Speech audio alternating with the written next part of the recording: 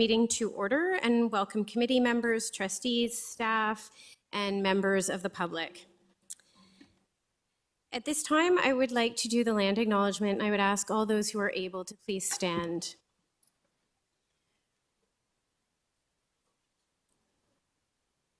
We acknowledge we are hosted on the lands of the Mississaugas of the Anishinaabe, the Haudenosaunee Confederacy, and the Wendat.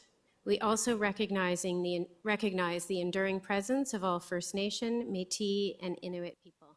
Miigwech.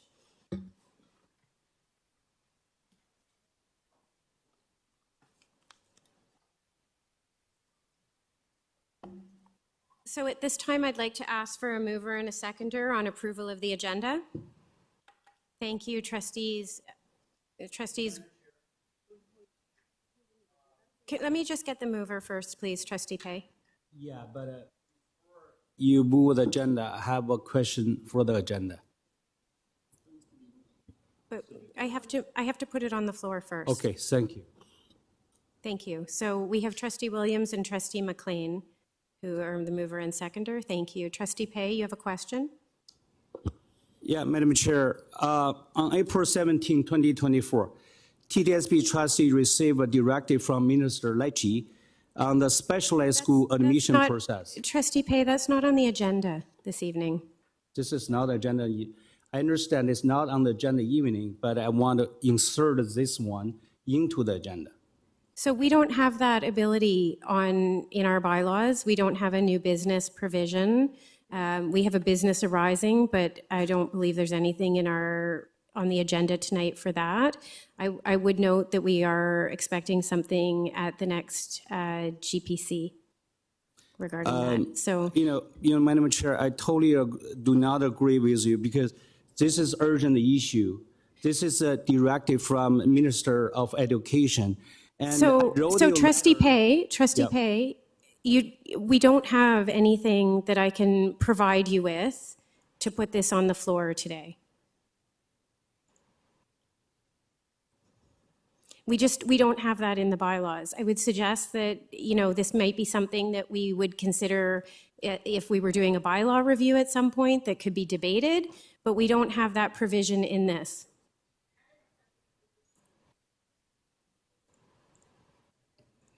But okay. You, Madam Chair, I just don't think we can ignore the ministers. Nobody's ignoring, Trustee like Pei. It's been months. Trustee Pei. It's been months. Trustee Pei, you do not have the floor to discuss this issue at the moment. I have indicated that at the next GPC meeting, I am expecting, it has been brought to my attention that we will have something regarding this, and there will be an opportunity to discuss this at that time.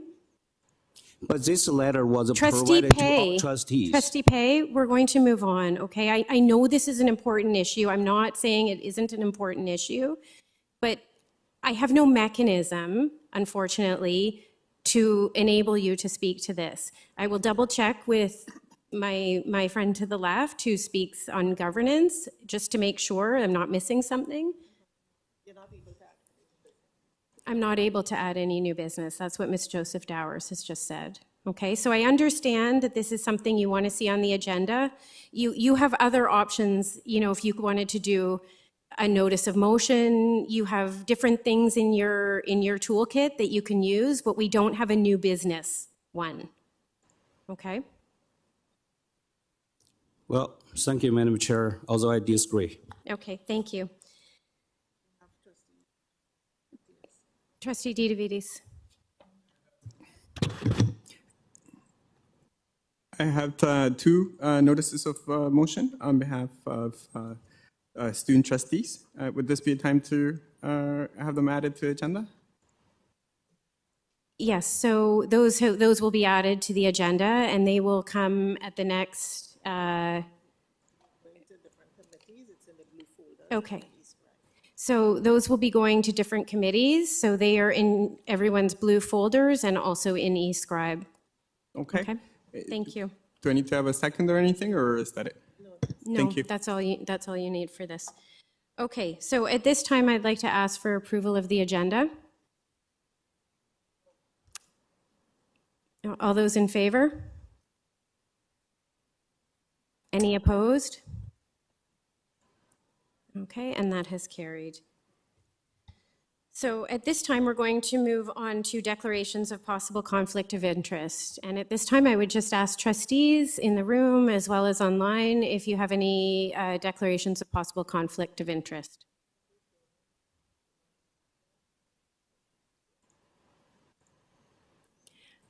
Okay, I'm not hearing any, so we will move on. But before we do move to delegations, I would just ask, it looks as though we have a few trustees who have joined the meeting since I did roll call. So could you just let us know if you've joined the meeting, please? Trustee Manuel. Trustee Trustee Nunziata. Okay, so we have trustee Wong, trustee Arts, and trustee Nunziata. Thank you. Okay, at this time, we're going to move on to item number 4, which is delegations, and we have a number of delegations tonight. Delegations allow for the public to address committees of the board and are designed to ensure that members of the public can provide information and perspectives to trustees as we navigate the decision-making process. Delegates are reminded that they are to provide input in a respectful and constructive manner and should not engage in any behavior that is contrary to the board's code of conduct, the human rights policy, or our delegation procedure. We have a very large number of delegations this evening. So each delegate has been provided with a delegation number.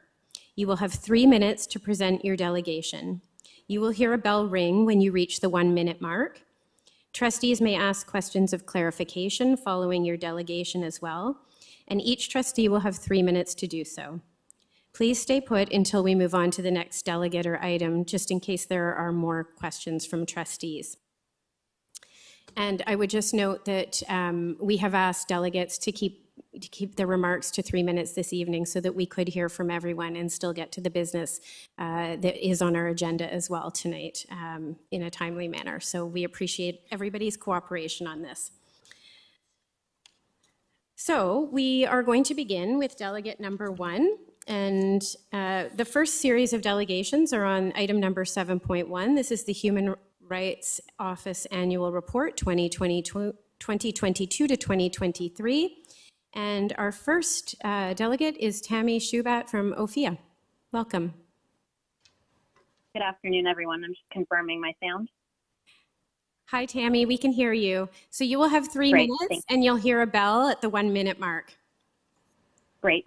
Thanks. Good afternoon, everyone.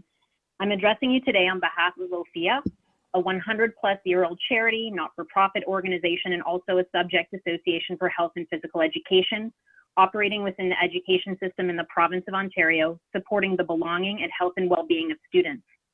My name is Tammy Shubat, and I have served the organization for 16 years, currently in the position of Director of Partnerships and Public Affairs. I'm also a member of the 2S LGBTQIA+ community, an advocate, and a parent. This week, May 11th to 17th, is the Rainbow Week of Action across Canada, a week intended to raise awareness across all levels of elected officials to confront the troubling rise in anti-2S LGBTQIA+ hate and hateful rhetoric, jeopardizing the equality, rights, and safety of many students and education systems across Canada, and quite specifically here at home within the TDSB. OFIA believes that every single student has a right to experience a sense of belonging and emotional safety free from violence and other forms of hate at school. The recent surge in discriminatory incidents targeting individuals of diverse sexual orientations, gender identities, and expressions has cast a shadow over the inclusive learning environments we strive to foster. Every act of discrimination not only harms its immediate target, but also undermines the very fabric of our educational community. During this Rainbow Week of Action, OFIA is standing resolutely with its partner organizations against hate, discrimination, and injustice in our schools, and we invite the TDSB trustees to join us in this stance. OFIA's commitment includes active advocacy positions across our social media platforms, pedagogical resources for educators specifically calling out harmful practices in HNPE and providing alternative identity-affirming practices in their place, as well as a policy clinic for school boards across the province of Ontario supporting the development and implementation of gender-inclusive policies and practices. OFIA would invite the TDSB to continue to offer ongoing training and professional learning for educators across all subject areas on gender identity, gender expression, human rights, and specifically on appropriate implementation of ppm 162, which is the Human Development and Sexual Health Exemption Policy. We would also invite you to revisit your gender identity and gender expression policies, ensuring they are up to date, publicly available, and reflective of the current and ever-shifting context, especially given the number of school boards across Canada that turn to the TDSB's expertise and leadership in the policy landscape. We would also invite you to elevate and engage 2S LGBTQIA+ student voice in ongoing consultation about their health and well-being at school. By standing together in solidarity, we can create safer spaces where every student, precisely because of their identity, can thrive. We would invite you as individuals and as a collective to stand for the rights of 2S LGBTQIA+ students and staff, and to continue to speak out against discrimination. Thank you. Thank you, Tammy. Just one moment, and if you could just wait one moment while I just check if we have any questions. Trustee Arts, please go ahead. Thank you, through you, Madam Chair. I just thank you, Tammy, for coming to speak with us and share your perspectives. I wonder if you could share this, if you have this as a written delegation, you can share that. Also, if you have any resources on the Rainbow Week of Action, that would be greatly appreciated. No problem. Delighted to share both of those. Yes, no problem. Thanks Is again. there a mechanism for, if someone could just flag over email the mechanism for me to do that, that would be great. Thank you. You can send to the same email that you use to apply for the delegation. Gotcha, will do. Thank you so much. Great, thank you. Thank you. And Trustee King, you're next. Through the chair, thank you, Tammy, for coming in. I can hear the emotion toward the end of your delegation. And I know that these are very personal issues for everybody who's part of the community.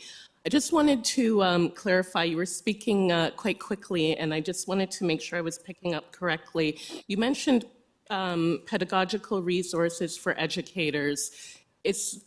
Was that in reference to the work that you do in supporting educators at TDSB, or was that part of the call to action that I heard as part of the Rainbow Week of Action? Thank you for requesting that clarification, Trustee King. When I sort of spoke in two phases. So the first was the commitment that OFIA was making. And so OFIA does have some pedagogical resources that I'm delighted to share with the email address that are available to educators across the province of Ontario that are intended to disrupt harmful practices in classrooms. So there's one. The call to action to the TDSB is a bit more focused on training, ensuring your policies are up to date, and engaging with 2S LGBTQIA+ students. Thank you, that helps clarify. Thank you. Okay, that comes to the end of our questions. Thank you, Tammy, for coming and sharing your perspective with us. Our next Thank you very much. Thank you. Our next delegate is Alice Klein, community member. Hello, Alice. Yes, please take a seat. Thank you. Thank you. Okay. Is this on? Can you hear me? Yes, try to speak close to the microphone. Okay, how about that? Better. Yeah, there That's we go. better. Thank you. Hi there, thanks for having me. I'm Alice Klein and I'm Jewish. I have 3 grandchildren at the TDSB, and I am myself a grandchild of very fine people who were senselessly murdered in Nazi concentration camps. And as such, I have some suggestions to share on the human rights report. Firstly, data is important. It's crucial to support quality, fact-based decision-making. Facts on the ground are also very important for generating good policy that protect from harm. In the case of your data on anti-Semitism, which notes a doubling of anti-Semitic incidents, the information reported in the document before you is incomplete at best.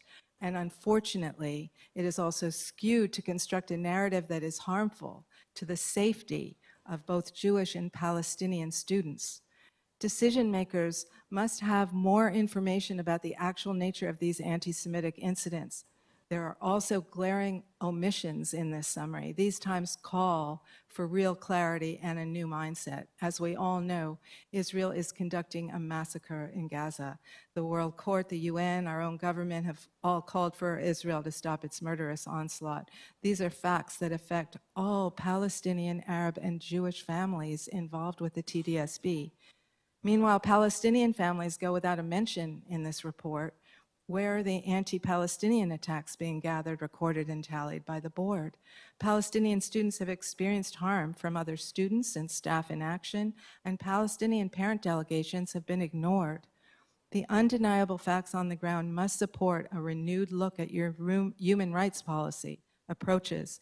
It's time to make sure that the Palestinian, Arab, and Muslim staff and students get the care and support they need as they go through this hell that many are justifiably calling genocide.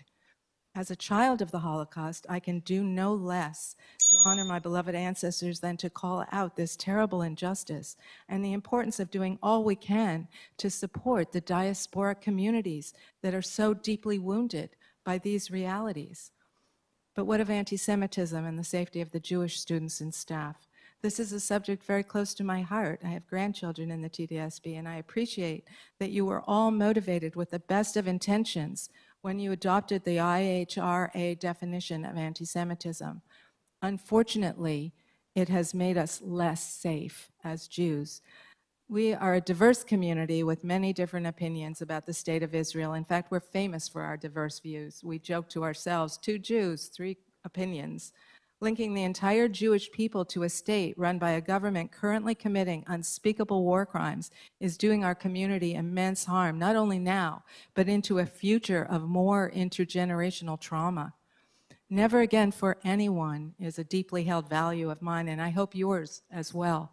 In the spirit of never again, I ask that you engage in the research required to ensure your definition of anti-Semitism is one that's based on analytical and thorough examination of what constitutes hate or discrimination towards Jewish people.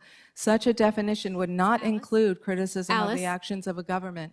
I just ask you, you're past your time, so thank you very much. Okay. I also asked you to consider the definition of anti-Palestinian racism published Thank you in- for your time. Okay, the- but don't go away because there may be questions. Let me just see if there's any questions of okay. clarification from There's, trustees. if anybody would ask, there's an important point missed. Trustee Williams, please go ahead. Thank you so much, Alice, for coming and deputing today. I'd like to hear like the rest of your thought. If you could share that with me. Thank you so much. I would be so pleased to do that. I'm really asking that you engage in the research required to ensure your definition of anti-Semitism, one based on analytical and thorough examination of what constitutes hate or discrimination towards Jewish people. Such a definition would not include criticism of the actions of the government that most of its own citizens do not support. Feelings of discomfort deserve empathy on all sides, but they do not constitute human rights violations. And I also ask that you consider the definition of anti-Palestinian racism published in May 2022 by the Arab Canadian Lawyers Association and start collecting information about the harms being suffered by Palestinian families. And this review must also define new actions that you will be taking to support them. Thank you so much for your kind attention and your question. Next, we have Trustee Rajagulasingham. Please go ahead. Hi, Alice. I was going to ask the same question, if you can clarify what you're about to say when you asked about anti-Palestinian racism, but Trustee Williams beat me to it. Thank you for your delegation today. As someone that's reliving what happened 15 years ago during the Tamil genocide this week, hearing your comments really resonated with me. Thank you. Thank you. Okay, thank you very much, Alice. Thank you. Up next, we have Corrine Silverwoman, who's a parent at Dovercourt Public School. Please go ahead. I am a Jewish person, a granddaughter of Holocaust survivors, a social worker, and a parent to 2 children in the TDSB. I am here because as a Jewish parent, I am committed to equity issues, care for all beings, and I am concerned about both anti-Semitism and in particular about anti-Palestinian racism. I am extremely concerned with anti-Semitism being conflated with a critique of Israel and the Israeli government, especially in this current context. In fact, 48% of Jewish Canadians that were polled agreed that accusations of anti-Semitism are often used to silence legitimate criticism of the Israeli government. I believe that the 4 organizations that the TDSB is working with or has been adjacent to, Friends of Simon Wiesenthal, Liberation 75, UJA, and CJA, do not align with my values, and they conflate anti-Semitism with a critique of Israel. The TDSB should be supporting anyone, especially Jewish and Palestinian students who are critical of Israel. I want my Jewish daughters to feel proud and safe to support Palestinian people and sovereignty. There is a concerted effort, especially with the above organizations that I listed above, to silence critique of Israel. These organizations present the Jewish community as monolithic and homogenous. To my knowledge, I have never seen any of these organizations speak publicly about anti-Palestinian racism, Palestinian sovereignty, and the incredible loss of life, especially Palestinian children. As a social worker, I'm concerned about the dehumanization and silencing of Palestinian people. As a parent and social work educator, I want future children of all ethnicities, backgrounds, and religions to learn to respect each other and honor each other's similarities and differences. I don't believe that these organizations do that. These are skills that will create a better world for the future for the TDSB, and the TDSB promotes critical thinking and equity, and this is why I'm here as a Jewish person. Thank you. Thank you. Trustees, do you have any questions? Trustee King, please. Through the chair, thank you, Corinne, for coming in. You mentioned a couple of times your profession in social work, and I just wanted to understand if there was part of that context that related here. Are you working with youth as part of your work, and are you seeing the impact of the kinds of challenges, discussions we're having today through that work? Or are you speaking as I'm not a social worker in the TDSB, but I am a social worker that understands that people live in context and are not just individuals. And as a social worker that understands that all oppression is connected, I'm going to allow my clients room to speak about anti-Semitism while also speak about racism, anti-Palestinian racism, homophobia. And I think that a lot of the clients that I've been seeing lately are talking about the polarizing nature of these conversations, the ways that their children are learning unconsciously and consciously more ways to dehumanize people, and that is the last thing that I think the TDSB wants to do. Thank you for clarifying. That was my question. Thank you, Trustee King. Okay, seeing no further questions, thank you for your delegation, Corinne. Up next, we have Nadia Mohammed, who's a parent at Treadsway Woodsworth Public School. Welcome. Can everyone hear me? My name is Nadia Mohammed, and I'm a parent of 2 children within the TDSB. Before I begin, I'd like to acknowledge the significance of today, May 15th, as the commemoration of the Nakba. The events of 1948, including the forced expulsion of my grandparents from their village of Al-Ramla, continue to shape the lived experiences of Palestinians around the world, including those within our TDSB community. As a parent and a member of a racialized community, I have witnessed with profound disappointment the failure of the TDSB to uphold its stated commitment to fostering a respectful and inclusive environment, free from discrimination and harassment. Despite the board's purported dedication to addressing all forms of discrimination, including systemic injustices, Palestinians and Arabs within the TDSB community have felt excluded and discriminated against. Over the past 8 months, during a period of heightened violence and unrest in Palestine, my children and I have looked to the TDSB for support and solidarity. However, the board's silence in the face of the horrific killings and atrocities perpetrated against Palestinian civilians, where 14,000 children have been killed, over 14,000, and the entire educational system in Gaza has been destroyed, has been deafening. This silence not only erases the Palestinian identity and lived experiences of my children, but also contributes to an environment where anti-Palestinian racism and hate thrive, making our schools feel unsafe and unwelcoming for Palestinian students. Moreover, the double standard displayed by the TDSB in its response to conflicts around the world, particularly Russia's occupation of Ukraine and Israel's occupation of Palestine, have not gone unnoticed by our community. Such inconsistencies only serve to further dehumanize Palestinian students and perpetuate feelings of marginalization and alienation. It is not too late for the TDSB to rectify its shortcomings and demonstrate a genuine commitment to upholding the human rights of all its members, including Palestinian students. I urge the board to release a statement acknowledging the harm done to the Palestinian community and condemning the ongoing genocide and ethnic cleansing carried out by our colonizer. Furthermore, I ask the board to rehumanize Palestinian students in its communications with the TDSB community and take concrete actions to ensure their safety, dignity, and inclusion within our schools. I urge the board to add Nakba Day to the TDSB's Days of Significance and to include anti-Palestinian racism and Nakba and genocide denial in the TDSB curriculum and professional development trainings for all staff and teachers. I also ask the board to clearly write to its staff and teachers that they will not be punished should they decide to teach about Palestine. By taking these concrete actions, the TDSB can demonstrate its commitment to creating a learning environment that values diversity, equity, and inclusivity for all students, including Palestinian students.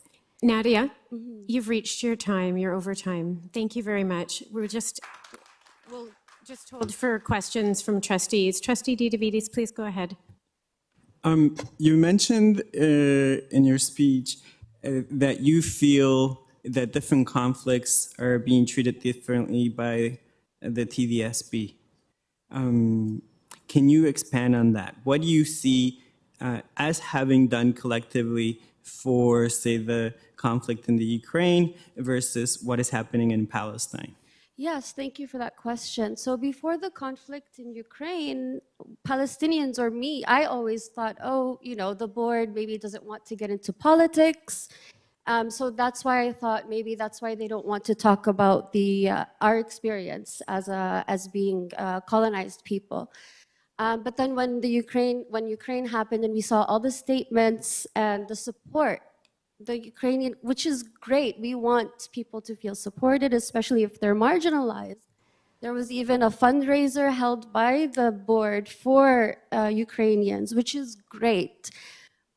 But then I thought, okay, so they do get into politics at certain points. And then after October 7th, we noticed that there was a clear bias and there was an erasure of our suffering as Palestinian people. And that made me feel unsafe to send my children to school. I was very worried about them. I emailed the principal and all their teachers, reminding them that we're human beings and they have lived experiences, and to keep that in mind if they wanted to talk about what's happening. And every day since then, I worry about my children.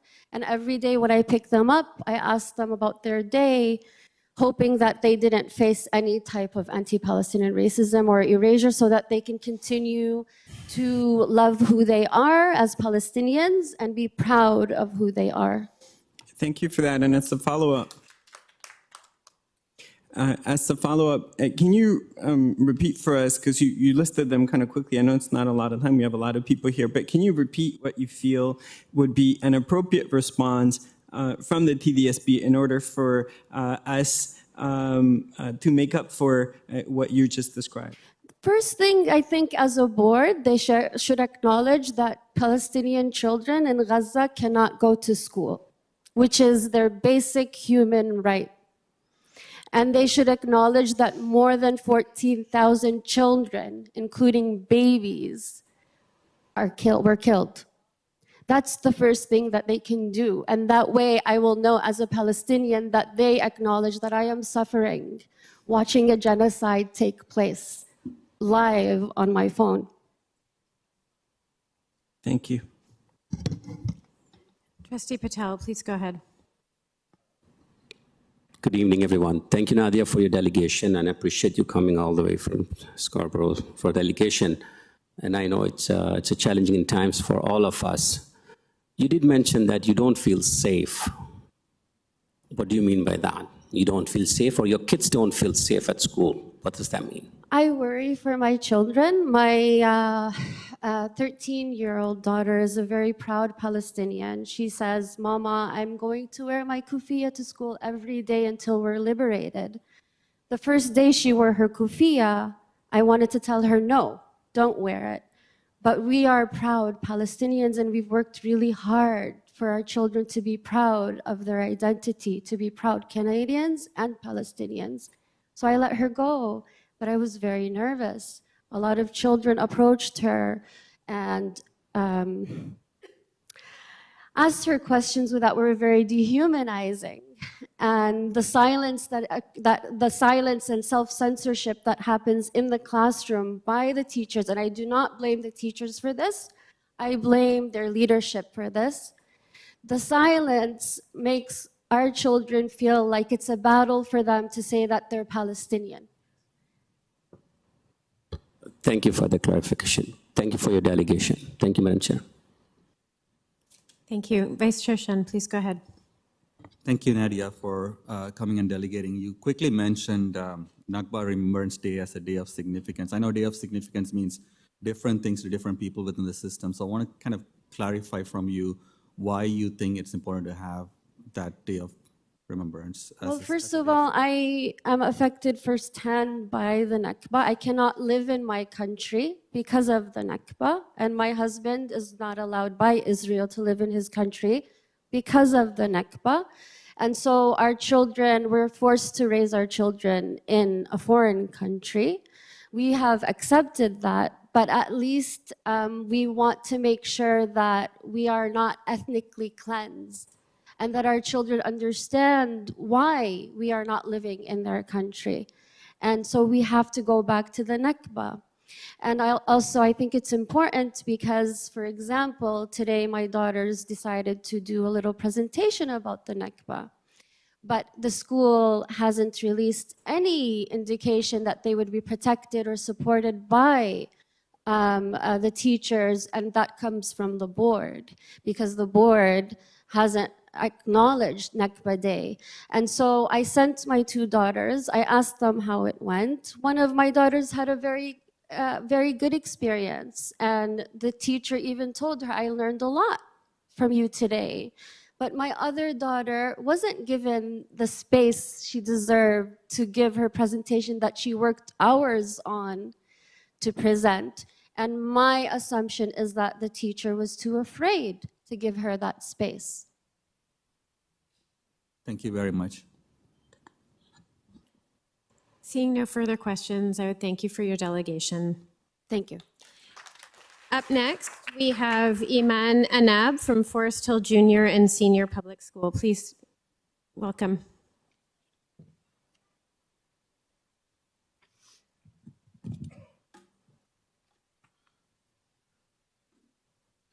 Good afternoon. My name is Iman Anab, and I'm a parent of two children in the TDSB. Their grandmother is a survivor of the 1948 Nakba. Today, on Nakba Remembrance Day, it is fitting that the Human Rights Report is being presented. It is also fitting that I should share my son's experience with anti-Palestinian racism at school. In late March, 172 days into the ongoing genocide in Gaza, my 12-year-old child wore a Free Palestine hoodie to school. During physical activity, he felt too warm and he took it off. At some point during play, he was approached by a senior administrator and asked if he had come to school wearing something else. He explained that he was wearing a hoodie. The staff then asked, "What did the hoodie say?" Feeling intimidated, he replied, "It had Free Palestine on it." They told him that there were complaints from students in another class. And, "I know that you're a nice kid and you wouldn't want to intentionally irritate anyone." Confused and scared, he didn't know what to say except, "No, I wouldn't." When he told me what happened, I was outraged. Outraged because an adult gaslit him and made him feel like he had committed a crime. Considering that at that time, over 13,000 Palestinian children had been slaughtered, and to help you visualize the scale of the massacre, that would be equivalent to 180 yellow school buses full of children, that it was even in the realm of possibility that a hoodie bearing the message "Free Palestine" could cause harm is completely absurd. That it was even in the realm of possibility that a child's call for the end of the killing of children could be deemed harmful is just plain wicked. That it was not in the realm of possibility for an educator in our schools to acknowledge and reward a child for showing solidarity with children who are actually being harmed is an absolute disgrace and should be an urgent concern of the board. All of this could have been avoided, and my purpose here is not to assign blame to an individual educator, but to address a systemic gap. Educators need proper training to engage with Palestine-related topics sensitively, with empathy and understanding and respect. When an educator admits that they do not have guidelines on how to respond, this is unfair for our educators, and it is very harmful to our children.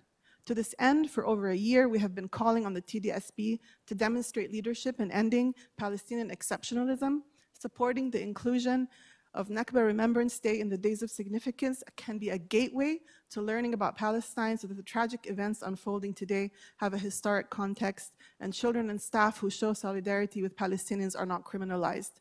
5 seconds. Finally, I want to leave you with this thought. Two things can be true at the same time. We can teach about Canada's history while acknowledging its dark chapters, including residential schools.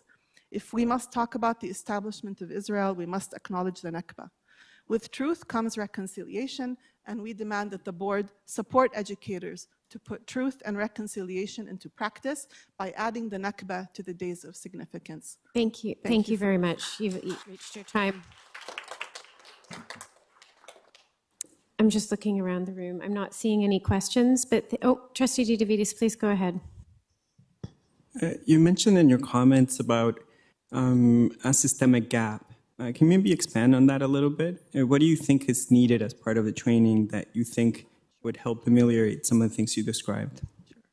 So there's material that has been developed a couple of years ago, and it was announced. It was a curriculum called Rooted. It's going to be discussed, I'm sure, at length in these rooms. This curriculum has not been operationalized. We feel like there's been a gap in knowledge. Teachers are unable to discuss or speak. In my particular case, which I'd like to return to, an adequate response from an educator should have been to the students who are complaining to ask, what exactly about that hoodie made you feel bad? And why do you think that child was actually wearing that hoodie? Educators have a responsibility to ask questions and bring people together and not to be divisive and actually make someone who's trying to stand up for human rights feel bad. Thank you. Thank you very much for your delegation, Ayman. Next up, we have number 7,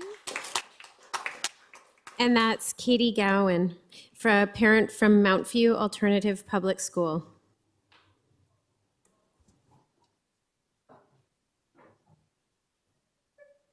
Welcome, Katie. Thank you. Okay. As a parent of Palestinian children aged 6 and 11 in the TDSB, I sit here before you on this significant day, Nakba Day, which I'll note is still not added as a day of significance within the TDSB, to address an urgent issue that affects Palestinian children. While the Human Rights Report clearly states that the TDSB is committed to upholding human rights in the provision of education and employment, in accordance with the Ontario Human Rights Code, we continue to witness our children being deprived of the right to education, that acknowledges and respects their identity and history. My husband arrived to Canada in 1989 as a stateless Palestinian and immediately faced violence and erasure at the hands of educators, and ultimately started hiding his Palestinian identity as a result. While we have worked hard to ensure our children do not face the same erasure and have taught our children to be proud of their culture as Palestinian, the board's delays in addressing anti-Palestinian racism or providing the tools to support educators make us fear for our children's safety as Palestinians. Since 2022, the board has been discussing the need to address anti-Palestinian racism and protect children and educators who share Palestinian voices. However, more than 2 years later, as the world watches a genocide unfold, the need to address the silence, isolation, and erasure of our children's experience has only become more urgent. It's beyond disheartening that policies to protect our children from anti-Palestinian racism are still absent within the report. Instead, Palestinian voices are ignored and silenced, leaving our children feeling erased and marginalized. I'm here to address a crucial matter, the urgent release of a curriculum titled Rooted, which was commissioned by this board in a report to the Planning Priorities Committee to address the lived experience of Palestinian students and families. This curriculum, designed by educators, academics, and community members, was meant to embody our commitment to equity for all. It includes lesson plans from kindergarten to grade 12 and a framework to foster understanding and inclusion. We cannot ignore the urgency of this matter. By withholding the release of Rooted, we are failing all students and betraying the trust of our community. Where is this curriculum? And what are we waiting for to release it? Our families continue to experience contradiction of the Human Rights Office's own stated mandates. And this inaction and delay have continued to perpetuate anti-Palestinian racism and erasure. I call on the TDSB to immediately release Rooted, to implement training related to Palestinian history and anti-Palestinian racism, and to include Nakba Day to the days of significance. Thank you.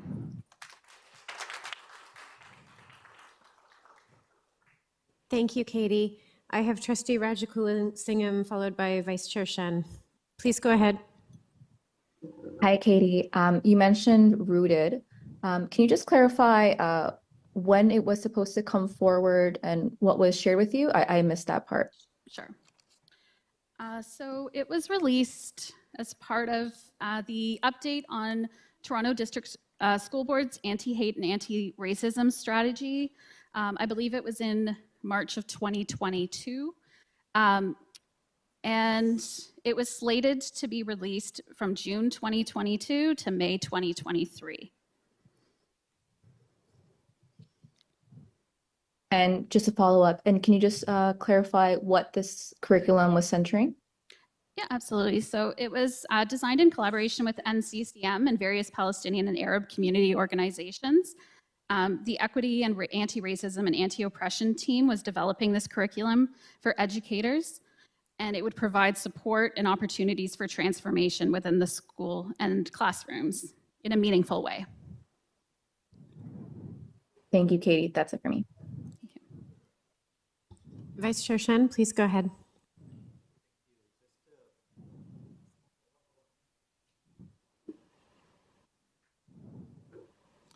Thank you. Just a clarification. I know the curriculum you mentioned, you seem to probably know more than some of the trustees about that curriculum as well, because we have not heard about the curriculum during this term. How are you so familiar? Were you involved in like the consultation, or how are you so familiar about what went on? Was there consultation done, or was there engagement done with the community to develop that at that point? I'm only familiar with the material that was found on the TDSB resources. So just in reviewing that from the professional learning menu. Thank you. No problem. Trustee King. Thank you. Both trustees took the questions I had, so I just wanted to thank you for coming in. I know that you are within the ward that I represent, and appreciate hearing your voice. Okay. Thank you, Debbie. Okay, thank you very much, Katie. Up next, we have Kate Call, who's a parent Who's a parent at Western Technical Commercial School, and Alexander Muir Gladstone. Welcome. Thanks. This year, my grade 12 student, a talented writer, was encouraged by his teachers to write an article for his high school newspaper. My family encouraged him to participate since this would be only his second extracurricular activity. Our son is neurodivergent and he's quite shy. B chose to write about Palestine since that was his focused interest. Our family is not Jewish or Palestinian, and I was concerned that he didn't know enough to write an informed article about Palestine. I suggested he write something different, situating himself in his learning process, but predictably, B went with his own idea. If I need to be better informed, he told me, I'll inform myself, and he did. B's article is grounded in the dozens of sources he read, watched, and listened to, books, academic articles, documentaries, and podcasts. Its direct sources are peer-reviewed articles and UN reports. It was read by the student editors, and B made the changes they suggested. It was read by the faculty advisors for the newspaper, the principal, the TDSB superintendent, and the executive superintendent. But at a meeting attended by B, the principal, the faculty advisors, and the student editors, the teachers explained to him that they had consulted a TDSB human rights lawyer. The lawyer had told them that if they published the article, their jobs could be threatened, and that B would be exposed to potential harm, that the TDSB would not protect them. B's article was described as inflammatory and a polemic that might hurt some people's feelings. My son does not need to be personally protected from anti-Semitism, from anti-Palestinian racism, or from the resistance faced by anti-Zionist Jewish activists, but he needs to learn about all those things. He is baffled by the fact that he has been taught to recognize and critique the continuing impact of settler colonialism in Canada as set out in the Truth and Reconciliation Commission, but he is not allowed to apply that analysis to the history of Palestine. B was told that it would not be fair to publish his article without, quote, something from the other side.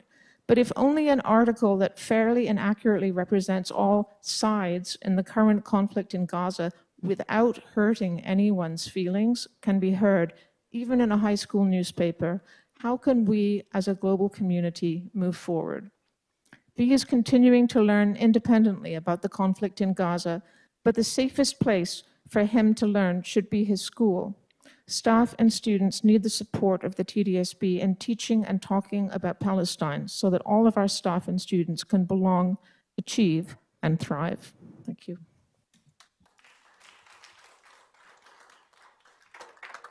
Thank you, Kate. I'm just looking, oh, and we do have a question already from Trustee Rajagula Singham. Please go ahead. Oh, that may be from before. Trustee McLean, please go ahead. Thank you, and through the chair. The paper that your son wrote, was it factual in basis? Sorry, I'm having trouble hearing with the noise behind me. Yeah, we can't, because it's a public meeting, we can't. I know it's an open meeting. I have a hearing impairment. I'm just asking. No, you no, to I'm repeat sorry, yourself. I'm just. I understand that there's. Yeah, we have to keep doors the have to door, be open. at least one of them open. I'm not sure why they both need to be open. Yeah, I was, thank you. I was asking you about the paper that your son wrote and whether it was a factual summary of the information that he had learned in the number of resources that you had indicated, or were there conclusions drawn? So was there a subjective component to the article as well? I think that there's a subjective component to every piece of writing. I don't think it's possible to have a factual summary of, he read thousands and thousands of pages of different material, but everything that he wrote in his paper was historically verified by either the UN reports or peer-reviewed journals or books published by academic presses. Okay, thank you very much. Yeah, but it did mention the Nakba. Thank you very much, Trustee McLean. Vice Chair Shen, please go ahead. Just a quick question. You mentioned high school. I don't know if I missed. What grade is your son in? Grade 12. Grade 12. Thank you. Trustee Hastings, please go ahead. Thank you, Madam Chair. I do have one question for you. Well, actually, it's more a request. My name's Dennis Hastings. I would like to see, and you said you've got a factual report written by your son. I would like to have that delivered to the board. I'd love to see it.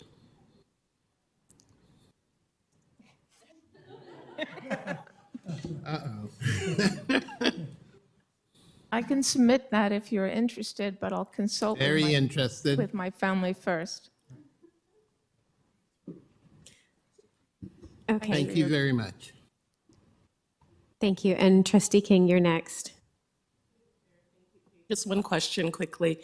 You mentioned a number of consultations or a series of conversations with different staff members and levels of staff.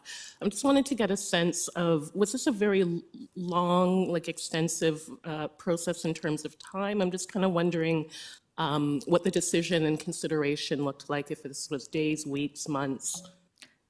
It went on over months, and one of the concerns that I had that looked like it might not fit in 3 minutes, but I had 13 seconds left to say it, was that we weren't consulted at any point, my partner and I, in terms of this sort of bigger discussion. And I feel like our child was put in a very kind of adult position in terms of having to defend their position. He's autistic and shy. He's not the kind of child who writes something to get attention or to cause drama at school. And I say this only as because our family is not Palestinian, we're not Jewish. He didn't just pick a controversial topic. He picked a topic that he had been reading about for months, and that he was very urgently concerned about as someone who's interested in world events and has been brought up in a context where we talk a lot about social justice. Thanks for your Sharing, I questions. think you've raised some good points for consideration. Thank you. Thank you very much, Kate, for coming today. Up next, we have number 9, which is Lauren Moses Bretler, parent from the Grove Community School.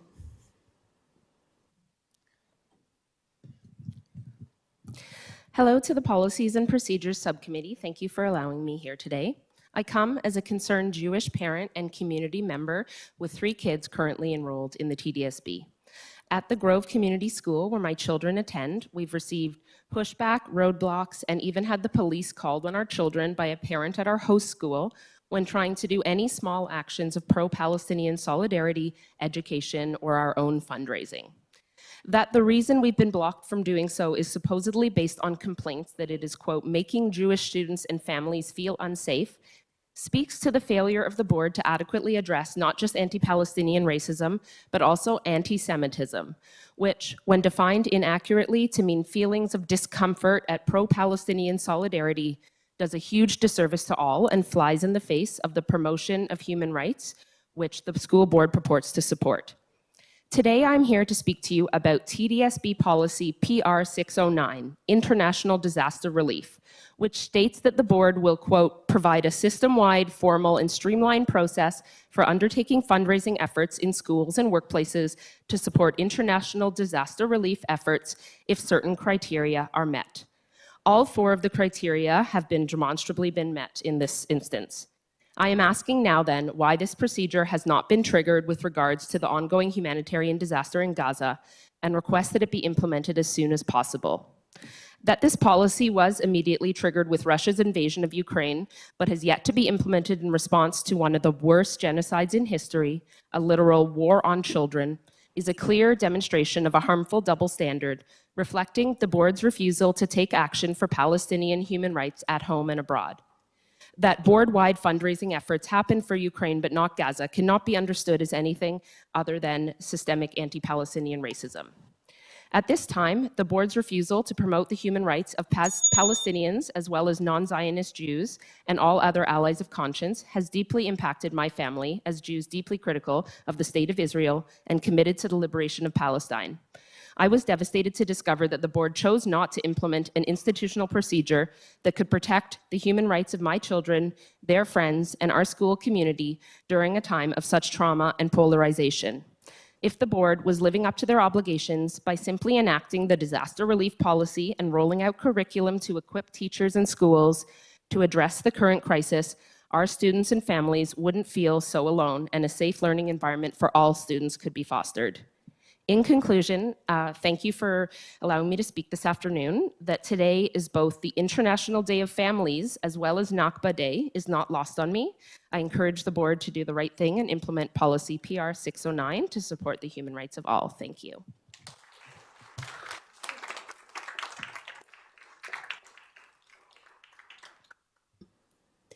Thank you, Lauren. All right. That's it. No, okay, thank you. No, oh, Trustee Williams, do you have a question? Hi. Thank you so much for your delegation, Lauren. I just have like a question. You mentioned PR 609. I was just wanted you to clarify, when did you become aware of that? Yeah, a couple months ago, I believe, from someone who found that policy and was like, wait a sec, I didn't get to the 4 criteria, but I might as well briefly mention them now, that are that the affected country declares a state of emergency and appeals for international aid. The Canadian federal government issues an official statement on the situation. The Canadian government asks Canadian citizens to donate for relief efforts, and the United Nations issues a statement and appeal for international aid. We can see very clearly all 4 of those criteria have undoubtedly been met, but this policy still hasn't been implemented. Okay, through the chair, thank you. Trustee Rajagulasingham, please go ahead. Thank you. Lauren, you mentioned that the police were called. Can you just provide details around what was happening and why the police were called?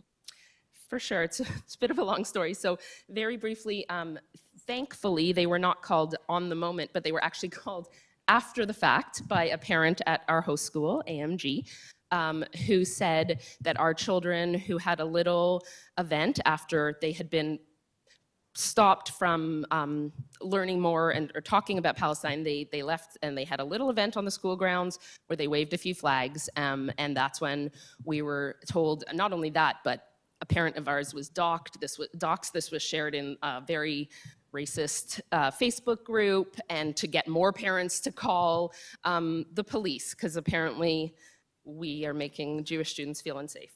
And then again, that is the issue, as many have alluded to, with conflating any criticism of the state of Israel or any pro-Palestinian solidarity with anti-Semitism. It's actually really anti-Semitic for my children and myself to be called bad Jews or anti-Semitic because we don't agree with a genocide. So nothing happened from the police being called, obviously, because they have no grounds for that, but just the fact that they were and there was a call out shared online to do so is pretty scary. Thank you, Lauren. Thanks. Okay, thank you very much. I see no further questions. Up next, we have Lev Yeager, TDSB parent. Welcome. Thank you for providing us this forum on Nakba Day to discuss human rights for everyone, including Palestinians. I've identified myself. I'm a parent of a student. My daughter's a TDSB student. I'm a Jew. She's a Jew. And I have a nephew who's a TDSB student who is a Muslim. First of all, I'm going to address a specific incident involving CJA and the TDSB, and then I'll also discuss the ramifications for my family in the TDSB. In November of most recent November, there was at Mark Garneau, there was a peaceful demonstration by the students supporting Palestinian human rights and calling for ceasefire. Following that, CJA published on X images of the students with false captions claiming they were making anti-Semitic statements. That was seen by 1.4 million views within the 24 hours until CJA took it down because it was false. I'm calling on the TDSB to investigation of the CJA for doing that, and to siege. CJA is the Canada-Israel Jewish Affairs organization. TDSB needs to seize all consultations or cooperation with the Canada-Israel Jewish Affairs or its affiliated organizations, which include Friends of Simon Wiesenthal. This has not been done. There's not been an investigation carried out, although steps were initiated towards it. This needs to be examined. What stopped that investigation? How this affects my family is I want my student, my child who's a student, to learn that all students are included in the TDSB and supported in expressing their identity and their human rights, and they're caring for their own families and their own peoples. This needs to apply for Indigenous students who are Indigenous to this land that we acknowledge that we are on. It needs to apply to Jews, to Muslims, to Palestinians, to queers, and to trans students. Now, my child is being taught the opposite. She's being taught that it's okay to silence students and to deny them the right to express their own identity and their own caring for others' children. Thank you.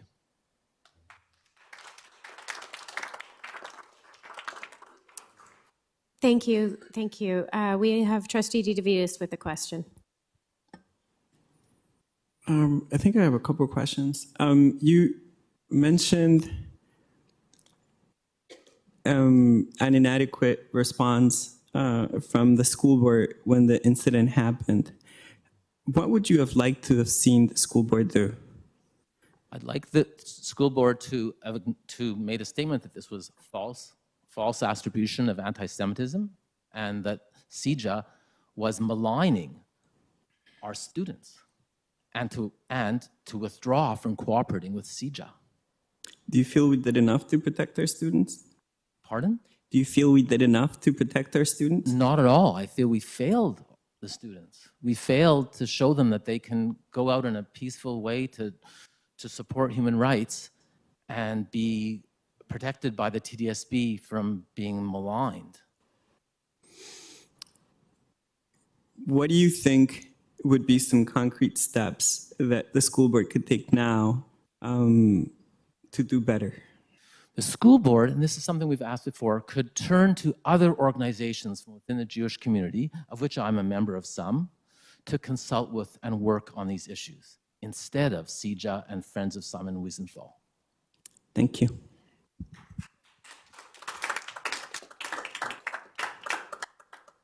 Thank you very much. I don't see any further questions. Up next, we have delegate number 13. This is regarding the lottery system. Richie Zhang is a community member. Please come to the table and welcome.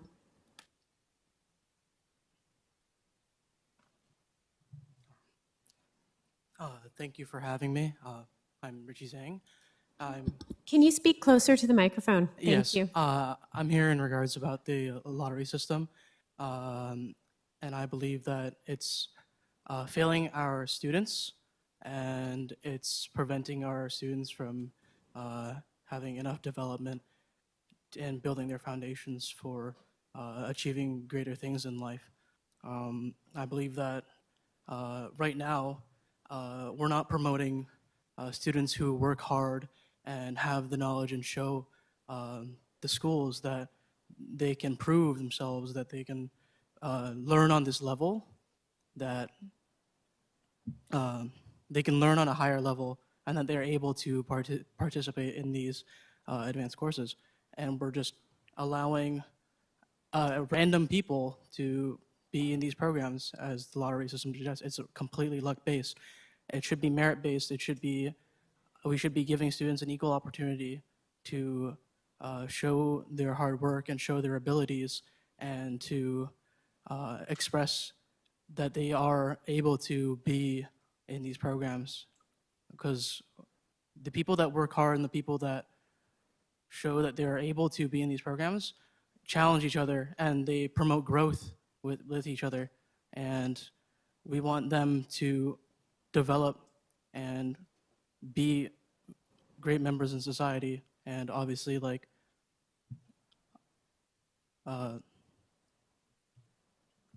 yeah, like,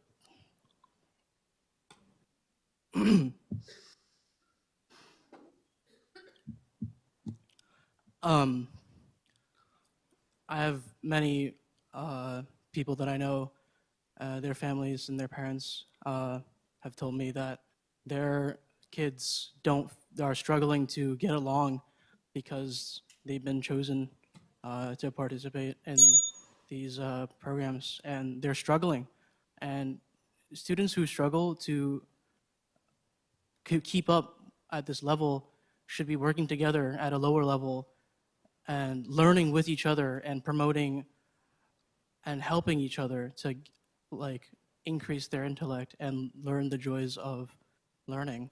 And we should have the higher level students who prove themselves through merit that they are willing and able to learn and achieve great things at these levels in these programs. And I suggest that we should change from a lottery system to a merit-based system from now on. Thank you. Thank you, Richie. I'm not seeing any questions at this time, so thank you for coming and sharing your thoughts with us today. Thank you. Up next, we have Harry Liu from Mark Garneau Collegiate. Welcome, Harry. Wait, hello? Yeah, I'm ready. Hello, everyone. Good evening, everyone. My name is Harry Liu, a concerned parent from Mark Garneau College Institute. I'm here to discuss the lottery-based admission system for the TDSB specialized program and its substantial impact. Introduced 2 years ago, to promote fairness, the lottery system has led the mismatch dynamic in our classroom. Some students find the course is too easy, become disengaged, while others struggle to keep up. This misalignment not only undermines the quality of education, but also compromises our teachers' ability to effectively manage their classroom. A significant issue has emerged this year, highlighting the real inequality created by the lottery system. We have specialized STEM classes filled with students who are reluctant to be there. Meanwhile, a lot of talent, motivated students outside of the TOPS program, many from low-income families, representing 52% of our school population, want to take this challenge course, but they are denied. This scenario is neither fair nor equitable. It's frankly ridiculous and counterproductive. It failed to support the very students who could most benefit from those education opportunities. In the TOPS program at Mark Garneau, more than 50% grade 9 students failed their math exam in the first semester under this new system. Our teachers, overwhelmed by the range of ability, are forced to either slow down the course or suggest that those struggling students move to regular class, disrupting both the specialized and the regular education streams. Given those outcomes, I urge the school board to reinstate the merit-based admission system. The system upholds high standard and placed students, including those from low-income families, in settings where they could excel based on their ability. It is a fair approach that supports all students by recognizing and reward their hard work and talent. I hope all the trustees, you are parents voted trustee, please act decisively to restore the merit-based admission policy to those programs. Return those program control to local school and kill the lottery. Thank you. Thank you, Harry. We have questions from Trustee Pei. Please go ahead. Thank you, Ms. Liu, for coming to board as delegate. I thoroughly hear your voice. I have a question just for clarification. You said many of those deserving students, they're from lower income household, representing 52% of our school population. Could you clarify who are those students? Yes. This data is from the public website. Pardon me? This data is from the published website. This, you are talking about the 50%? Yeah, 52%. Low income, right? Yes. Yeah, for our community. I live in Flemington Park community. Our Margano, Margano Institute, College Institute include Flemington Park, also include Duncliffe Park. There are two big communities. Yeah. 52% school population is from the low income families. So, sure. so when you say lower income, is like a below a TDSB average income, or is like like standard federal lower income? That's a good question. I need to check the website. Okay. But the All right. data is from the published website. That's fine. Okay, I'm gonna move on next question. You also mentioned that is for the grade 9 student, 59% student failed the math test, right? So in the first 50%, semester, 50%. It's an approximate number because we got the information from the student. They talk each other. We confirm the data with the teacher, the course teacher. So what's the score for the previous grade when they're coming to grade 9? So I'm talking grade 10. Let's say grade 10 student, when they come, what's average? I mean, do you know before the lottery system? Yes. Before the lottery system, no one fails. No one fails. For those, math class is the basic STEM class. No one fails. It never happened before. Okay. Thank you very much for your delegation. Trustee McLean. Thank you, Madam Chair, and through you, thank you, Mr. Liu, for your delegation. I think I heard you share that some of the students in the program were reluctant to be there. And since they had to apply to be there, I was curious about That's a good point. why that was so and how you came to believe that. I like how you came to, on what information you came to that was the basis of that conclusion. Okay, that's why I only mention specialized program. I never mention student interest program. I know now it's called student interest program, but this name is rubbish. I tell you why. Students show their interest. They thought they can catch up. They thought the course can match what they want. But the course is STEM course. It's extremely harder than what they expect. That's the misunderstanding. That's why before they join the course, they want to, I love STEM. I want to try this one.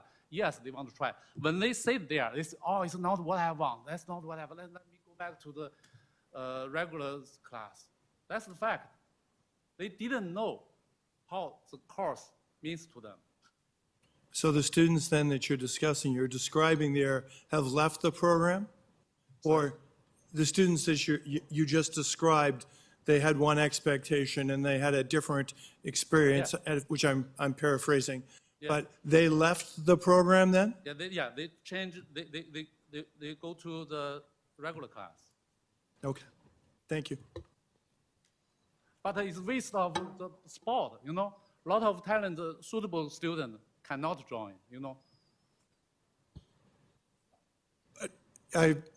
But it's interesting, like, the fact that students in themselves struggle with the material and have the opportunity to see and benefit from the different strengths that would happen in a classroom, and that they're willing to persevere and to grow and to overcome their challenges is quite a different thing than what you're suggesting, that children, that students are, after experiencing the program, then allocating to leave the program. So those are two different kind of scenarios.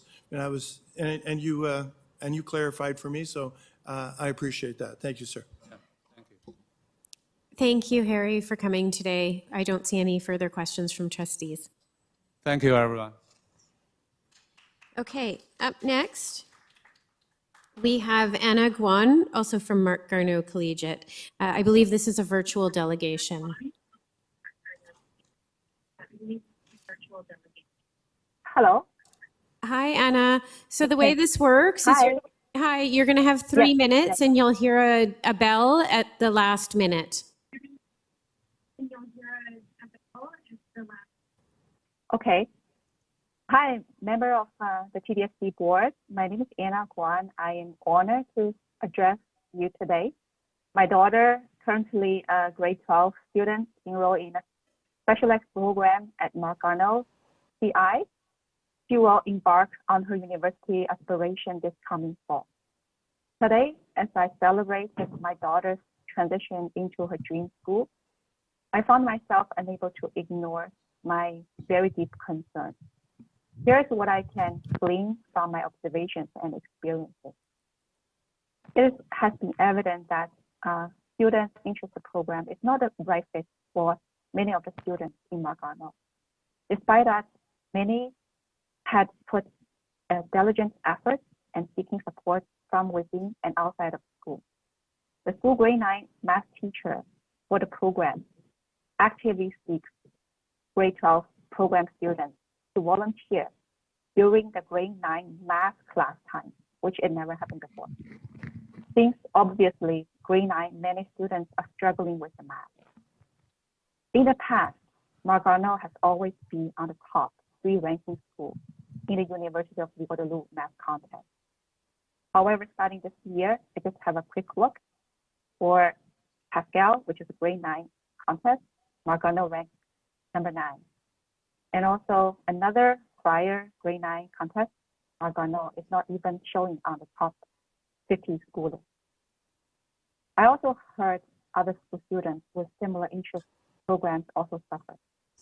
I've heard stories about kids moving out of their SIP program and at their TDSB school, despite their months of effort. One of them, which is actually, I know her, she had to move to another school in TDSB to fully settle down. But luckily, she's now much more confident and less stressed. After I researched about the history of the lottery policy, I noticed the following, which makes me want to address this. This program lottery selection process was initiated more than 2 years ago. While the public consultation seems not sufficient enough to reach a widespread consensus. A report with some falsified data last year was used as the base to validate the policy, but however, no action has been taken to correct the impact from the report. After this program being implemented since last year, I'm really looking forward to a performance review that will be conducted to assess the policy efficacy, but it seems like there's nothing. To conclude, when you close your eyes, envision the team who could be your own children, your niece and nephew, your best friend's kids. Their dreams are bursted, their self-esteem is crushed, and their mental health is sacrificing. Thank But you. on the other hand, other teams who are seeking to enhance the interest and have the capability of learning at an advanced Thank pace, you, but they Anna. are- Anna, but your I- time yeah, your okay. time has passed. So thank Okay. you very much for your delegation. We do appreciate you joining us to share your perspective. I'm not seeing any questions Can I of have one last clarification. sentence? So Yeah, can I have one last sentence just to finish it? Anna, I'm Yeah. sorry, did you have a question? Yeah, can I have last sentence to finish my I'm speech? sorry, your time has beyond passed. I did allow some extra time, but you're also always welcome to send us a written copy if you wish. Okay. Okay. I just want everyone to consider. Thank you. Thank you the for point. joining us. I'm Thank going you. to move on Thank to you. delegation. Okay, Trustee Pei, Trustee, just a reminder. Okay, please go ahead. Thank you, Madam Chair, through you. And I have a question. Sorry, I could not hear very clearly. Can you speak up a little bit? Just regarding, you're talking about some like a math contest as a scores, right? So what really happened? Trustee Pei, I've just been informed that Anna has already left. She's not on the line anymore. Oh, thank you. May I ask you to look on the floor before you ask, the delegates to leave? Because I think that's really a. I think there was time. I will do my best to try to remember to do Yeah. that, but you have the opportunity to raise your hand or to let us know if you have a question. We did have an interaction, but I will make sure you flag me down if you want to raise a question or join the online meeting, and you can put it in the chat as well. Thanks. Okay. Up next, we have Amy Strawn from William Lyon Mackenzie. Hello. Welcome. Thank you. Everybody can hear me? Yes, try to speak right into the microphone. It captures the sound better if you're closer. Thank you.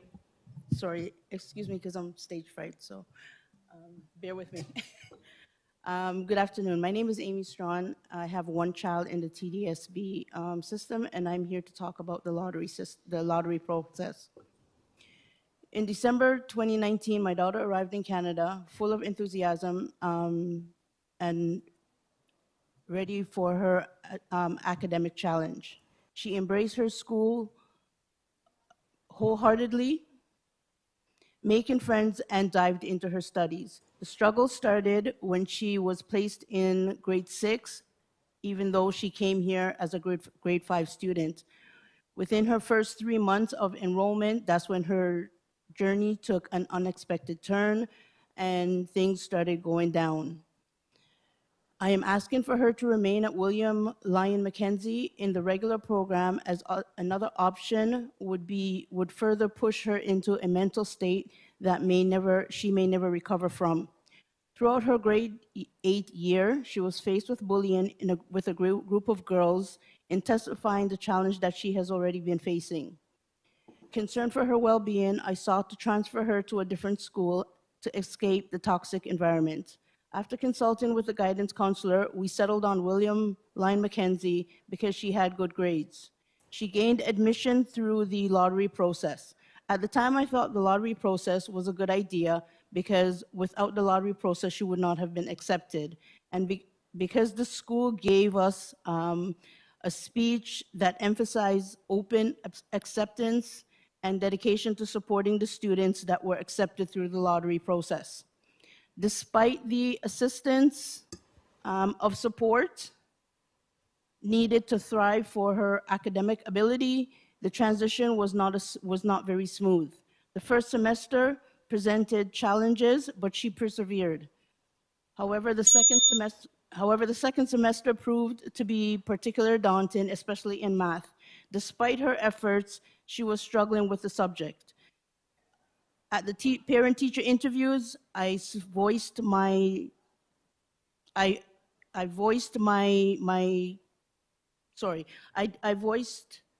concern in the lacking of support and the dipping of her grades. Sorry, I just lost my place. I was met with dismissive responses, including being told that she's not completing her homework, which I know is not correct. Despite my efforts to secure additional help, including asking for a tutor, the situation continued to decline. On April 21st, I received an alarming email from the math teacher indicating that her grades had gone down to 30%. Frustrated and outraged, I reached out to the school to ask for answers as to why this is happening. Feeling powerless and deeply concerned for my daughter's well-being, and her mental stability, I made a difficult decision to remove her from the MAC program. However, instead of receiving support and understanding for her, her situation, I am now being told that she cannot stay at the school.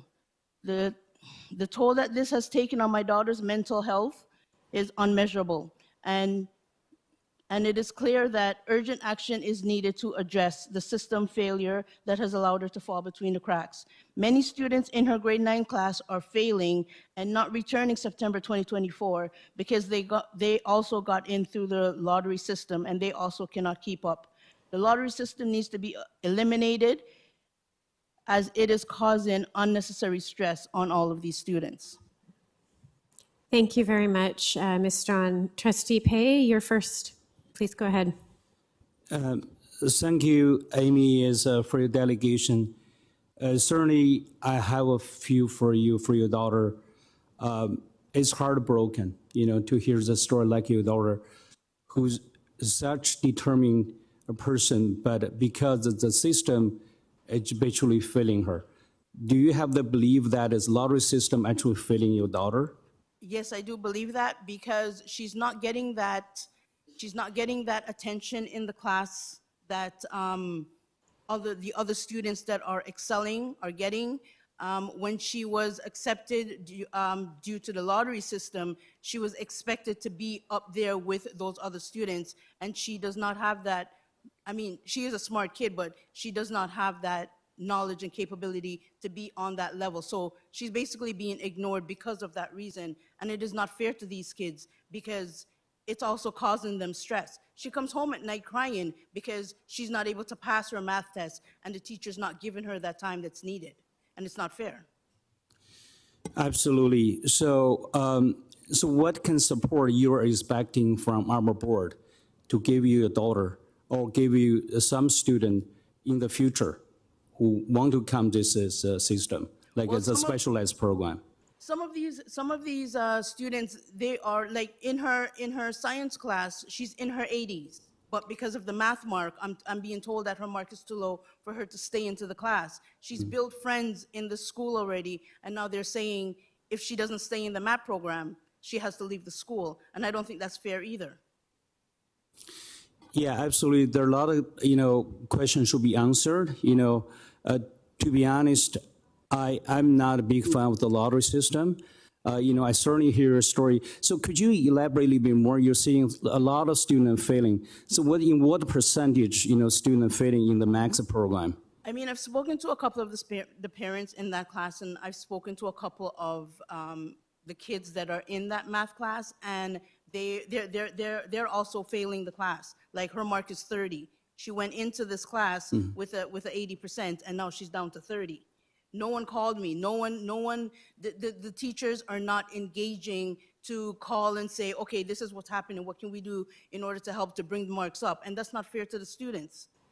If the help was there, they need the help. They're not getting that help. They're expected to excel because this is an accelerated program. Absolutely. So do you think the board we should maybe give the support when the student in the elementary level or middle school levels, not only in test their interest, their aspiration, most importantly, support that aspiration. Do you think we have that support in place as a board? Right now, I don't think that is in place, because if it was in place, these students wouldn't be struggling. They wouldn't be stressing in order to go through this process. Thank you so much, Amy, for your delegation. Thank you. Trustee Williams.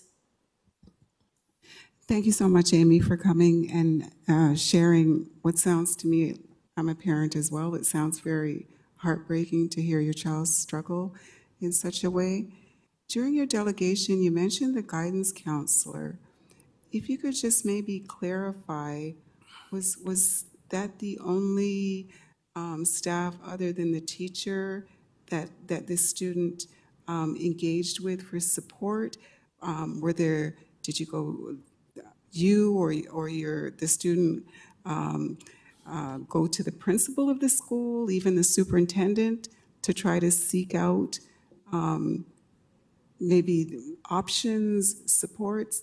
I'm just curious, like what other steps, if you could clarify, I just heard guidance counselor. Okay, so when I went to the guidance counselor, it was when she was in middle school. She was going through some issues with some girls that were bullying her, and I wanted to take her out of that environment.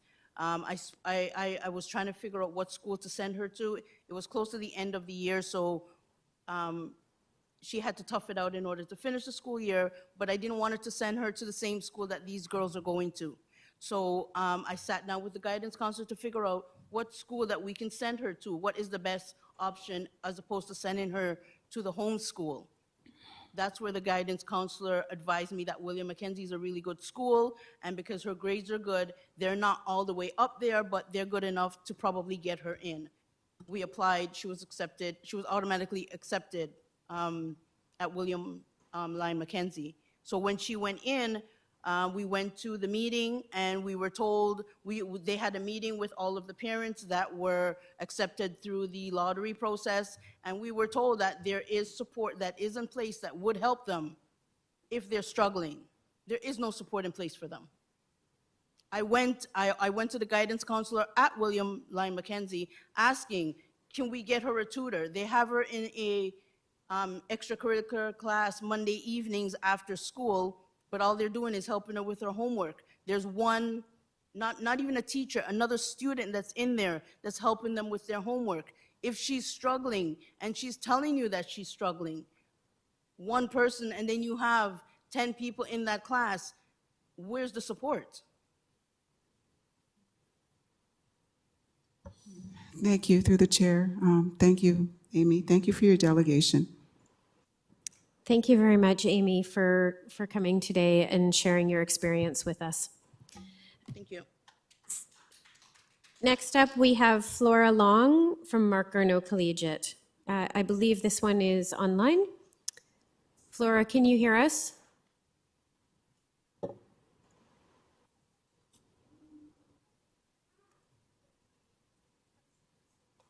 Flora, can you press *6 to unmute? Usually we see it. Hello. Can you hear me now? Yes, we can hear you. We can hear you. You may start anytime you wish. Okay, thank you. So my name is Flora, and I'm the mother of 2 kids. Also, I'm a working mother. So my goal to be here today is to initiate the discussion and action on this critical and urgent matter regarding our kids' education. Please stop the lottery admission system for the TDSB special interest programs and go back to the academic merit standard and give our kids and the parents hope for their future success and own future even for our society. I want to provide the facts here from here that most top university, Ivy University colleges and public universities started reinstating the SAT and ACT requirements for application to those universities since last year. So MIT reinstated SAT, ACT requirements for college admission since 2023 after removing their during the COVID-19 pandemic. And this year, other top colleges such as Harvard, Yale, Brown, Dartmouth, and George Brown, and all the UT recently all reinstated standardized testing required for college admission. Apply for the fall 2024 after removing those testing requirements during the COVID-19 pandemic. So I think this is the correct decision if America wants to make college admission to merit successful again. So I want to share some statements from those top colleges and saying why they required ACT, SAT score again. From those top colleges, internal research, and then they found test optional policies didn't help under-resourced students. Because you can consider SAT, ACT scores can help identify high achievement under-resourced students. Since the university college looks at the school in the context to where the student is from, and then the market of standard test place more weight on non-academic factors and also academics, and which are more biased towards the talent students from poor and less privileged background students. We know for years advocates had argued against the standardized testing, saying it favors some students who can afford expensive test preparation, but actually the current growing concern in this top university that remove the test makes it even harder to identify talented students from less privileged background students, which are not helpful for the equity consideration for our society. The their analysis makes clear that this test, such as SAT and ACT scores, among the key identifier to help us predict the students' ability to success and thrive in the university demanding academic environment. So I don't want to repeat all the statements from those colleges. Yeah. Can I ask you to please wrap up because you're over your time? Okay. So therefore, I strongly urge the board to reason the merit-based admission systems to help our kids successful in the college or also in the future life. Thank you everyone here, all the trustees, delegates, and all the parents here for your time and effort to build a better special program for all the kids. And thank you guys. Thank you. Thank you very much. Don't go anywhere. Let's just check to see if there's questions. Okay, not seeing any. Thank you very much for joining us this evening, Flora. Up next, we have Rajini Sharma, who's a community member. This one also is an online call. Rajini, can you hear us? Yes, I can. Thank you. Welcome. And Thank I think you know the drill. Thank you. Dear trustees, my name is Ragini Sharma. Both my daughters attended TDSB, and now my 2 grandchildren attend TDSB. I'm here to express the Hindu community's concerns about what they see as an attack on merit-based education, which they hold very dear. There is widespread dissatisfaction and alarm about what is happening to the specialized programs, something TDSB should prioritize to protect. The message now going out to parents and students is, don't work hard, no need to have dreams. The school system doesn't care for your talents or hard work. Life is a lottery, it's a game of luck. How is this a good message for today's youth, the future of Canada? It appears that woke activists have control over the agenda of the board. In the name of equity, excellent existing programs are being destroyed. Do you think that the Black, Indigenous students, among other disadvantaged groups, are incapable of entering the programs on merit? The question you need to ask yourself is why the board has failed to prepare these disadvantaged students to enter on merit. Putting unprepared, disadvantaged students in front of the line for admission in a specialized programs is causing more harm than good to them. Ask yourself, is the lottery system working for all students?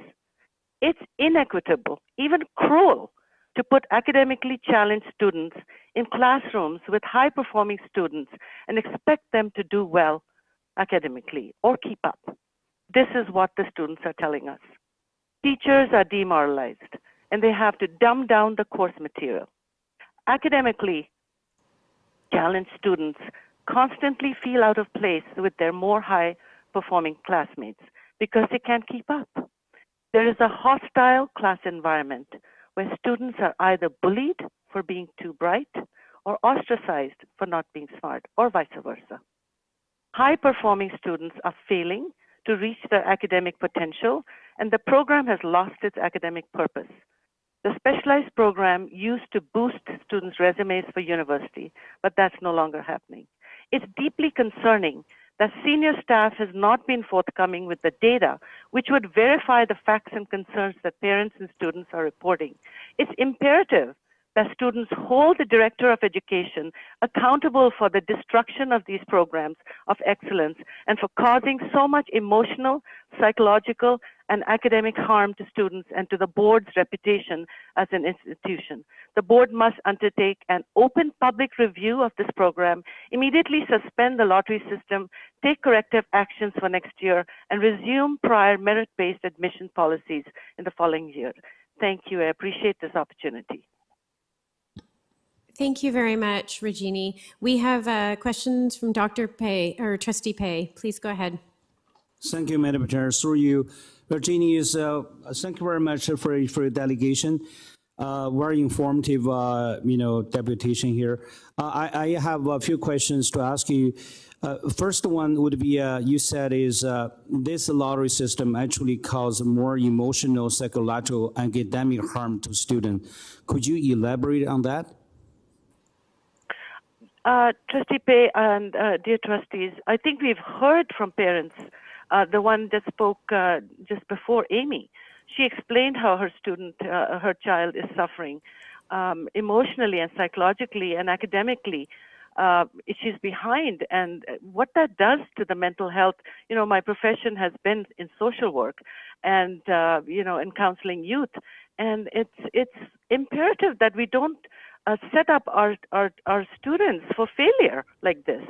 I mean, either you get rid of the academic programs completely and be honest about it and just say, no, we don't want this, it's elitist, whatever you want to call it, which is completely untrue, because there's enough people from low-income communities who are excelling in these programs. It's not an elitist program. I mean, that's what the facts that I've found. So why would you set up the students for failure? We've heard the stories today. That it's not working for even 6 months ago. Was it last year that we had a whole group of parents, even students coming to present on this topic, and they spoke with great passion about how they prepared for years to enter the specialized program, and they were denied this opportunity because life's now a lottery, and it doesn't matter whether you've worked for years to prepare to enter a special program of art or a STEM or whatever. So thank you for that question. I think we need to put the students first and leave politics of this out of our school system. This is, in my opinion, this is all ideological. And I'm very disappointed that the staff has not come up with the facts and figures.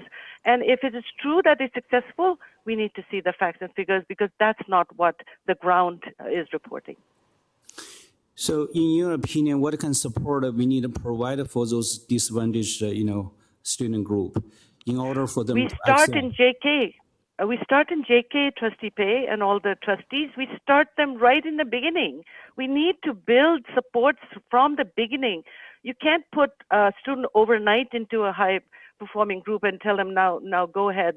Now you're on that high level. You can't. You've got to build up the supports right from JK. Catch the students who are not keeping up. Start. If you want Black students to be given priority, I am fully supportive of that. Because if they're struggling, any group that is struggling should get the support. We should all move together. But we have to accept that, there is a diversity in ability. And no matter what the academic ability is, each student should feel valued. It should feel that they are as individuals, highly respected, and that they can succeed. It doesn't matter if you don't go to the academic program, you can still do very well in life. If your sense of confidence is intact, the sky's the limit. So, it's a special program for those who are academic, but it doesn't predict future success. I know many children who didn't go through specialized program, but they are doing excellent. So, thank you so much. Trustee Pei's time has long elapsed, unfortunately. Thank you. Okay. Thank you very much. I'm not seeing any further questions. Oh, Trustee Hastings, please go ahead. Thank you, Madam Chair. What I'd like to do is, it's not so much a question of clarification, but thank you for bringing this to our attention. We need to have it put front and foremost in front of our face. So let us know where we're failing. Thank you. Thank you. Okay, seeing no further questions, we're going to move on now to the next delegate. We have number 19. It's Rashmi Mishra from Earl Hague Secondary School. Welcome.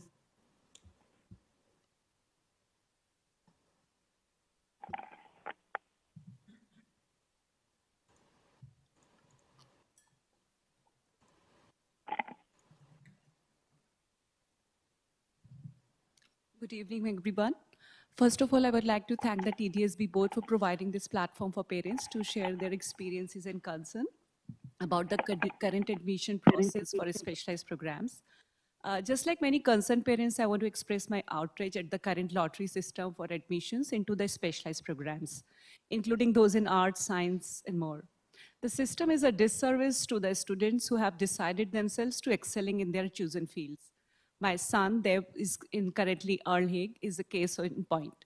He wanted to go for film arts in Claude Watson, but he was on number 3 in the waiting list, and he could not even get a chance to show his skills or level of understanding in filmmaking. He has invested significant time and effort in filmmaking related things, only to be denied the opportunity to join the program based on pure chance. This is not only demoralizing, but a complete disregard for his passion and hard work, and that is affecting his studies. The lottery system is fundamentally unfair. It rewards luck, not talent or dedication. Imagine the message this sends, that effort and genuine passion are meaningless. Are we not supposed to nurture and encourage our children's dream to pursuing specialized fields? The system creates a mismatch in classrooms, inspiring students become bored and disengaged while others struggle to keep up. This is not equitable. It hinders the learning experience for everyone. Teachers, despite their best efforts, are forced to cater to a wide range of abilities, ultimately diminishing the quality of education for all. We need a transparent, fair admission process that rewards merit and identifies students who will truly thrive in these specialized programs. The lottery system is a broken experiment that has failed the children. I urge the TDSB to immediately replace this lottery with a system that truly accesses a student's potential and suitability for these specialized programs. This is not just about my son, it's about all the students who deserve a chance to pursue their academic and artistic passion based on their talent and dedication, not the whims of fate. Thank you. Trustee Pei, please go ahead. Thank you, Rashmi, for your delegation. Yeah, it's a heartbroken story, another one, for your son. So you said your son in grade 10? Yeah. Yeah, so as I understand, lottery system is starting, like I think is, for the first class is starting this past year, right? So your son in grade 10. Yeah. So she also is part of lottery system? Yes, because we moved here 2 years back. Uh-huh. And that time he enrolled in grade 9. That time he did not get any chance to, select the course and all. In grade 10, he had a chance. And then he applied and he was on waiting list number 3 and it did not clear. So, okay, so let me ask you another question. So do you know whether your son can apply again like a grade 11? No, in grade 11, and unfortunately he cannot because there's a prerequisites. And for the art specialized, they need to build a portfolio. For the science, it's just on a merit basis. But for the art programs, the portfolio is a must. So, one is about the marks. He can show his marks, but he will not have the same portfolio as the, specialized children in the filmmaking will have. So have your son been interactive with all the other, her students, like in the arts program, like how they've been doing, like what's his passion for the arts? So he's crazy about films. You ask any director, his angle, everything, like he is totally into films. But he is very disappointed because he is not getting a guidance, because he's not into that course. And Claude Watson is famous for art programs. So we especially put him in the Earl Hague thinking that, he will get into that. But unfortunately, it's not. And that is hindering his studies as well. He's not doing well because it is in his mind that he's not getting what he wanted because he is so much passionate about it. And that is somehow keeping him away from the studies. So on the regular basis, he is not, very happy in going to school, attending this school. It says here that so you mind is what's your take on lottery system? Sorry? What's your take on the lottery system? What's your opinion on the I lottery think system? if they give a student a fair chance to show their ability in the particular stream, then I think it is beneficial. Because sometimes you just, on a lottery system, you think that, okay, so I'm passionate about films, I will go and then I just put in a lottery system, I get a chance. But there are so many students who are so much willing. So if there is a real, talent search, and then they allow them to go into that, I think then the right deserving candidates, and they will be more inspiring to achieve what they want. Thank you very much for your deputation. Thank you. Thank you very much, Rashmi, for coming today. I don't see any other further questions. Up next, we have delegate number 20, Hui Wang, who's also a parent at Mark Garneau. Welcome, Hui.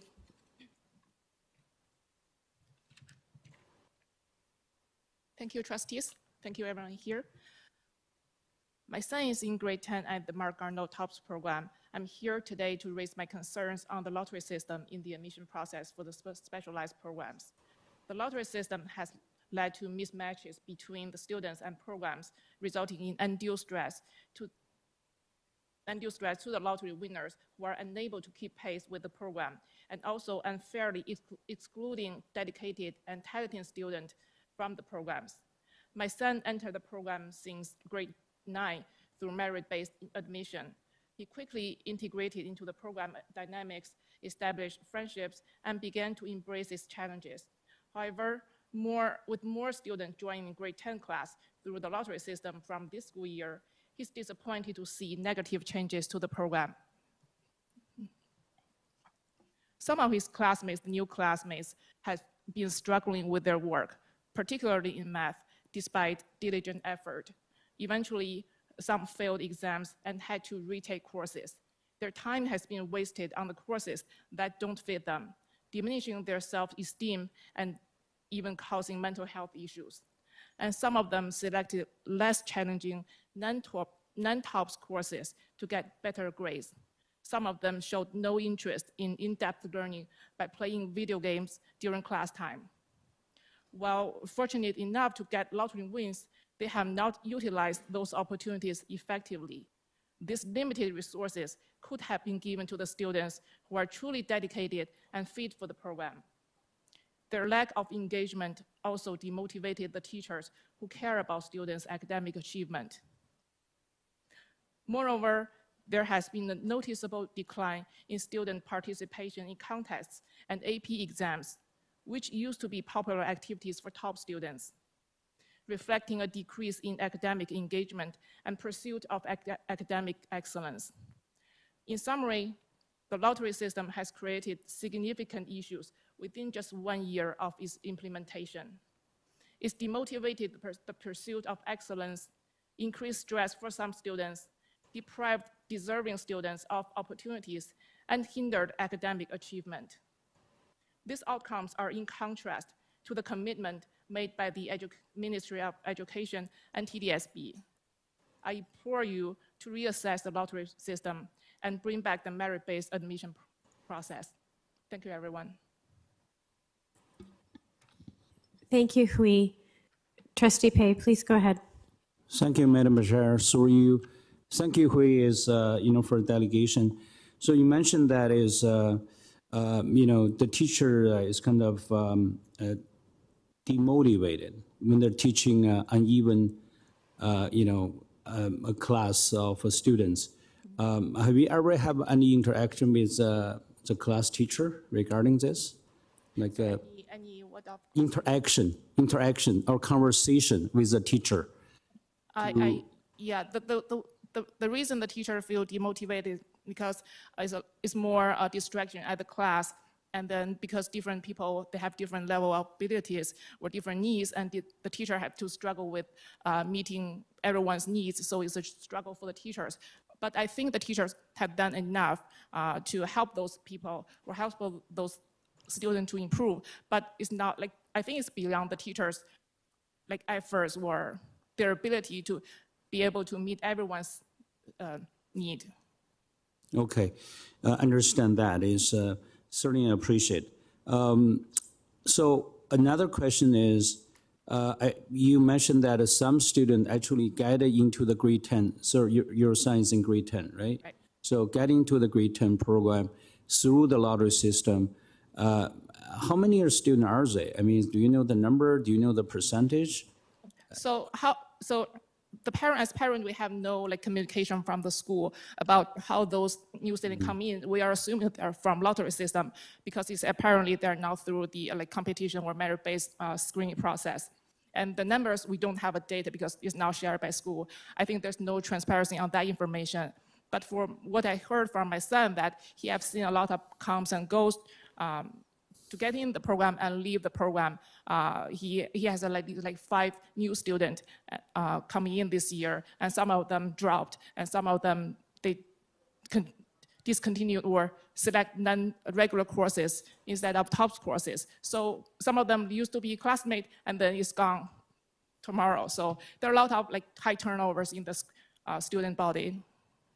Okay, so in your opinions, the board is not being transparent regarding all the data, how many students are failing, how many students are dropping on the program. Yeah. So in your opinion, what's your recommendation to the board? I think the school and the board should do like a thorough research and of the data to see if what the result will come, what the result of the implementation of the lottery system. So to prove whether it's success or it's a failure, and it's a failure, the school and TDSB should do something to address that. Thank you very much for your dedication. Thank Really you. appreciate it. Thank you very much. Thank you, Madam Chair. Thank you very much. Up next, we have delegate number 21. This is Lucy Lin from Mark Garneau Collegiate, and this one is a virtual online delegation. Oh, no, yeah. So Lucy, can you hear us? Oh, yes, I can hear you. Thank you. Okay, great. Can you Please hear go me? ahead. Yep, we can hear you.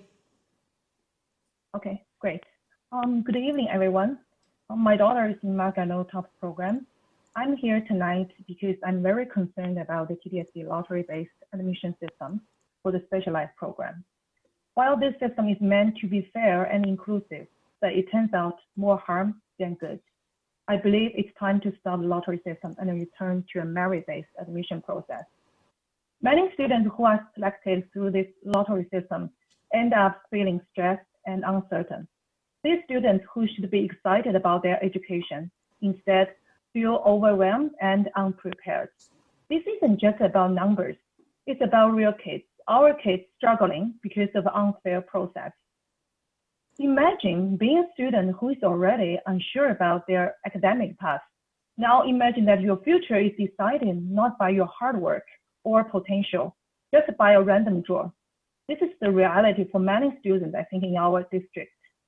These young people just feel like they are not good enough because not they lack ability, but just because the system let them down. So we also cannot ignore how this affects our teachers. These teachers work hard to support and guide our children, but they are frustrated by the unfairness and the inconsistency of the lottery system. This frustration makes it harder for them to teach effectively. They have to deal with the uncertainty of which students they will get, making it hard to plan their teaching. They are our teachers, they deserve better. As some of the parents from our school mentioned as well, in our current top grade 9 students in our school, almost half of the students struggled with math last year in the program. This isn't just like the statistic, it's a real harm to our students. It shows a big problem with this lottery admission system. It's clear that something has to change. A merit-based admission system is a better solution. This system considers students' hard work, dedication, and potential. It ensures that those who are truly prepared and capable and with real interest are given the chance to succeed. By returning to a merit-based system, we can better match students with the program that fit their ability and interest. The problem with the lottery admission system are clear. Our students deserve fair and supportive environments that recognize their individual strengths and challenge. it's time to stop the lottery-based admission system and truly offer equal opportunities to everyone. This is really the correct way to serve the best interests of our students. So I really urge our school board to do some survey after this program implementation. Thank you, everyone. I appreciate all your time. Thank you very much, Lucy. Trustee Pei, please go ahead. Lucy, I just want to thank you for your delegation. My question is, you mentioned that students are struggling. Like I said before, and one other other delegates is, what kind of support you think the board should provide to make sure those failing students they can get support to keep up the pace, or you think there may be some alternative way to solve the problem? Hi, Dr. Pei. Yes, that's a very good question. So for the students, they are struggling with math. It's because the TOPS program is very hard. But however, these students were just selected by the lucky draw. So they are not able and they don't have the capability to follow with all this curriculum in the TOPS specialized program. So I think from the board perspective, the long-term goal, we should stop the lottery system. We should avoid more students to be like struggled as this in our TOPS program. And for short term, I think the school or maybe the higher grade, like the students can provide more support. But I think we have to stop the lottery system right now. Otherwise, we will get more and more students struggled in the specialized program, not only TOPS, but only the other programs. Thank you very much for your clarification. Really appreciate for your deputation. Have a good night. Thank you. Thank you. Thank you, Lucy, for taking the time to delegate this evening. We're now going to move on to delegate number 22, Irina Ovis from William Lyon Mackenzie. And welcome, Irina. Okay, so our son, he's currently a grade 9 student at William Lyon Mackenzie, and he's always been a curious child with a particular passion for math and technology. He's a strong student, and he's one of those kids who gets things quickly without too much effort, which is somewhat concerning for us. You see, as newcomers to Canada, we always encouraged hard work and perseverance over natural ability in our kids. Don't rely on your talent. Talent is nothing but luck. You have to build your hard work muscles, we tell our kids. Now, we have a few family friends whose children attended a specialized maths program at William Lyon Mackenzie. And as soon as our son learned about the program, he really wanted to be a part of it. He was quite excited about the opportunity to study with kids who share his passion for math and technology. And he was hungry for all that knowledge that he felt that he would be getting at Max. For a few years, actually, he poured his soul into his studies, not just achieving excellent grades, but also actively engaging in math competitions. He was on cybersecurity team, and he taught himself a few coding languages as well. He felt confident that his effort will pay off, but he was never given that chance. The year he applied was a lottery-based admission, and he didn't make it past number 5 on the waiting list. The rejection was painful, and we are still dealing with the after effects. He was like that deflated balloon with all the light and energy punctured out of him. He went to a regular stream program at William Lyon Mackenzie, where he's sleepwalking through his classes, and during lunch and recess, he hangs out with all the Max kids. But since he's not part of the program, he doesn't have that sense of belonging. Now, as parents, we grapple with 2 major concerns. First, how do we explain to our son and to our other 2 kids that merit and perseverance take a backseat to chance? How do we reconcile the ideals of hard work with a system that favors luck over effort?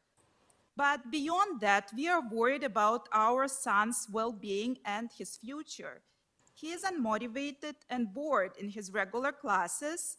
He's not doing any work while getting very high grades, and we feel that he's wasting his time and squandering his potential. We just don't know what to do. We are considering homeschooling, but I don't know if we can make it work.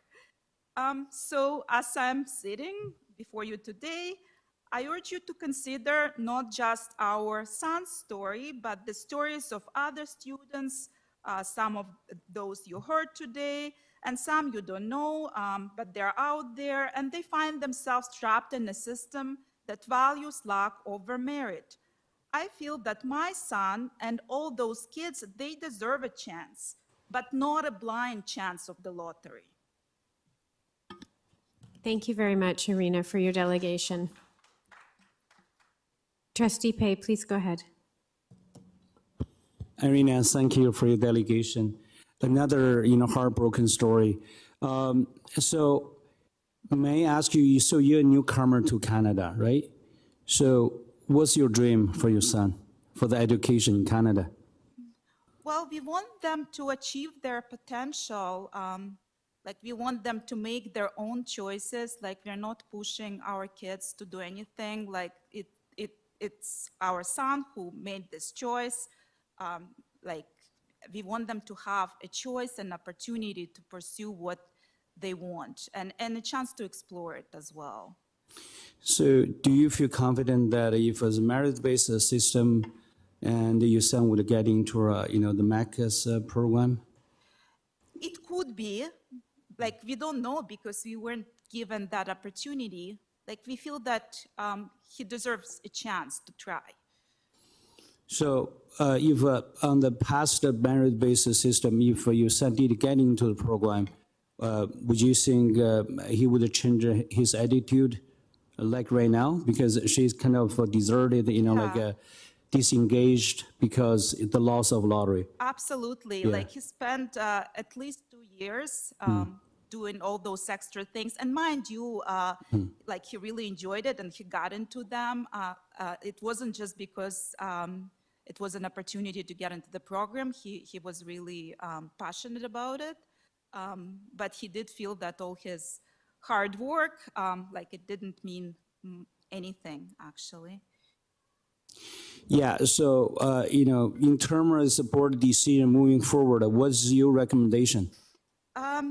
To change the system either to what it was to begin with, or maybe like change it somewhat, like the criteria, maybe have some kind of, at least find out if the students are really motivated and interested, because like with the lottery system, I don't know, in many cases, I think it might even not be the students, but the parents who would apply on the behalf of their children, thinking like it's the best opportunity. Sometimes they don't even, well, I don't want to say it, but sometimes they don't consider or they don't ask. So maybe some kind of an interview to assess the interest of a child, because motivation and interest are just as important as like academic. Thank you very much for your delegation. Vice Chair Shen, please go ahead. Sorry, just to clarify the last part, did you just say motivation and interest is as much as Yes. important as academics as well? Yes. Oh, thank you. Okay, seeing no further questions from trustees, I just want to thank you, Irina, for coming forward and sharing your son's story. We have our last delegation on this topic. It's Michael Danishevsky, who's a community member. Welcome, Michael. Thank you.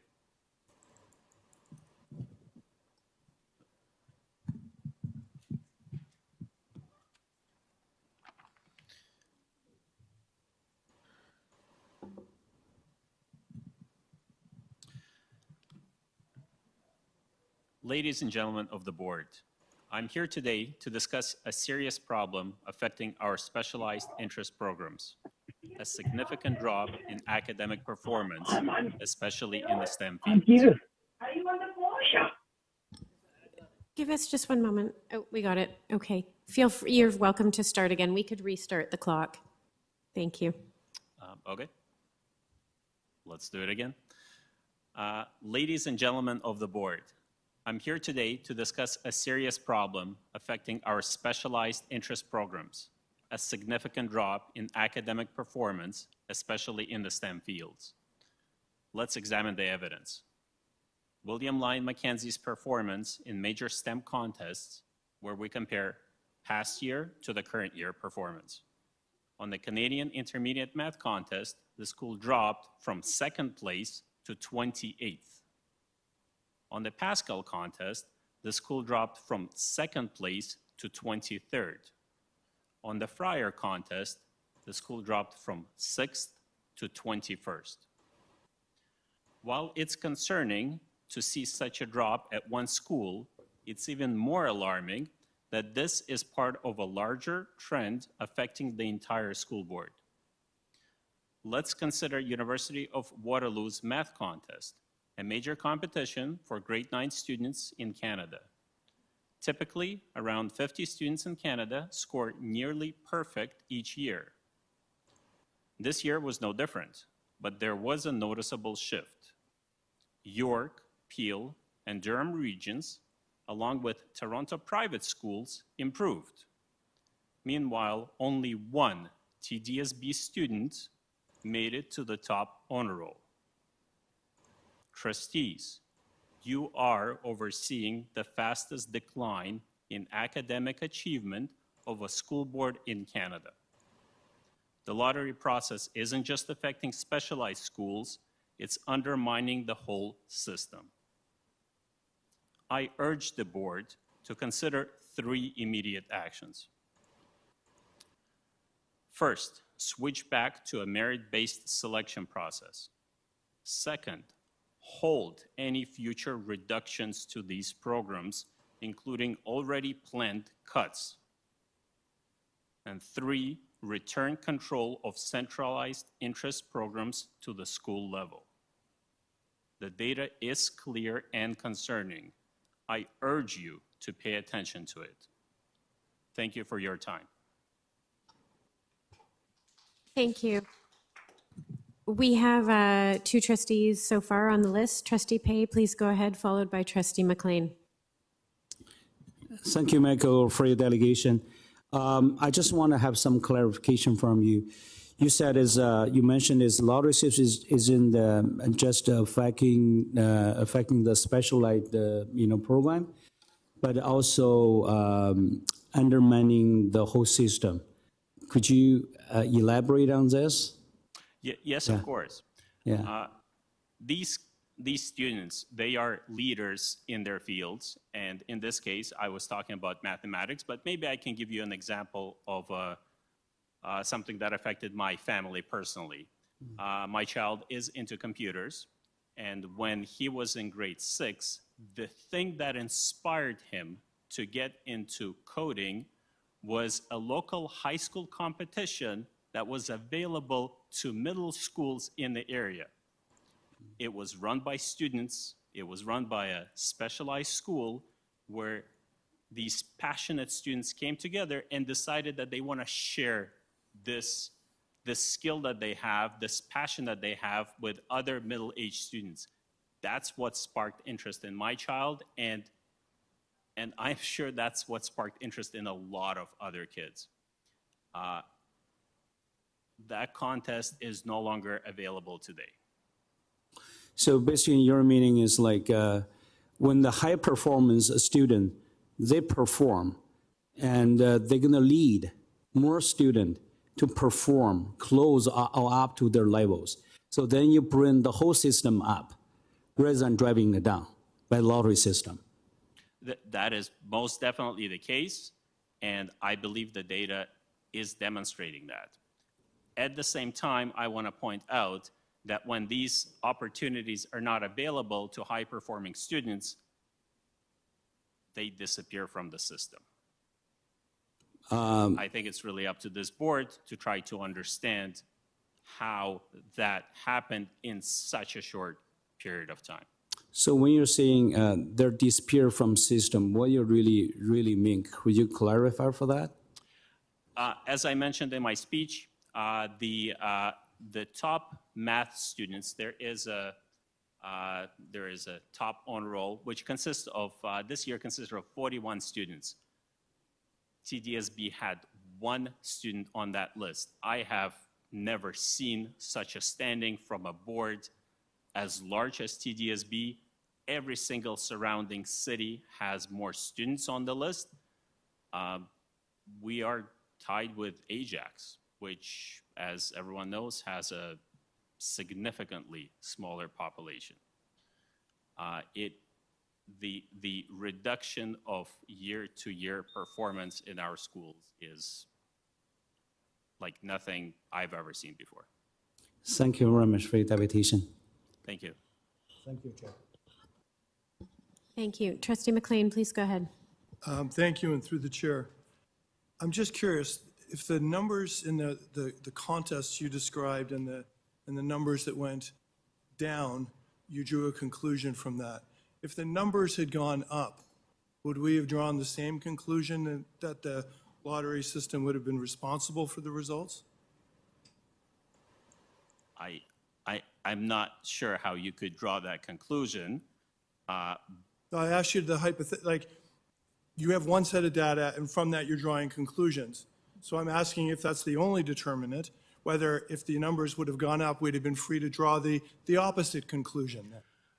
So I would say that data on its own is not conclusive enough. However, that in combination with which schools generally achieve highest results and their most significant drop this year compared to other schools, the previous stories that we've heard presented here with people struggling this year compared to previous years when those schools, programs, clubs, extracurricular activities were all geared towards high achievements.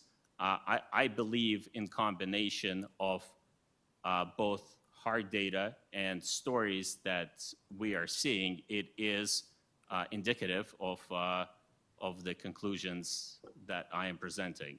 However, if there was another significant change at the grade 9 level that affected only grade 9 and no other grades, then it is possible that there is something else at play. Just to point out, performance at grade 10, 11, and 12 level stayed exactly where it was last year and exactly where it would have been given the programs that are in place there. Okay, thank you. And again, through the chair, I'm going to ask 2 questions because she's going to be far more inclined to cut me off than she is you, so I'm going to ask my 2 at the same time. Thank you. I'm interested in why you think that contest doesn't exist anymore, because that was really disappointing to me, that which was generating interest in the community. So that's of interest to me. And I'm also interested in, you drew the conclusion, part of what you were recommending was a decentralized and back to the local school. And I understand the arguments around the merit-based and the lottery. I'm not as clear on why why having the central team do it creates a challenge. So I'd like you to expand on that if you could. Of course. So unfortunately, I cannot answer the first question. I have absolutely no inside knowledge as to why that contest doesn't exist, and I cannot possibly draw a conclusion. But I would love to address the centralized school question. Schools, even if we take a STEM subject, I mean, we can talk about it as a catch-all for people who are into math and computers and science and so on, but that's not the case. Schools really do specialize in a particular subject. There were a number of parents from Marc Garneau. Marc Garneau is a leader in mathematics and has been for a very long time. They are the best math school in the system. William Lyon Mackenzie has the best computer program in the system. SATEC has the best robotics program in the system. And it's not just something that you can say, go be the best. It takes decades of of dedication by the teacher and the administration staff and the students and the clubs that get set up, and teachers who seek out these opportunities outside of the school, and they join us as board members at different organizations. Schools know exactly what they specialize in, and to simplify it at a central level and say, even as simple as all STEM programs are going to be managed the same, does not allow the school to achieve the same greatness as they used to. Thank you. Thank you very much. Trustee Laskin, please go ahead. Thank you very much. You speak as if you have a lot of insight into the school. What school is your child at? So it really isn't about my child. It is what started it, and my child is at William Lyon Mackenzie. But it's not about my child. I think the conversation really is about public system, and I think that's what I'm passionate about. I want my child and other kids to find greatness in a public system and to achieve whatever it is they can achieve. When I say that William Lyon Mackenzie was second on a number of contests, they spent decades aiming for the goal of becoming the best. And the difference between second and first place is huge. It takes a ton of dedication and effort by many, many years of teachers and administration and staff and the board. No, I completely agree with you. Want all children to find success. Thank you. And I think a misstep like this sets a school back many, many years. And I am hoping that we can try to get back on the path of greatness. Thank you very much. Seeing no further questions, thank you for coming, Actually, Michael. I put my name in the chat. Sorry, Chair. So, yes, please go ahead. Sorry, Trustee Dawson, I didn't see you in the chat. Please go ahead. Thank you through the chair. I think you actually may have answered this already in the delegation, and I was not able to write it down, so I apologize. But you had mentioned, I think it was 3 competitions that students participated in, and I just wanted to clarify: were those all grade 9 students? Yes, I specifically picked contests that are only available to grade 9 students. There are more grade 9 student contests, and they show exactly same pattern. I did not include any of the upper year contests, but I can tell you right now that all of the contests that Mackenzie and Mark Gurno and other specialized schools competed at a higher grade level continue to show an impressive result. They have not changed at all. It is only at grade 9 level that there is this huge decline in performance. Okay, thank you. You've presented a bunch of data and talked about patterns, and I was just wondering, just to clarify, how many years of data does it take to determine a pattern?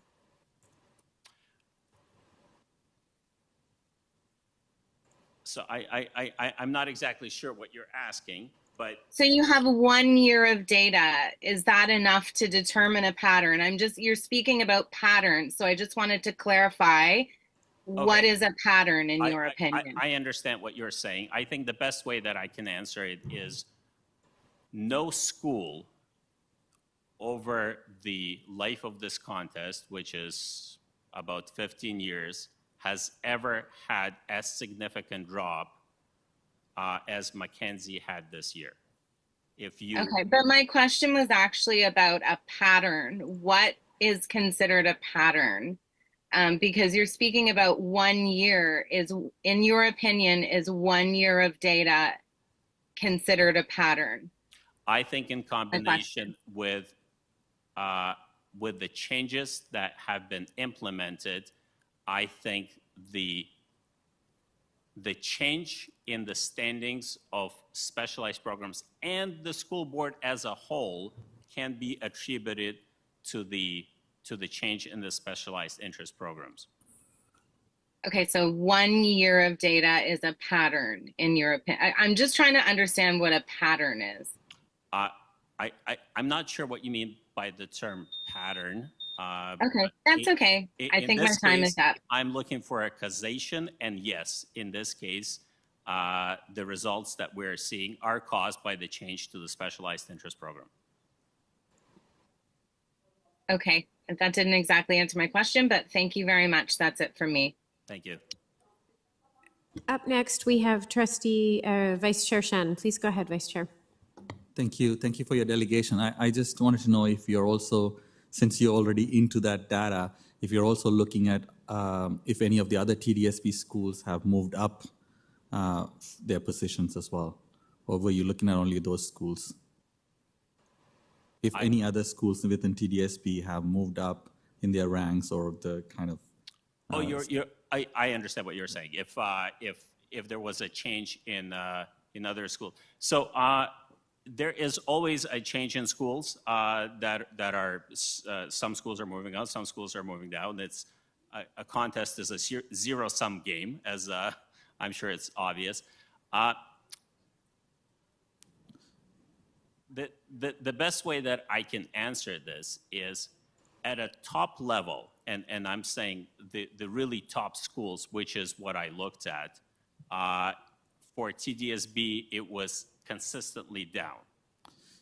Yeah, so my question, just to clarify, if I'm looking at a system-wide thing, what is the net result for TDSB if you looked at it as well, to see if there are other TDSB schools that are moving up? Because it's not just about one school for us, it's about the system. When you said system, I'm just curious if you looked at upward movement for a number of other schools because of students not participating from these schools, but they're actually in other schools participating. I totally understand your question, and I think that's actually a wonderful question. The limitation that I'm working with is I'm only working with public data. I do not have access to the private school data. And when it comes to all of these contests, the only results that are published are the top tier of both schools and students. And from that data, it is the results are very one-sided, where there was a huge decrease in both the number of TDSB schools and the number of TDSB students that achieved that result. I do not have access to any data that is outside of that top section, which is a limitation of public data. Okay, thank you very much for joining us this evening, Michael. And I think that's the end of the questions for tonight for you. Thank you. Okay, moving on. We are now at item number 8.2 in terms of topics for delegations, and this is a notice of motion on cricket development by Trustees Shan and Sriskandaraja. So the first delegate is Prem Prasad, who's president of Cricket Ontario. And Prem, can you hear us? If you could press *6 to unmute.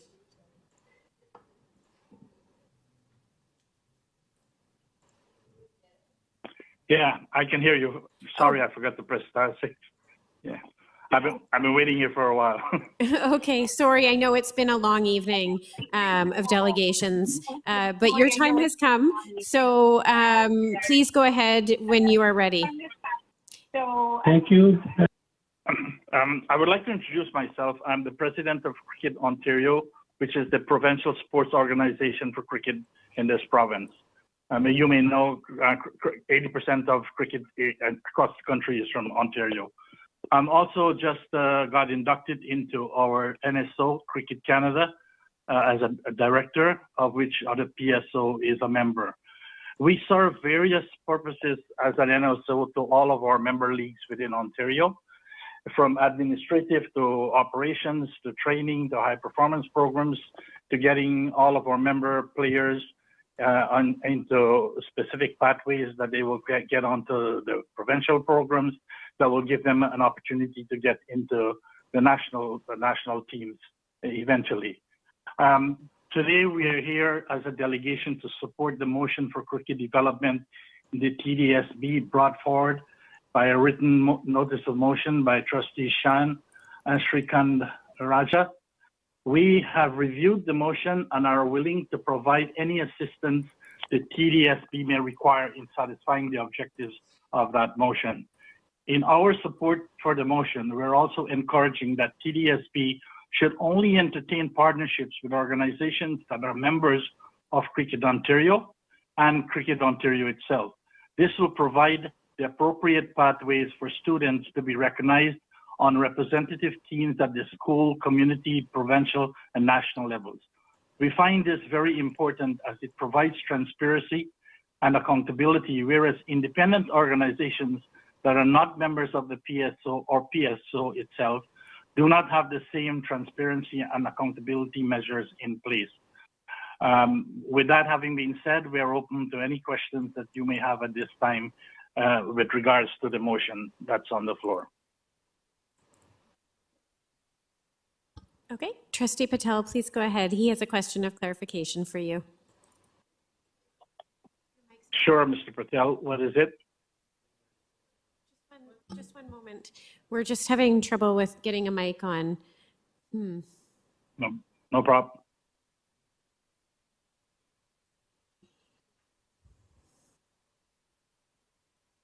My mic is on. Would you like to come over and use mine? Oh, maybe Craig knows.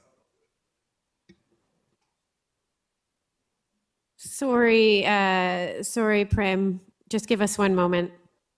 That's okay. I've been waiting for a long time, so I don't mind waiting. I know, it's a theme, right? After listening to all of those very high-level intellectual presentations, ours is a breakaway from that. We're dealing with recreation for all those students. Okay, let's try again. Thank you, Madam Chair, and thank you, Prem, for being a delegate today and being a cricket fan, and also Secretary at Scarborough Cricket Association. It's good to see emotions like this, which encourages cricket to be held at TDSB. And I know TDSB used to be a partner, or I can say very well ahead in terms of cricket, and it's lost and it's coming back. I'd like to hear from you when you say that, how you want to be a partner with TDSB. That's my question. How can you help TDSB to elaborate these programs at TDSB schools? Looking at the motion and what is being proposed, I think having a group that's suggested by the director to put together to be in partnership with Cricket Ontario will provide a direct channel for us where we can provide many levels of assistance, from qualified coaching, from being part of the strategy for how best you can improve the cricket and for the 2025 season, how you can get into strategies of building fields. You have shortage of fields. For example, I'm in Brampton, and with my mayor, we have formed a partnership with the school board, that where the school that have lands will build facilities for cricket. First use is by the students during the week, and then on the weekend, the city will give it out to allocated leagues. Now, that's one strategy that can be looked at by TDSB if you have suitable sizes to build pitches of a size that can accommodate the level of quality of the kids within that school or other schools. There are many other ways, providing qualified coaches that are standardized, having taken the NCCB coaching, the Cricket Canada's level 1, level 2 qualifications, so that you don't have a disparity of coaching that's going into the different school boards. So a centralized program, as being suggested, to oversee the entire TDSB, the school systems and cricket, will be a great thing to have it in place, because many people are dealing with the different schools, and we have seen from a Cricket Ontario level, there is no follow-up. There is no way of identifying kids that have excelled in cricket within the school structure and bringing them forward to the other step in their development. And many years ago, we were thinking of looking and trying to address that pathway, but too many things happen at the same time. As a provincial body, we have a lot of other things to do. So it's good that TDSB is actually thinking of centralizing that with one committee to supervise this and establish the proper relationship or partnership for the betterment of cricket in the TDSB. Thank you, Prem, for this clarification. We look forward to be partners with Cricket Ontario. And thank you, Trustee San, Vice Chair Shan, and Trustee Anusis Raja for bringing this motion. Thank you, Madam Chair. Okay, up next we have Trustee Shan, followed by Trustee McLean. Please go ahead, Vice Chair Shan. Thank you, Prem, for the delegation and your patience. I also want to mention that June 11th would be the meeting when we will be discussing the motion. Today is the notice of motion. So if you're able to send more details through email around some of the things that you mentioned, that'll be super helpful. But I wanted to quickly ask you about the part that you mentioned about working closely with accredited associations that are part of Cricket Ontario. Can you tell us a little bit about how that looks like in terms of accreditation and how many groups you have, and what process do they go through to get that? Or you can send more details, but just want to get clarification. Absolutely, we will send the details, but the process is any cricketing organization that seeks membership with the provincial organization, we have a series of processes that they have to follow through, which is by the constitution that governs Cricket Ontario. When they apply, our secretary will send them back. They have to first and foremost send in their financial statement, their constitution/bylaws. They have to show their number of teams that they have in existence. They have to be playing as a league or as an association for X number of years. We have different levels of membership. We have full membership. If you satisfy all of those criteria, we have associate memberships and we have affiliated memberships. New members coming in usually go into the latter two. And after a period of time of proving that they can maintain their league as a viable organization and providing cricket at grassroots level, they will qualify to move up into the full membership. And each level has its own set of things that Cricket Ontario offers to each level of those memberships.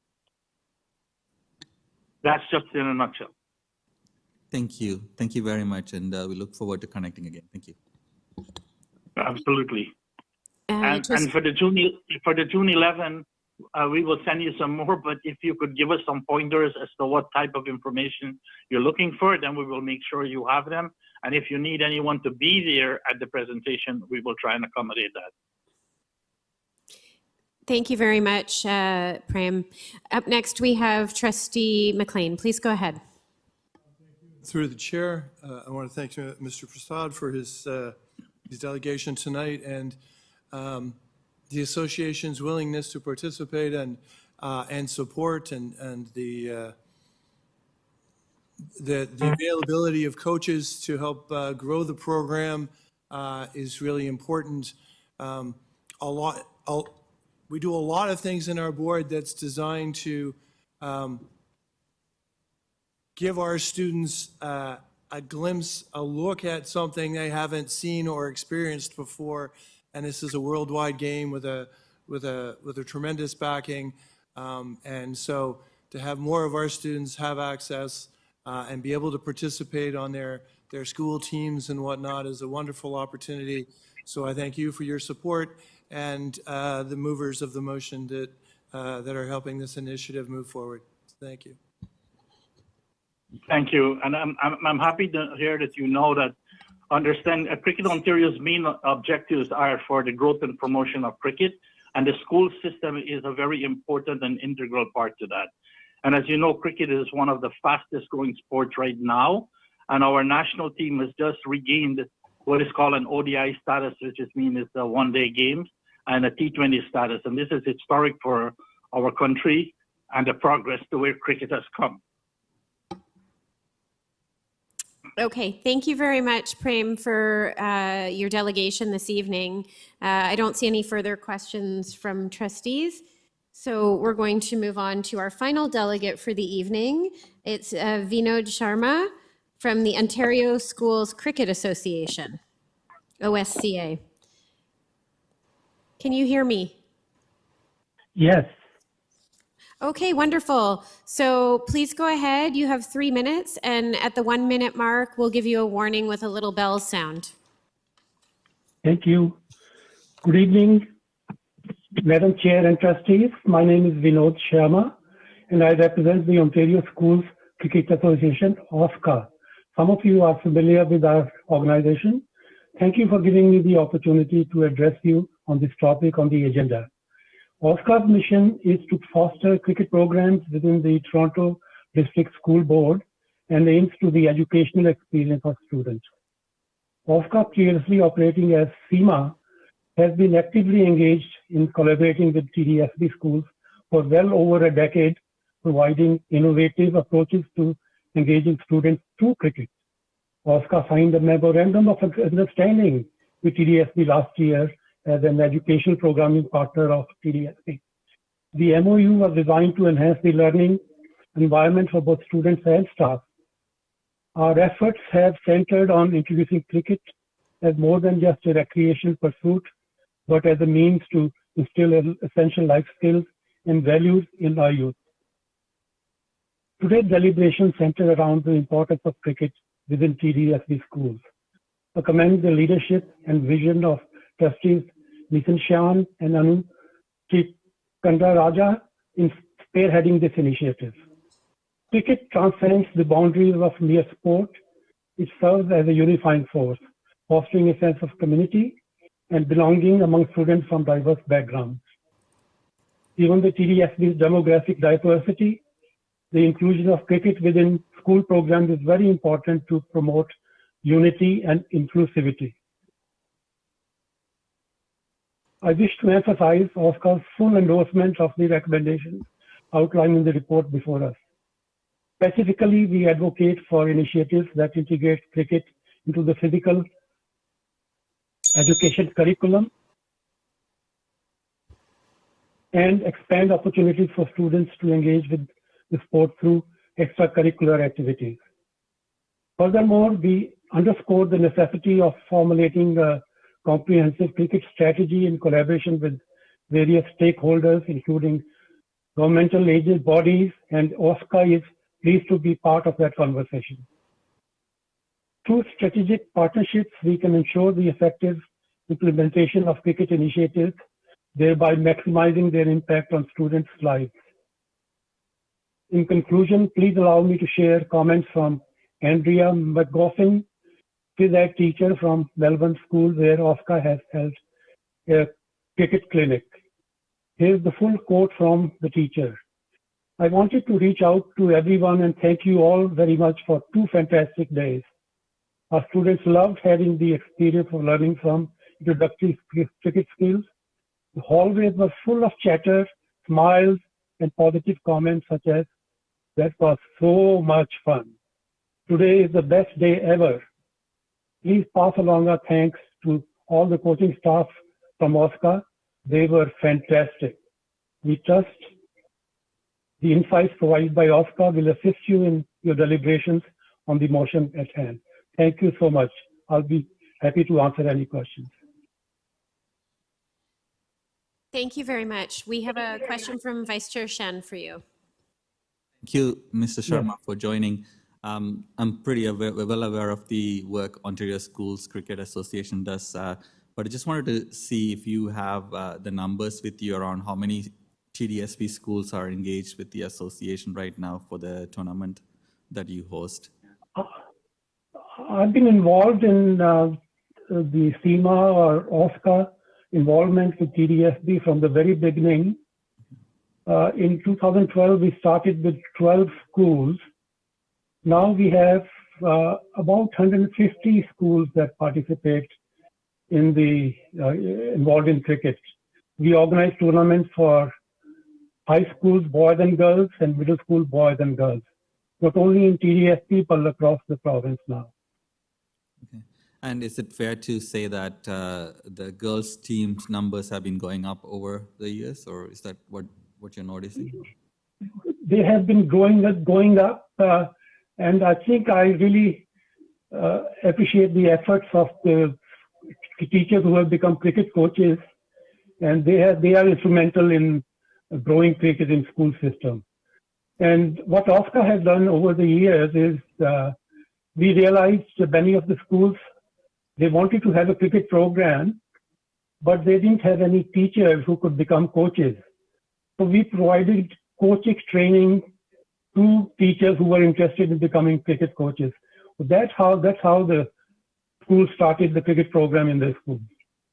So that has been really the key factor in terms of growth of cricket, having teachers who become cricket coaches. Thank you very much. Thank you. Okay, thank you very much, Mr. Sharma, for coming this evening and spending the time to share your thoughts with us. That brings us to the end. It was a pleasure meeting you at the cricket events. Thank you. I know I think you attended a few of them. Yes, it's always wonderful to see you too at them, and it's we're looking forward to this coming to committee to discuss it. So at this time, we're going to take a pause and go into recess until 7:45, so that everyone can stretch their legs. Thank you.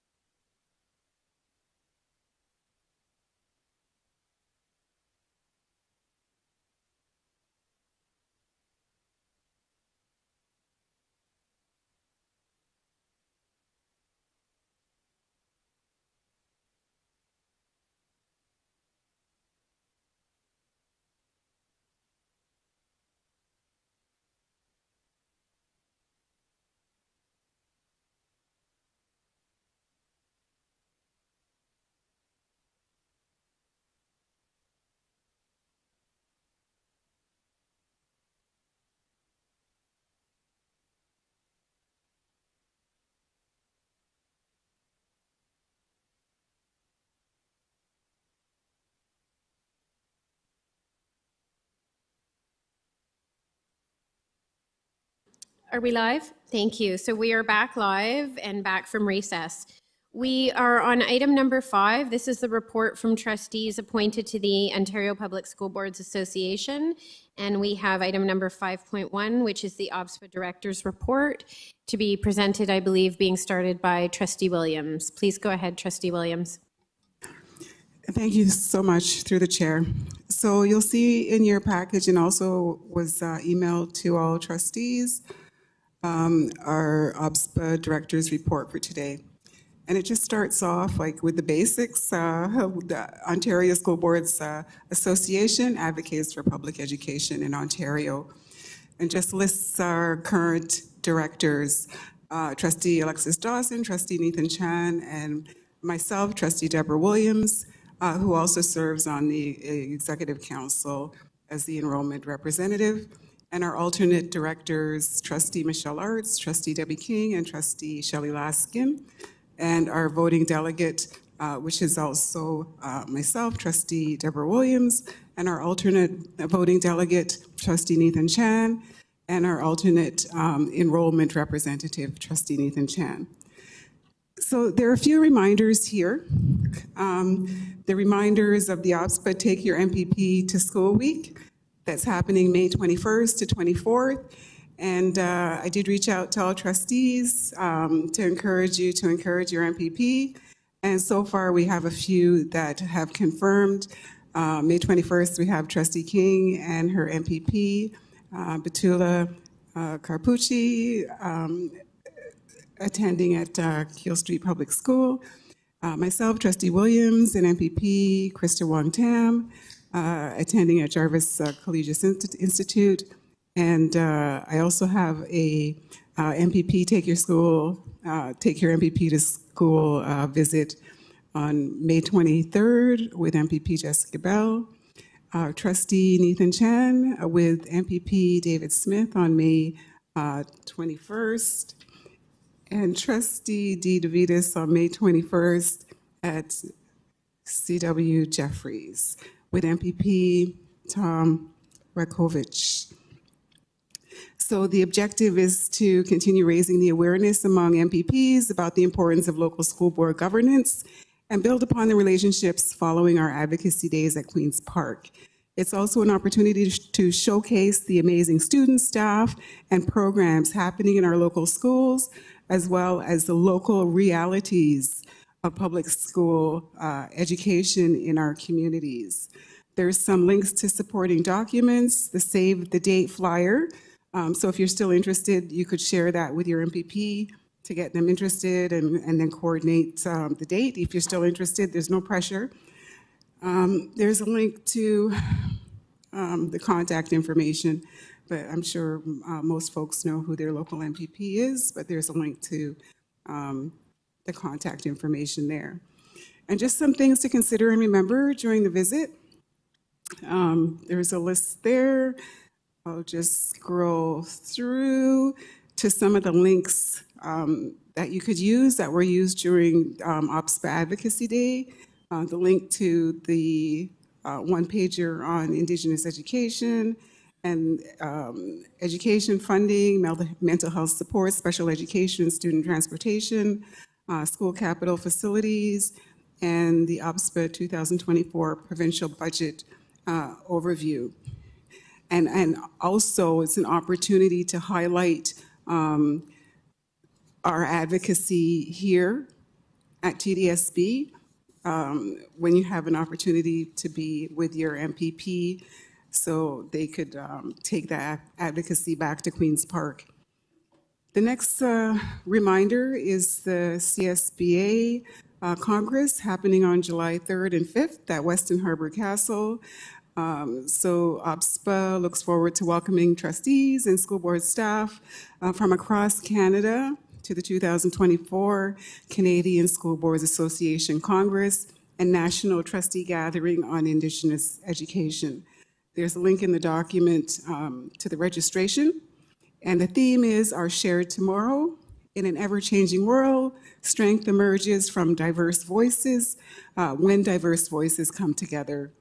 Join your governance school board leaders to learn, collaborate, and connect Together with strong governance, we shape incredible futures for Canadian students.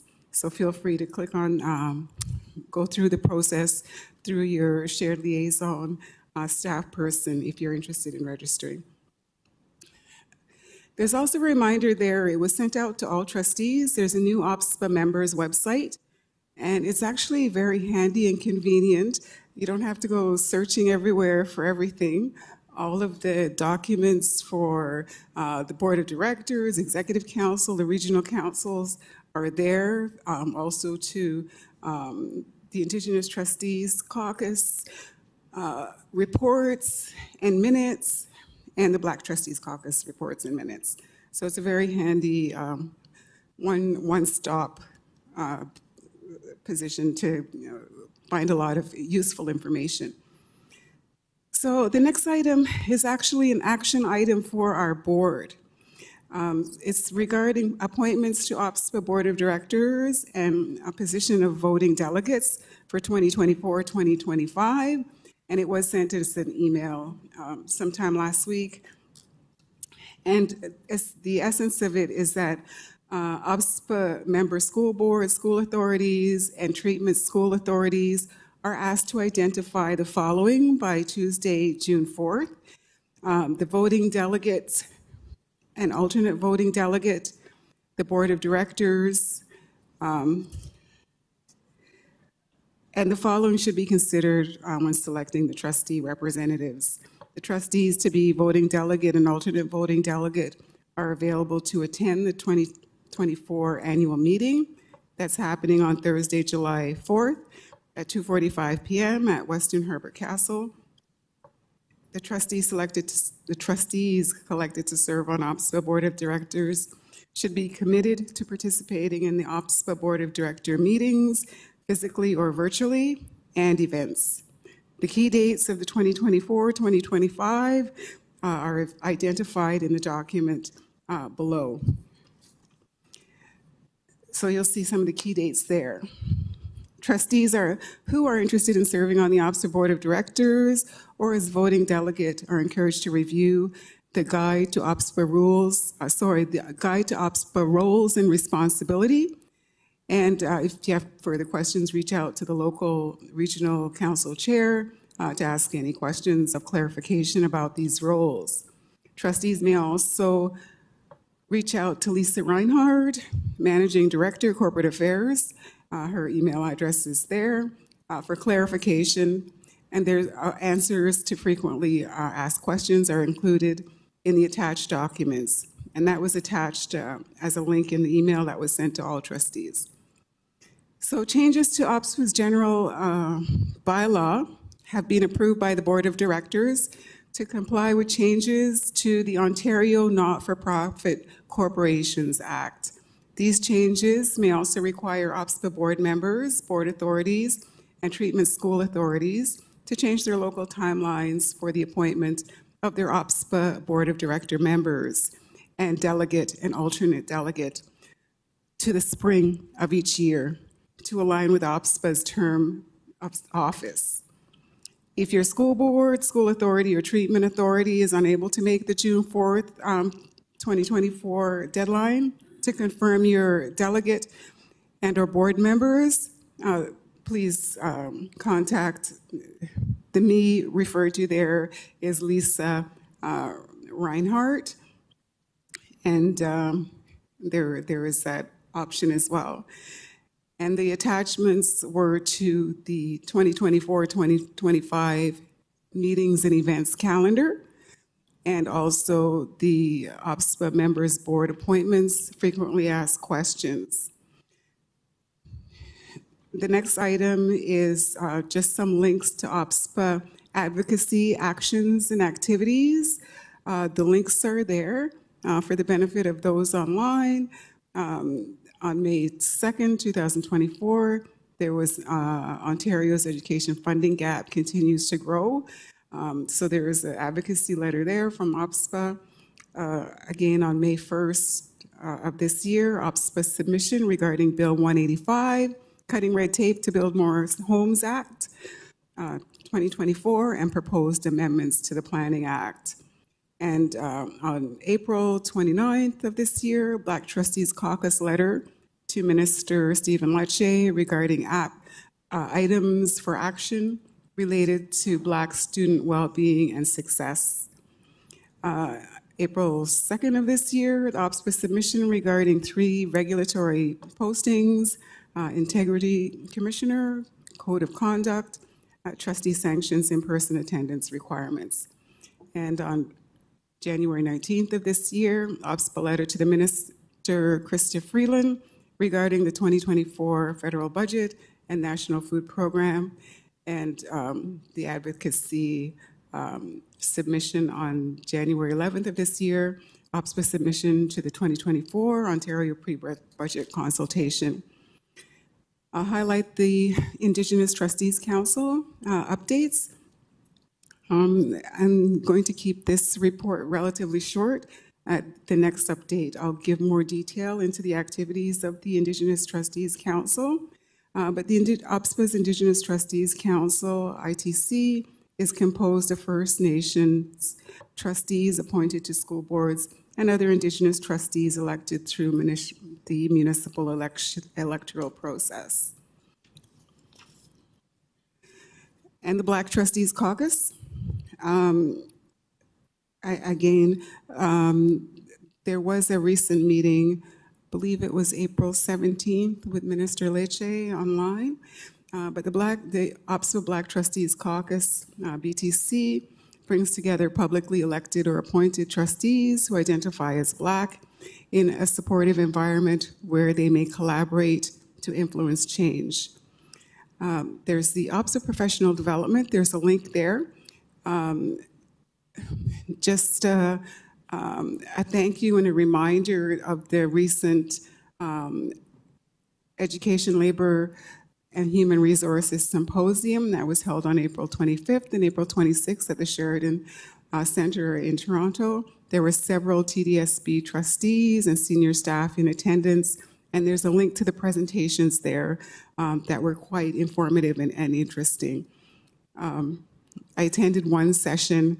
It was quite interesting. One of our TDSB staff members were there, and just the scale of our board is so large in comparison to other boards. They were talking numbers that our staff were like, yeah, our numbers are a lot bigger than that. One of OPSPA's leading priorities is trustee professional development that enhances skills, builds capacity, and provides the kind of information and analysis that supports informed decision-making. This is accomplished through symposia and conferences, single-day events, regional meetings, and other learning opportunities, such as the comprehensive suite of online trustee professional development modules provided by the Ontario Education Services Corporation.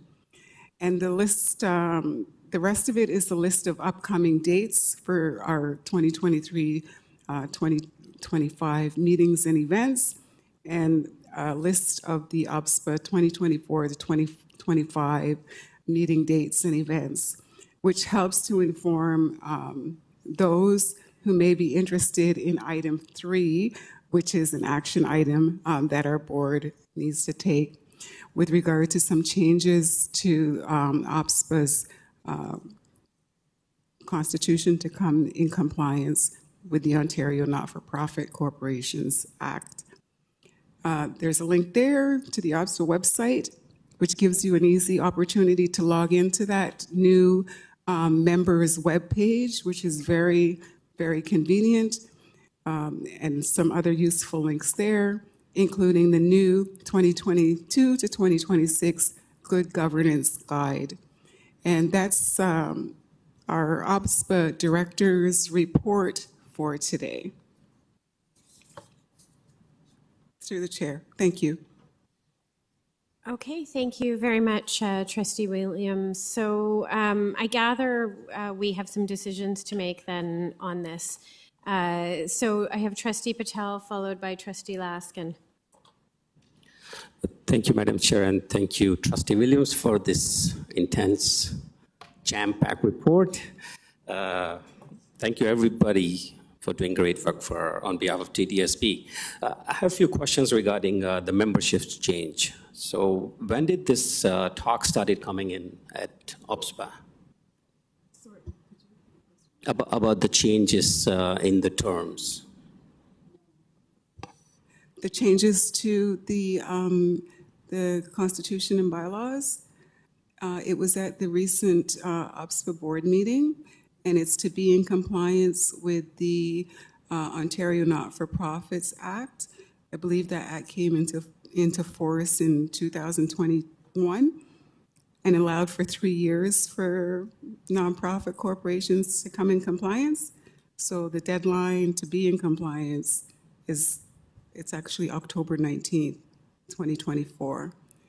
So yeah, OPSPA is on track. But with regard to the action that we need to take at our board, OPSPA has asked that we provide the names by June 4th. And the change that's new is that that Ontario Not-for-Profit Corporations Act does not allow for alternate directors. Thank you. And through you, Madam Chair, how many other boards are in the similar situation as like us? All of them. All of them? All of the members. This applies to all of the OPSPA member boards. So all their organized, through you, Madam Chair, orgs are done in November. I don't know if all of their board organizational meetings happen in November, but one of the changes that's affecting us is that usually we have this term to end in November, but with the new bylaws and constitution, the term for directors is from one AGM to the next. So the upcoming AGM is on July 4th, so this July 4th of this year. So the new term of directors will go to the next AGM, which will be June or July of 2025. Thank you. And through you, Madam Chair, how did we vote on this since we have different dates in terms of orgs? How did we vote? Did we vote in favor of this, or did we vote against this motion when it came to OPSPA? Well, this is a matter of being in compliance with Ontario legislation, so I don't think it's optional. There must be consequences to not being in compliance. It's an Ontario Not-for-Profit Corporations Act, and all corporations that fall within that legislation need to be in compliance with the act. Thank you. And through you, Madam Chair, so what's the plan for us if any of these directors does not want to continue beyond the November term? What plans do we have? Well, I think that's, we're going to turn it over to governance. I can answer questions and provide information. The action item from us is at item number 3 in the report. So I guess the essence of what you're asking is what do we have now and what do we need to be in compliance with? Part of it is the time frame. So the time frame for directors is now going to be from July 4th to June to July of 2025. Yes, I do understand, but we also have to make sure that our terms of org is in November, right? So, I mean, how can we extend it? We'll come back to that later when we see the motion, but to you. May I help on this? Would that be okay? So our terms have always been November to November because we've always done this at org board. Not every, even though all boards have an org board in November, it's on November 15th now for all boards, I believe. Not all boards have always done OBSPA at that time. Some might have elected to do it at different times. Regardless of that, there is legislation that requires all OBSPA directors to follow the AGM terms, so to have them from one AGM to the next. And sometimes the AGM for OBSPA is in June, sometimes it's in July. This year it's in July in the first week, but in other years, it's sometimes been in June. So we now are required, regardless of our terms originally being till November, we are required, in order to be in compliance, to have 3 directors from this AGM, and we have to have those names to OBSPA by June, I think you said June 5th or June 4th? It's June 4th. June 4th. We are required to have those in by June 4th, but the term would be from the AGM to the next, and we'd have to do it again next spring. We'd have to do this same thing. And instead of having 6 directors, we've always had 3 directors and 3 alternates. This act no longer allows us to have alternate directors. And it's the same for every member of OBSPA. So all boards are having to do this, and the only reason I happen to know all of this is because I attended the last OBSPA meeting, even though I'm not on OBSPA, but I did listen, and it is, like, I know it's a lot to understand because it's actually fairly complicated. Does that help? It does, and I believe the motion is not yet on the floor, but I'd like to have a clarification. Did Trustee Dawson officially resign, or she's going to resign through the motion?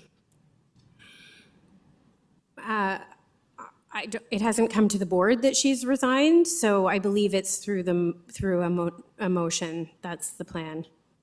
Thank you for the clarification. Like, Thank you, I Keith. haven't received an email saying I've... Yeah, because I did not see anything either. Okay, thank you. So I believe Trustee Laskin was next. Thank you very much, Madam Chair. It is quite a change because it's quite a commitment to be a what do you call it? Director. Sorry, it took me a minute.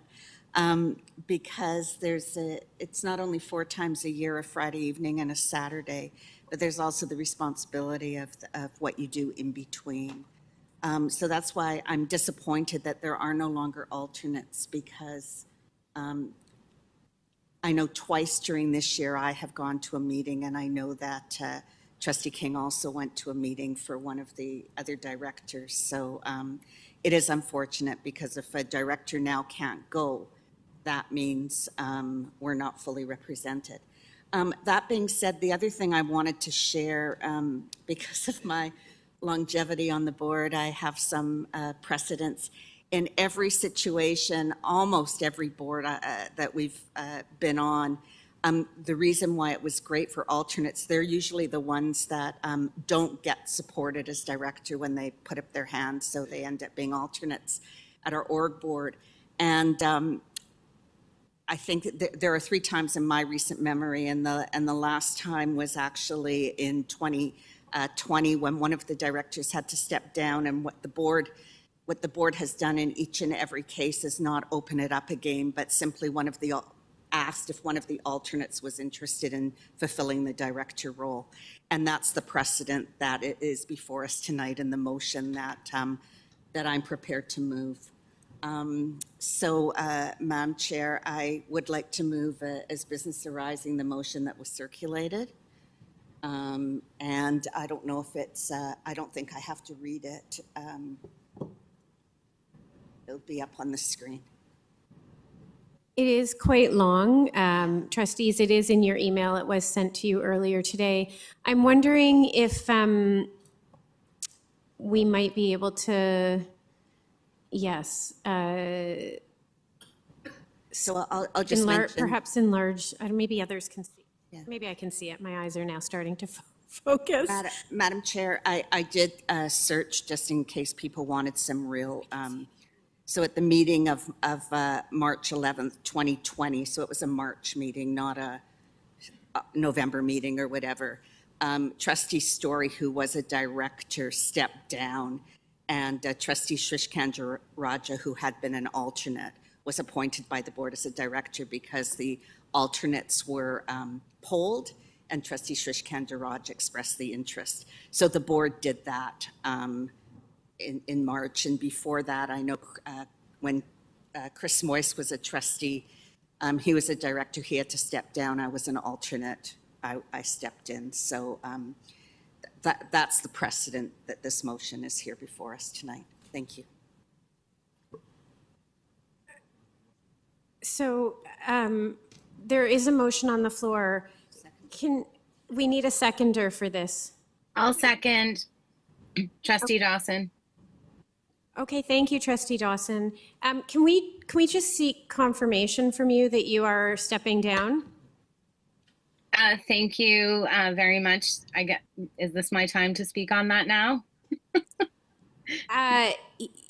You have a choice. You can, because actually there have been some hands up, but if you're seconding, you would have a chance to speak. But you can also I just want to clarify, really, because the question was asked earlier if you were indeed stepping down. So I would appreciate the opportunity to speak on this as the seconder then. Okay. And I can address that in my remarks. Okay, so we'll go to you and then we'll go to the speakers list, because I do believe. Thank you. Okay, we have Patel. Okay, please go ahead, Trustee Dawson. Thank you, through the chair. I first of all would like to just thank trustees for the opportunity to participate on the OPSPA board. It has been my great pleasure meeting and learning from colleagues across the province, and I really am sad to be leaving the role behind come July. Circumstances have changed for me where I am no longer able to dedicate the time to the 4 meetings a year and the extra work in between. But I will remain as a dedicated member of the Black Trustees Caucus and will continue to support the work of OPSPA and my colleagues who will continue on as best I can. So I just wanted to say that it's, with a bit of sadness that I submit my resignation to you tonight. It will be effective July the 4th, 2024, and I can submit that in writing as well. But I did want the opportunity to speak to you live and let you know that that was my decision with this change that has been made by the OPSPA board to reorganize on this new cycle. Thank you. Okay, thank you. So on the speakers list, we have Trustee Patel. Please go ahead. Thank you, Madam Chair, and through you, Madam Chair. Thank you for this motion, Trustee Laskin and Trustee Dawson. I would like to hear from governance about this change in process. Does this align with our bylaws and Education Act? Making changes in middle of a term, because we are extending, we are not stopping at the term. We are extending to next year. That's what my concern is. It's not about that this will stop in here. We are extending. So what's going to happen in November now? So my understanding is we're not extending, we're voting for a new term as opposed to doing it in November. We're doing it for a June start date. Oh, I didn't hear ask about the director's, what? Oh, Ms. Joseph Dowers, would you like to explain? Because I didn't realize, I'm thinking one thing. Through the chair, the recommendation is asking for the membership to be extended until July 4th. And Trustee Patel, you asked whether this was in accordance with the bylaws. This is not a bylaw matter, but there is precedence. A couple years ago, the board decided to extend membership on the Director Performance Appraisal Committee, changing it from 1 to 2 years. With the same membership, to extend their membership.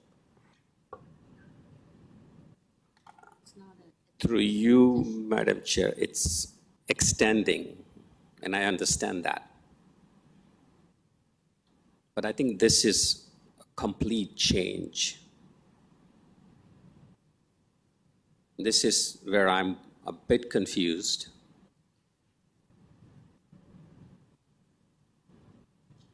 If Trustee Dawson would have stayed until November, I would be fine. But again, we have to follow the procedure or the guidelines set by OPSPA, but I'm still not satisfied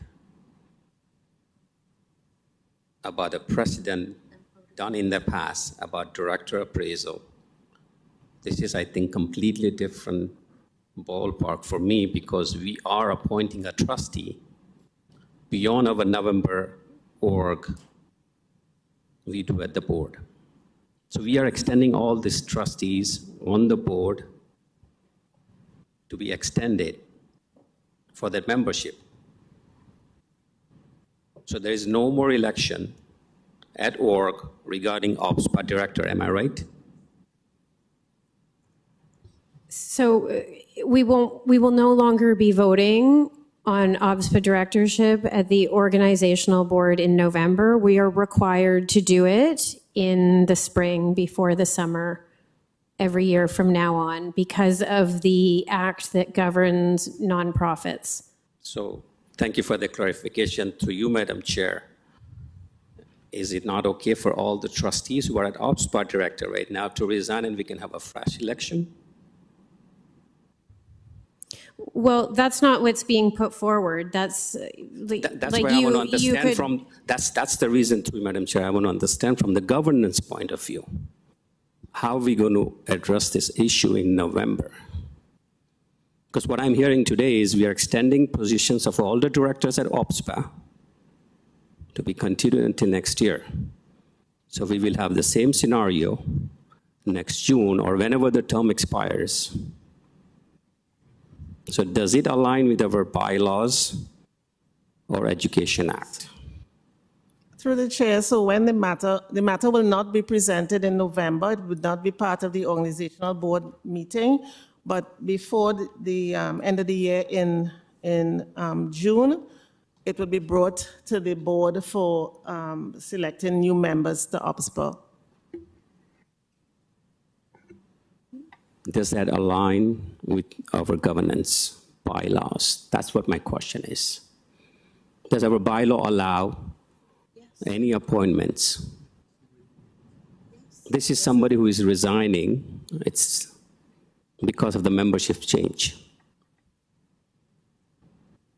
Through the chair, there's a recommendation before you, and if trustees do not agree with the recommendation, they can vote against it or amend it. It's not about voting against or in favor, Madam Chair. I respect all my colleagues who are working very hard on OPSPA. I respect each and every director. It's about what precedent we're going to set today, which is going to continue in future. And I like a very good clarification on this. Because a while ago, Madam Chair, Ms. Joseph Davers did say that we did this in the past. So I don't want this to become a precedent because tomorrow OPSPA might say, you know what, our AGM is going to change in February. Our AGM is going to change in March or November. So, I mean, there has to be some bylaw, some governing rules that how we're going to send our directors at OPSPA. And I need a very clear answer on this. I know we can do through motions. I mean, I can defeat the motion. I can argue on the motion. That's not the question in here. Right? So there's nothing in governance or bylaws which stops us to do things. It's okay. Anytime we can change anything through a motion. So there's nothing that I'm aware of in our bylaws that would stop us from doing this, that would be an impediment to this Of motion. extending the terms. No, as Ms. Joseph Dowers mentioned before, we did it with the director's performance appraisal. We've done that before.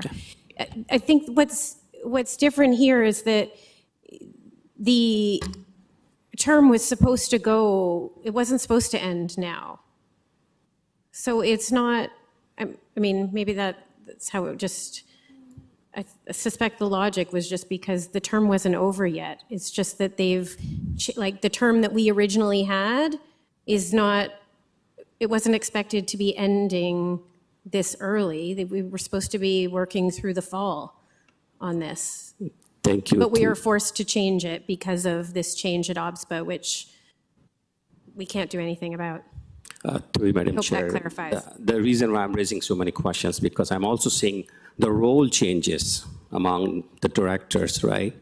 So I'm not sure. Anyways, I'll leave Madam the, Chair, if I could interrupt you, the bylaw state 4.4.1, trustees will be elected to serve on the board's committees at the organizational meeting or may be appointed from time to time as vacancies arise. thank you for that clarification. Another request, Madam Chair, can we vote separately on each items? Of Thank you. course, ad seriatim, we will do that ad seriatim. Thank you. Request noted. Vice Chair Shen, I believe, is next. Thank you, through you, Madam Chair. First of all, I feel everybody knew ONCA was there for 3 years, and the fact that OBSPA just figured this out is a bit of an oversight and a problem with OBSPA. So we need to be clear that we communicate that this is not something that's new. Their expectations were clearly speculated. The legislation didn't change. It's just that they gave 3 years for. So one thing to note. I'm just curious, a question for the mover, because I see a couple of discrepancies on this. So I want to get clarification. One, in D, it says the remaining current members of the board, and it lists Trustee Michelle Arts. Michelle Art is not, she's already covered in B, so I don't understand why that would be also listed as a current member as a director. The second question I have is through election process last time, when there was a vote for vice president enrollment, Trustee Williams put her up her hand and myself as well.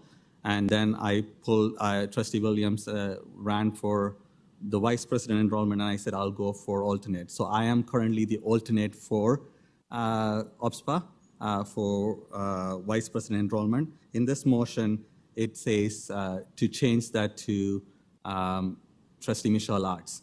So it is a change from the current, it's not an extension, it's a change of a position that's being proposed by Trustee Laskin and seconded by Trustee Dawson. So I want to ask the rationale for it because I was not consulted. I don't mind. I mean, there are two options here. One is to tell the board, we have an extension. Would you like to extend the current ones to go until 6 months? Or the other alternative is every trustee has only 4-year term, and 6 months extension is almost taking another year from another trustee who might want to serve on this term. Should we elect those positions altogether?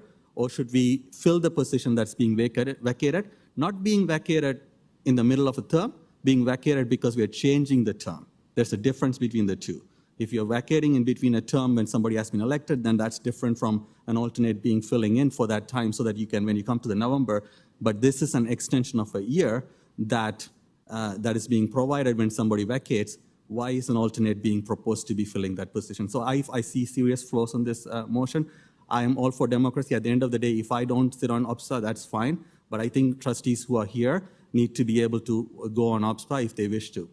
One of the problems we've had is that there's been some sense that a lot of people do not have access into OBSPA, and we could see who is in the board of directors there at OBSPA. It is important to know that diverse voices need to be at the table, and we need to be able to make sure that we open it up. If people don't volunteer, if people don't run, that's a different story. But I think at every juncture, we don't need to use precedents to do something that is undemocratic or unwelcoming or non-inclusive.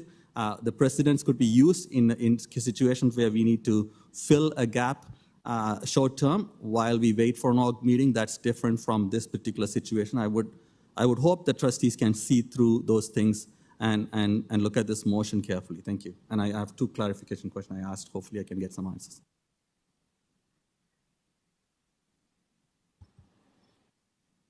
Okay, so are you looking for an answer from the movers? Yeah, on those two items that I asked. Okay, do the movers wish to have more to add to try and answer those questions?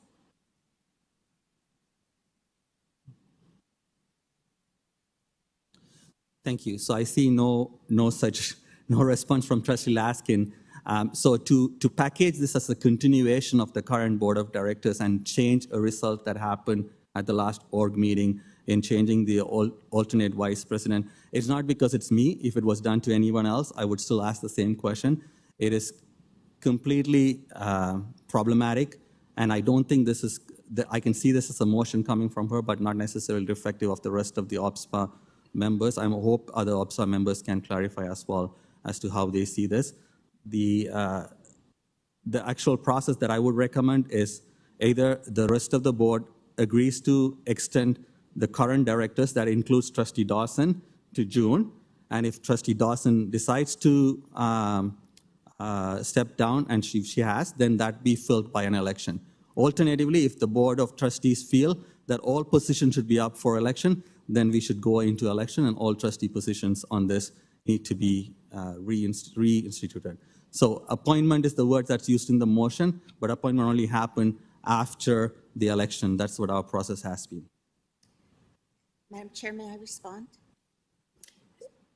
Trustee Laskin, please respond. Thank you very much. I just want to make it crystal clear, with apologies to Vice Chair Shan.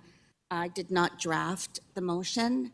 I saw on the WhatsApp Board of Directors group back and forth. I wasn't aware of the change in the Vice President at all, so I sincerely apologize for that. And maybe, Madam Chair, because we have such a busy agenda tonight, I'm wondering if we can refer this without direction to the board, and then trustees can caucus about either withdrawing this and putting a replacement motion in for board that there can be consensus on. That would be my recommendation, because if it has inaccuracies in it, which I apologize for, I wasn't clear about that, then as is not appropriate, and I agree with Vice Chair Shan. Do we have would the seconder be Yes, comfortable I with withdrawal? wholeheartedly agree. I too apologize for this oversight. You know, yeah, I wasn't involved in putting this motion together, so absolutely I would appreciate a longer time if we can refer it to the board, and then we can work behind the scenes and get us all on the same page. I would greatly appreciate that. Thank you very much. Okay, so my brain is clearly working slowly this evening. Trustee Laskin, your move was to refer it to board without recommendation. Correct. Oh, but you don't have the floor. I've. Oh, sorry, I was just answering the question. Okay, we'll get to it. Okay. So I do have 38 seconds. So thank you very much, Trustee Laskin, for the apology, and thanks for acknowledging it. I do think that there are two options. So if it's possible for the governance to suggest, if those two options are completely in sync with our bylaws that I mentioned, or if there are other options, it might make sense for the governance to come forward with those options so that actually trustees can go through those options to see. I think instead of leaving it to individual trustees to bring motion, a governance process clarification would be beneficial. Thank you. Ms. Joseph Dowers, would you like to comment? The only other indication in your bylaws, it says that the board may appoint trustees to serve on statutory committees, community advisory committees, and other agencies, boards, and commissions, including those external to the board, as it deems necessary or when requested, if supported by the board and consistent with legislation.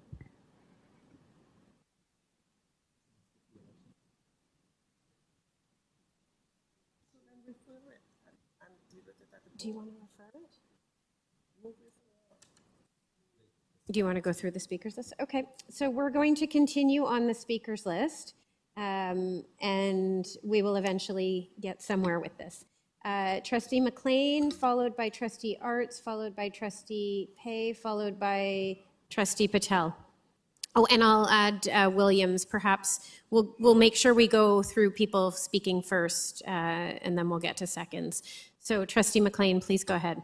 Thank you, and through the chair, just to clarify, do I have the ability to move it to board? Anyone can make a motion. What the board does with that is up for grabs, but anyone, if you have the floor, you can. So if we lay it on the table, does it then go to no? What was suggested was to refer it to board without recommendations. That Okay. was the initial, that was one suggestion that's been made. And I can do that at this time? Yes, you may. Yeah, I would like to refer this to board without recommendation.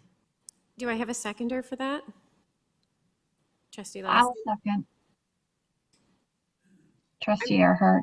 Okay, thank you. So we have, we'll take trustee Earhart for that. And all in favor, we'll do this, it's not in eScribe, so we're just going to do this by hand if you're in person, but if you're online, if you could just let us know how you vote. Do you have a point of order? What's your point of order? I can't hear you. Your microphone's not on. Through you, Madam Chair, can I speak on the motion put forward by McLean, Trustee McLean? No, because there's a Yes. motion for referral. I do understand, but I feel like this motion is out of order since the mover and the seconder has acknowledged that there is a mistake made in this motion. They have acknowledged right now that Well, yes. I'm not sure they acknowledge that it,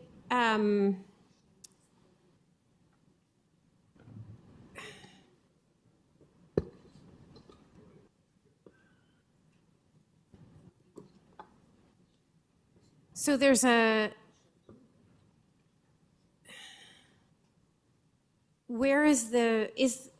I ask the movers, was there an error or was there an error in intention?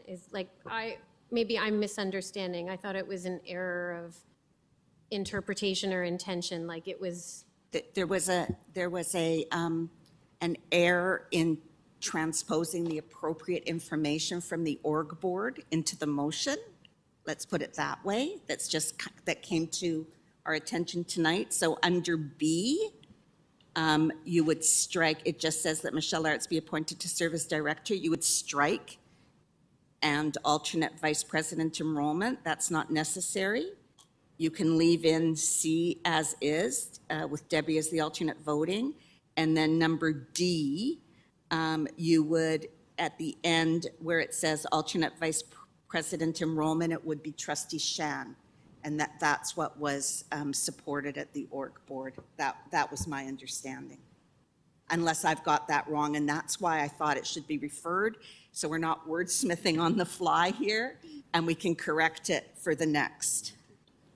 Thank you for that clarification. Since I have the floor, Madam Chair. This is confirming everything. So you have the floor on a point of order, not as just on point of order, because there's a motion on the, right, we're not going through the speakers list. There's a motion on the floor. You raised a point of order. But I didn't get my answer yet about the clarification. Was that a mistake? Because Trustee Shan raised a concern, and I raised the same concern because when I read the report, there were some more changes happening So with in terms of roles, right? And then when Trustee Shan asked for clarification on 2 items, and Trustee Laskin and Trustee Dawson said that, yes, they made that mistake, maybe intentionally, unintentionally, I don't know. If that's the case, then probably this is out of order. Trustee Patel, I believe they both said it was unintentional, just to clarify. Both Trustee Dawson and Trustee Laskin both said that it was unintentional. It was not an intentional error. So I would just ask that you perhaps consider your words.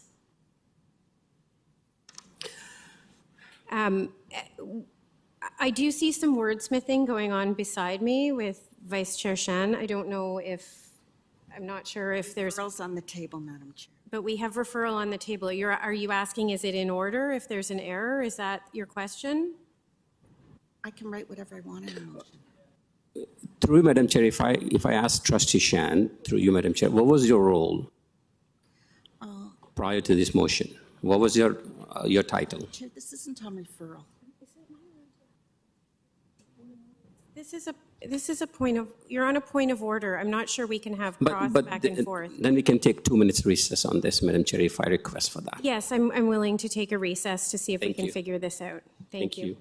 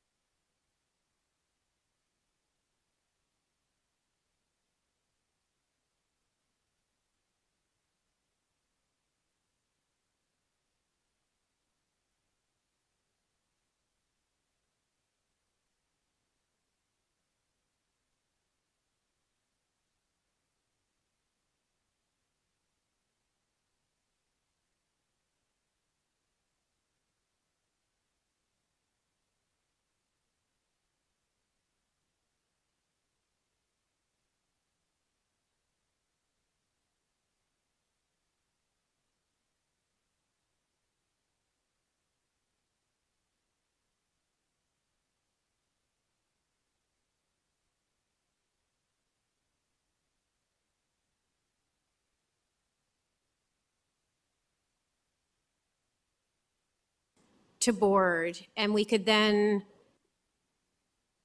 decide what to do at board is the best thinking at the moment. So on referral, I believe we have the referral was moved by Trustee McLean and Trustee Earhart.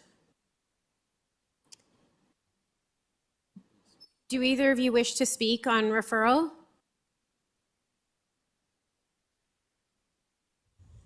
Pay wants to speak.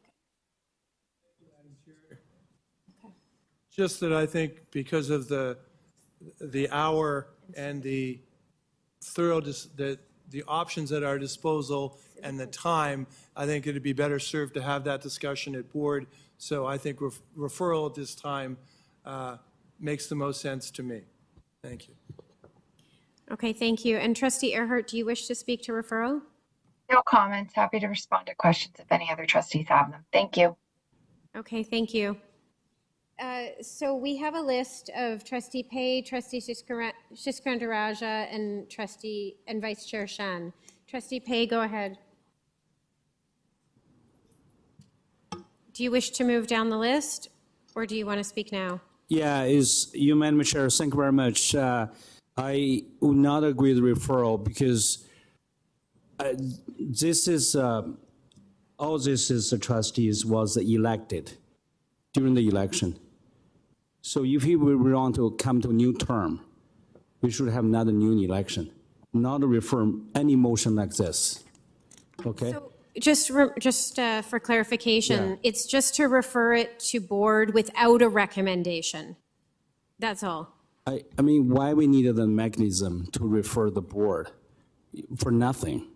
We just do the election, just to put in agenda, say, okay, we're gonna do an election for this 3 and 3 plus 3 people. And then we do the election. Simple as that. Why we need a mechanism go back and forth, regarding refer or nothing? I just don't understand the mechanism here. Just have a general election. All the people come off this list, do the general elections, select the new people. Let's do that. That's a democratic, that's a democracy, I understand. That's a democracy, I come to Canada, I think the board should follow the democracy, very simple rule here, right? Just elect, if these people say they come to term or have new term, elect the new people, that's it. Thank you. Up next, we have Trustee Siskandarajah. Please go ahead.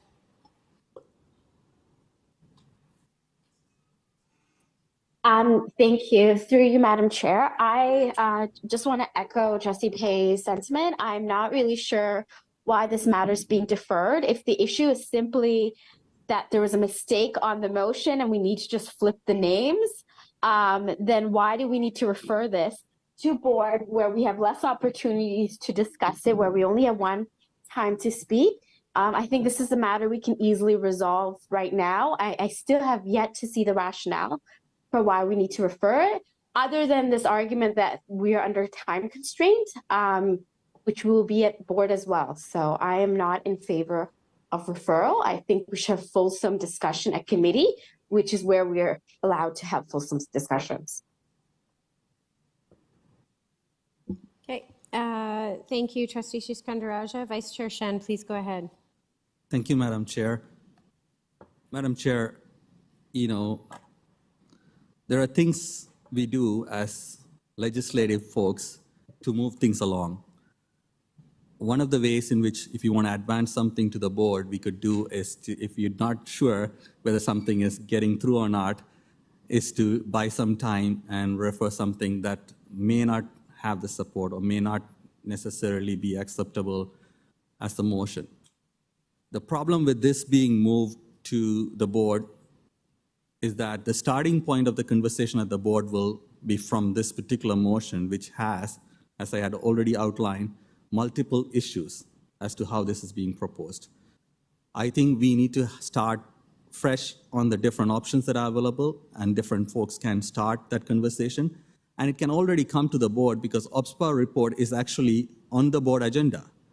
And 4 trustees can actually have that item pulled out to be discussed. So if we are able to withdraw this motion, or if the mover is not able to withdraw the motion, then let it go to a vote. And if it passes, then it'll come to the board. If it doesn't, we start from. So I think the clearest process for me is to make sure that we either start from scratch at the board with all the options available to fill, including the option of extension. I'm not saying it shouldn't be the case, but here is a motion that has extension / filling a vacancy and all those things built in there. It's not separately discussed. And I think it's important to be clear in this process. So I would suggest trustees to vote down the referral. If possible, if you want to save time, withdraw the motion. If we don't have the motion, I would suggest that we can then debate the motion further and discuss and make sure, like I would be voting against the motion, and then we would be coming back to the scratch as OPSPA report will be on the table. As I mentioned, there are a few options on the table for trustees. First option is to say, extension of 6 months, 7 months into a position is too long. We should have fresh election. The other option for trustees is to say all the ones who want to continue can continue on till June. The one that needs to be replaced can go to an election. The third option to say is the option that is being put forward, where one of the trustees moves a motion with their selection of a person who would fill that position into a motion, so that you could actually then discuss it too. But I do feel that this whole process needs to be cleaned up a bit, and the only way to clean that is by starting fresh on this process. I do understand time is of essence. As I mentioned, Ontario Not-for-Profit Corporations Act was there for a while. We are in this position because we were not given enough notice, but it's important to do this well. Toronto District School Board gives fairly significant amount of money into OPSPA. OPSPA does great work, but it's also a good major responsibility for this board. And if people are not comfortable with the move that's right now, it makes sense not to refer this and make this the starting conversation on the board meeting, but start with the report from OPSPA and start with other options that are being presented. I was initially asking governance if it's possible to have the options outlined as part of the report, like what are the different options that are available to trustees to do this. And so everyone is clear the different options that are available. And as we heard, one of the options is the election. So it is still possible to do election. It's not breaking the bylaws. It's not out of the norm to do that as well. And it's also not out of the norm to have a selection of candidates who proposed by one person as well. So why don't we have those conversations together rather than make this the motion that will be foundation of the conversation that's going to happen at the board. So I would urge the trustees to vote down the referral, vote down the motion, and then figure out how we move forward at the board.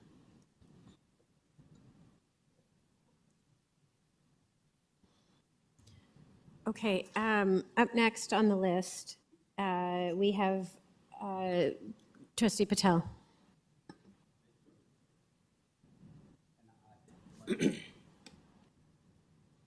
I completely echo what Trustee Shan, Vice Chair Shan said, and this could be dealt at the board, because I'm not willing to take the same conversation, same motion at the board.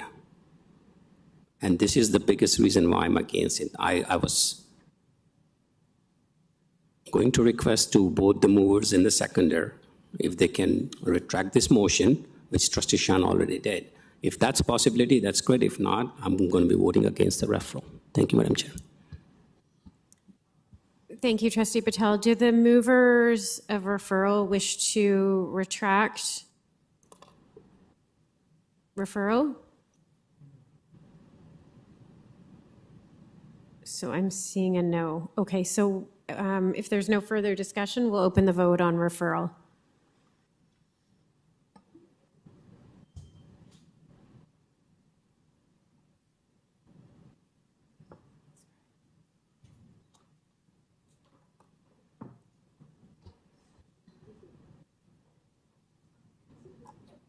I'm against.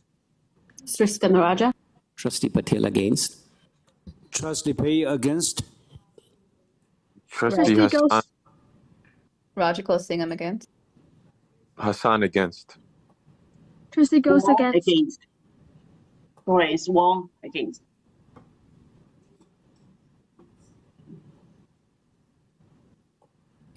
King against.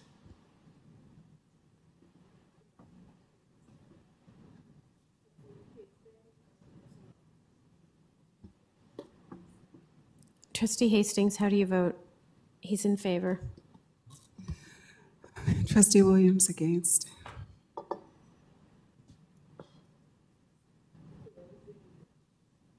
Referral has been defeated. So now we're back to the main motion. Trustee Laskin? I'll withdraw the motion, Madam Chair. Okay. And is the seconder willing to withdraw? Yes. Okay, thank you. Madam Chair. So it's, any objections? Seeing none, the matter has been withdrawn. May I now move referral to board? Without recommendations? Or report? Discussing it all. Well, there was actually, we have to go back to the report, and there was a speaker on the list, and that's Trustee Arts. We're back, just to clarify, the motion has been withdrawn, but we're still on the OBSPA report. And Trustee Arts was on the list just to speak about the OBSPA report. Thank you very much. I will be quick. I just wanted to mention that Trustee Hassan and I both attended the labor symposium, OBSPA's labor symposium, a couple weeks ago. There were a lot of excellent sessions on not just labor relations, but cybersecurity, artificial intelligence, and some of the things that are relevant to our board that we're discussing in terms of our absences in employee services and employee well-being and legal perspectives. So I took a lot of notes, so we were both there. So if you have questions about the sessions that were there, if you want to know more, please let us know. Thank you, Trustee Arts. Okay, so I'm not seeing any other speakers on the OBSPA report. Oh, sorry, Trustee Williams. Just one more item, like a recommendation with regard to the report. On that item 3, there were a number of attachments. I would encourage my fellow trustees to read those attachments. In particular, the frequently asked questions. It describes clearly the new format, the new requirement. And one that in particular that I'd point out is that the enrollment representatives that sit on the executive council must be board of director members. And if anyone has any questions, there's the frequently asked questions, and there's opportunities to reach out to folks at OBSPA for clarification. Okay, Trustee Siskandarajah. Thank you. Through you, Madam Chair, I just want to thank my colleagues on OBSPA. I know you've all done really great work, and I know you work really hard on OBSPA representing the TDSB. So I just want to recognize that we do see that and really do appreciate it.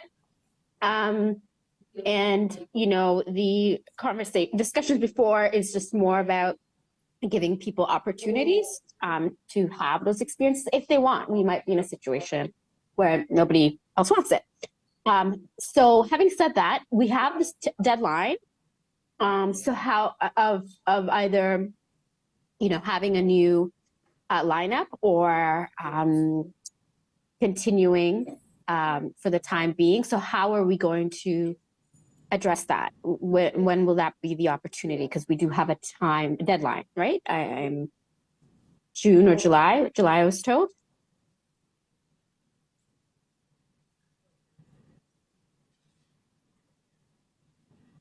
So I think what we would have to do at this point is add the appointment of members to the agenda at board next week.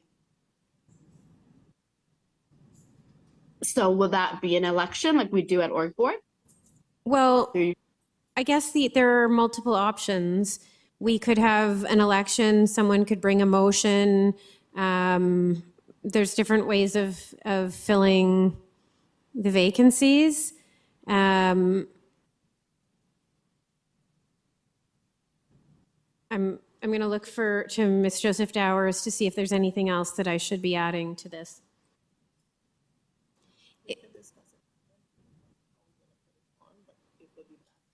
Yeah, it will be back on the agenda because we have to fill these seats. And then on top of that, this report will go to board. So it will be on the board agenda anyways. And as part of this report, there is the matter that we have to fill these, we have to change to 3 directors from 3 alternates and 3 regular directors, and the changed terms. How we get there is not clear cut at this point. Okay, thank you.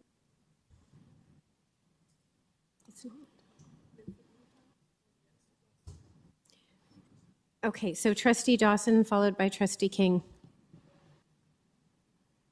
Thank you through the chair. This is a request. I don't know if I'm allowed to make it, but I just, to some of the points made earlier, I think it's unclear what all of our options really are. And it would be helpful if in preparation for the board meeting, governance could spell out those options. Like number 1, have an election, number 2, whatever it is. I'm still unclear on the options, so that would be greatly appreciated. Thank you. Ms. Joseph Dowers has consented to provide us with that for next week, and under duress. Thank you. Thank you. So, Trustee King. Through the chair, that was my exact comment suggestion. Thank you. And just keeping in mind that we will need to make a decision at board, so folks remember that time frame. Yes, we must make a decision next Wednesday on this item because we have to get it to OBSPA for June 4th. So we will add it, and it will be on the agenda on Friday. And it will come with a 1-pager or something from Ms. Joseph Dowers. Okay, so with that, can I have, this would just be for receipt then, so can we open the vote on receipt? I'm not seeing any further, I need a mover and a seconder. Trustee Patel and Trustee McLean, thank you. All those in favor, we'll just do a show of hands, or if you're at home, just let us know how you vote. All those in favor, say aye, or Aye. show of hands. Aye. Aye. Aye. Okay, any opposed? Thank you. That has carried. We're going to move on to item number 6.1. This is affirming Toronto Land Corporation's guiding principles. Over to Director Joseph Dowers, if you could please introduce this. I'm sorry, I'm looking at Colleen. I'm really tired. Can you Happy to pass the chair. Sorry. My apologies. I'm looking at you, and I'm just saying, Denise, my apologies. Director Russell Rollins, you have the floor to introduce this item. Thank you. Thank you very much. Through the chair, we welcome CEO Ryan Glenn to present this report. Thank you very much. Good evening, everybody. Pleasure being here tonight. Through the chair, happy to present to the board the TLC's guiding principles. What this presentation is just generally speaking how the TLC going forward will approach dealing with TDSB property on behalf of the TDSB. And in this report, there are 4 main guiding principles. The first being that the TDSB lands will be preserved as public assets to the greatest extent possible. Number 2, We'll work on continuous modernization of TDSB schools to strengthen the public education system. The third is to maximize TDSB land value and acknowledging that that value extends beyond the financial and to include community and social value, and that the TDSB will be kept financially whole in the development of public service initiatives. In this presentation, if you have time and if you have looked at it, great, and if you haven't, feel free to take a look at the last half of the report. It has a number of examples outlining how we've applied these four principles to the work that we're doing now. And this report will inform our annual plan, which we are bringing to our committee tomorrow and to our board at the end of the month, and it will also be coming to the TDSB board for approval. And in that report, it'll highlight a number of the projects that we plan on working with the TDSB on over the next year. Happy to answer any questions, and thank you very much for the time.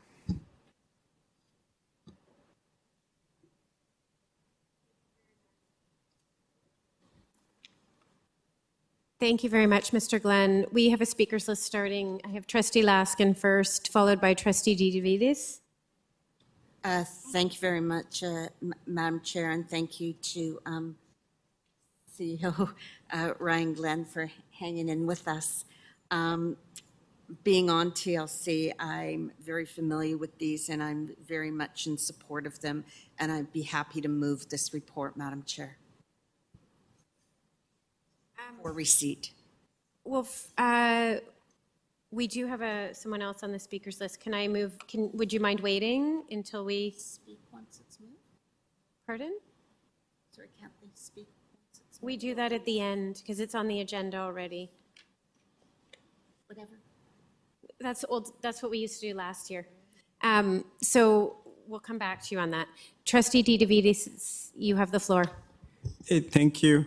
Through the chair, first thing I want to do is to actually compliment the aesthetic of the report. I'm going to say this as the full compliment is actually one of the better communication documents that I've seen. It grabs some complex issues and communicates them very well, and I think that bodes well for some of the fairly complicated things that we want to do. But I think there was a little bit of static when some of this went to the city for a report, and some of the goals that are sort of talked about here and the objectives here, I think we would benefit from getting into more detail as to what some of these objectives mean.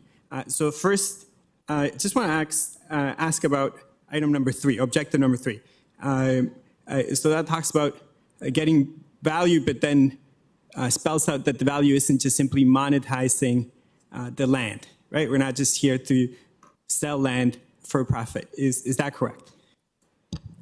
Through the chair, yes, that's correct. There, and you'll see even tonight, there is still a requirement for TLC on behalf of the TDSB to sell property for a financial return. But I think one of the things we want to highlight is that there is I think a lot of value that can be captured through social and community initiatives that the TLC working with the TDSB can evolve and move forward. And I think an example of that would be actually, I think something that's happening in your ward at the moment. We have an RFP out to find a community partner for a potential partner for a field or a community facility at Emory. So there's an example that value can be captured in ways other than financial. Because in that particular case, if we can use that as an example, and there's a call for a school in the East End, one in the West End, but we're not selling property, we're leasing property. So the public retains ownership of that property perpetually, right? Through the chair, that's correct. And it's, those are two very good examples of how we can do that. And that can be done also in ways that are, I think, those are focusing on community uses, but there's other, if it's housing or long-term care, things like that, there's ways to retain the public asset but still see those objectives too. And that can be through long-term land leases. It can be through stratification of property. So it's just acknowledging creative ways in order to achieve value that are, I think, different than disposing of land, disposing of the public asset, because once it's gone, it's almost impossible to get it back. I agree with that. Through the chair, last question, you mentioned housing. I was going to go there next. As the school board, we're part of the public domain. There's the housing crisis, and I understand that there's pressure everywhere for everybody to help with the process of making affordable housing accessible. But the thought that we would participate in that process in a way that would reduce the return on any potential sale as opposed to long-term lease sale, to me, that goes counter to the best interest of our kids. Not only are we losing property that we'll never get back, as was mentioned, but then also that, if we do that at a loss or at a discount, we're basically moving outside of the realm of what our objectives are as an educational institution. Through the chair, that's an excellent question, and it's a nuanced answer. So what I would say is that there will never be a time when the TLC and the TDSB would put forward a proposal where we wouldn't maximize value in a property on behalf of the TDSB. So when we look at things like housing, and there's an example of this in the report at Anawanawastina Lane, which is a future school site where we've contemplated density above it, it would be fantastic if that density contemplated affordable housing. But affordable housing, as an example, is a commodity. It costs money. So in order to, I think, to make something like that happen, we have to explore opportunities for partnerships with groups like the city who can bring funding to the table. Also with not-for-profit and community developers that have the ability to get funding from whether or not it's the provincial or federal government. So we acknowledge that those things cost money, but what we would want to do as TLC is to bring partners to the table that can help us fill that gap with respect to social and community needs and the costs associated with those. Thank you. And the last thing I'm going to leave for my colleagues, York University, for those of you that are familiar with some of their build-out plans, is not allowed to sell their property. So in order to build affordable housing for students, they've signed a number of 99-year lease deals with a housing provider, right? Those are the type of things that I think would be encouraging for me to see, right? Like not just for us to knee-jerk towards that sort of crisis with solutions that will handicap future generations, and sorry for the term, but that will give us the flexibility, give future generations the flexibility to deal with some of the future issues that we don't know about yet. All that being said, it's a great report. I really like some of the elements in here. I like how it's laid out, and I look forward to seeing more of that innovative thinking and how it can help benefit some of our students. Thank you.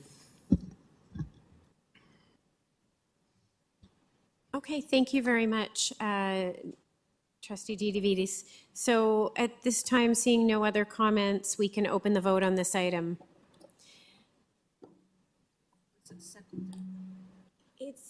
We need a mover and a seconder, sorry. Trustee Laskin was the mover, Trustee Patel has seconded. All those in favor? Are we opening the vote by e-scribe? E-scribe? Okay, we're going to use e-scribe for this.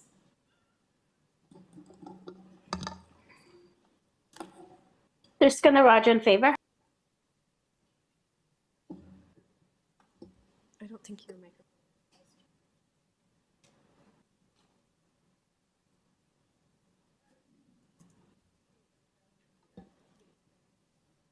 Chair Wong is voting in favor. Trustee Patel in favor. Okay. Trustee Hastings, how do you vote?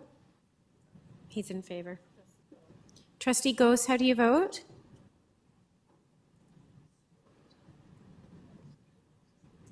Okay, marker is absent, please.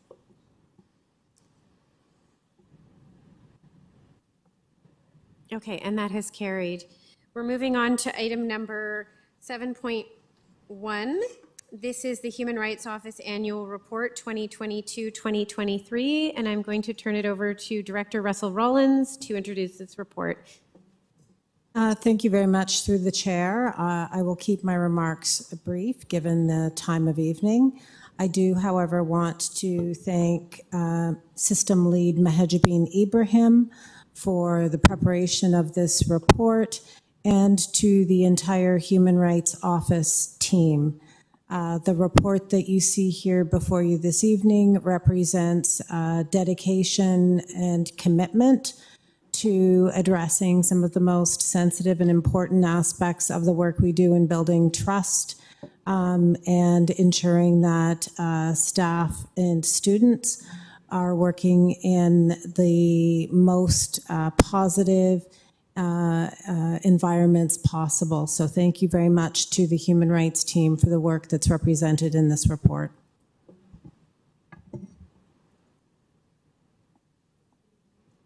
Good evening, trustees, board leadership, and community members. I bring to you the Human Rights Report that talks about the implementation of the board's human. We're having a little bit of trouble hearing you. I'm not sure if you're just. Is that better? Louder? Louder. Louder? Okay. Yeah. Thank you. And closer to the mic, maybe. Closer Thank to you. the mic. I can do that. Is that better? Thank you, everybody. Good evening, trustees, board leadership, and community members. The human rights policy at the TDSB establishes a framework for upholding human rights in accordance with the Ontario Human Rights Code that protects the delivery of service, in our case, public education, and the employment at TDSB. With the set of human rights come responsibilities to uphold those rights, especially as we look at the students that we serve today. The policy also provides a framework to foster a culture of human rights that includes providing advice and consultation for early intervention and addressing human rights matters in a proactive manner. This report details the human rights complaints that we received, as well as human rights code-based workplace harassment complaints.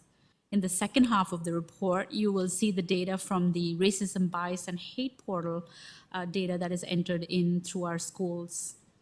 This work is for the period of September 1, 2022 to August 31st, 2023.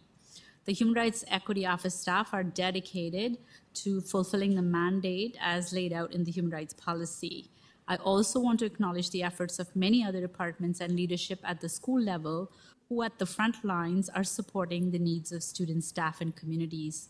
Included among those are the Safe and Caring and Safe School team, the Urban Indigenous Education Center, the Equity Department, our mental health and social workers, to name a few.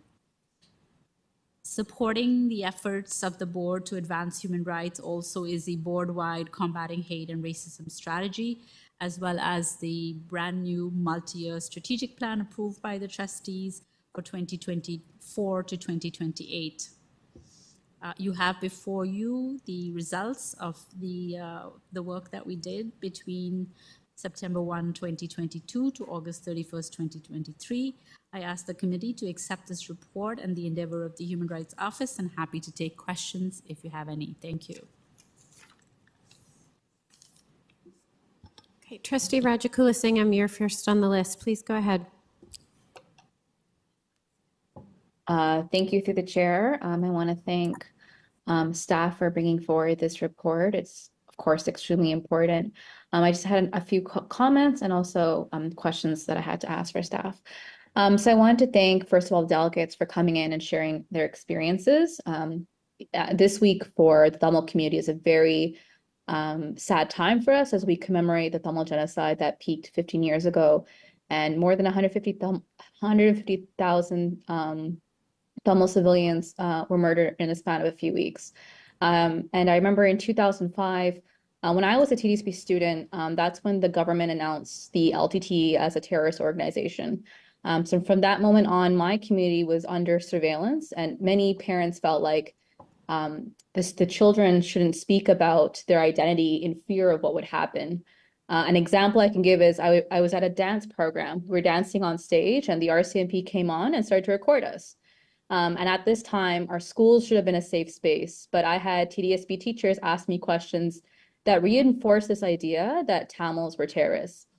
And, we just wanted to be understood and shown a little empathy. And it really has a profound impact on how we then perceive our identities, as well as what is our place in our communities. And I know this feels, I know what it feels like to be under this constant surveillance, and I know what it feels like to be portrayed in a negative way.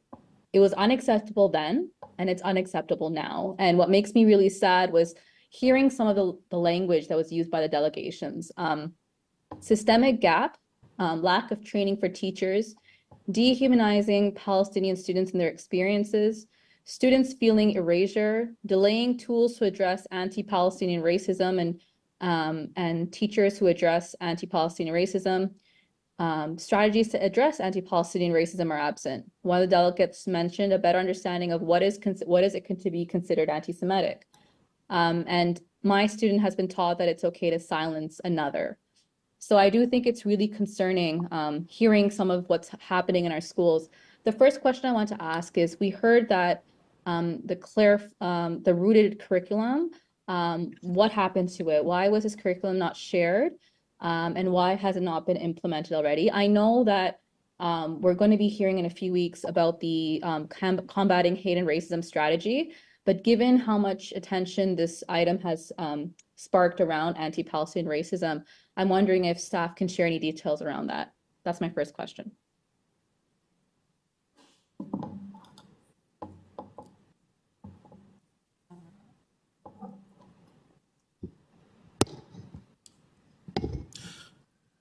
Test, and through the chair. Thank you for the question with respect to Rooted. I'm going to start off, and then I'll ask System Superintendent Murray to also respond to that particular document.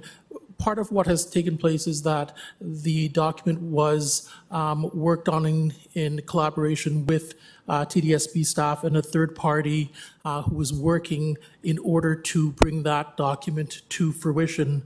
What's actually taken place is based on some copyright challenges and also identification challenges around resources. We have not been able to bring that to light in the same level of speed that we would like to. I'll ask System Superintendent Murray, who's online, in order to speak briefly to that. Ms. Murray?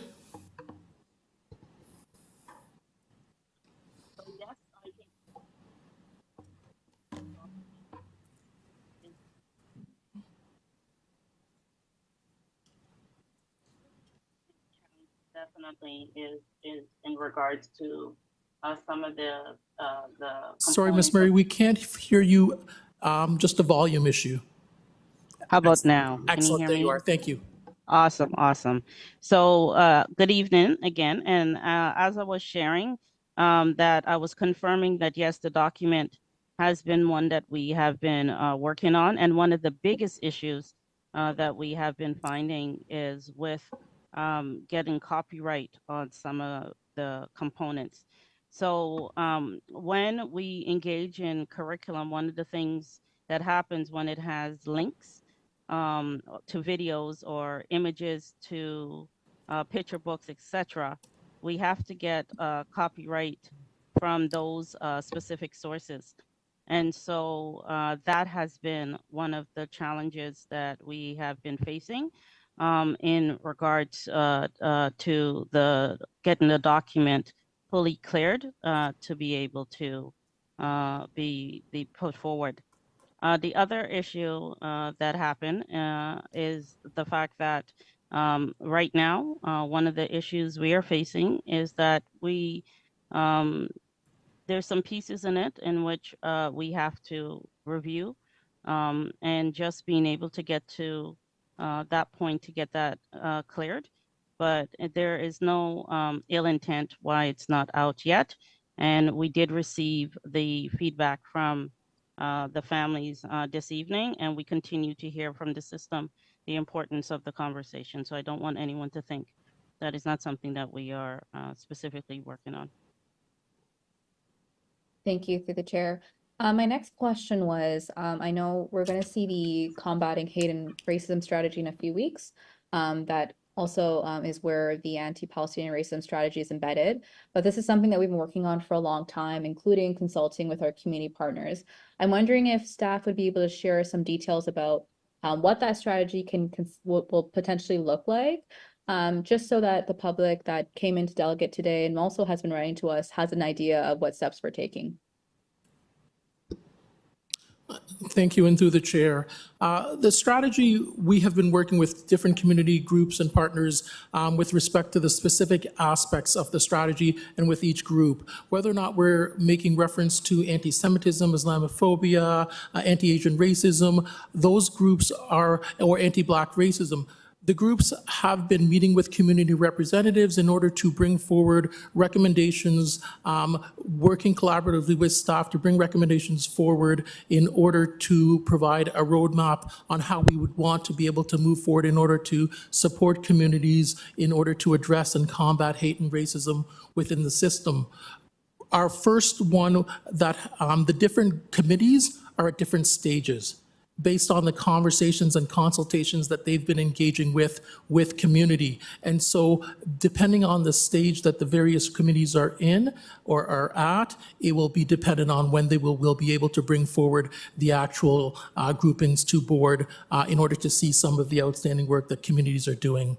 I'm going to ask once again System Superintendent Murray in order to make any further comments on that. Thank you. Again, I can confirm that we have many groups moving, and as Associate Director Salmon spoke about, they're at different stages. We're hoping to soon have a community group component ready to share with our trustees and with the system. But they're all moving and they're all staggered. And we have 6 threads that we're moving through, and we're happy to say that we have been able to engage in community and have community input, because these are community-led work plans. Thank you. And my last comment is, and question, is around the past few months, we keep hearing about the silencing that's happening. And we keep saying it shouldn't be happening at all. In our boardroom, we say it shouldn't be happening in our classrooms.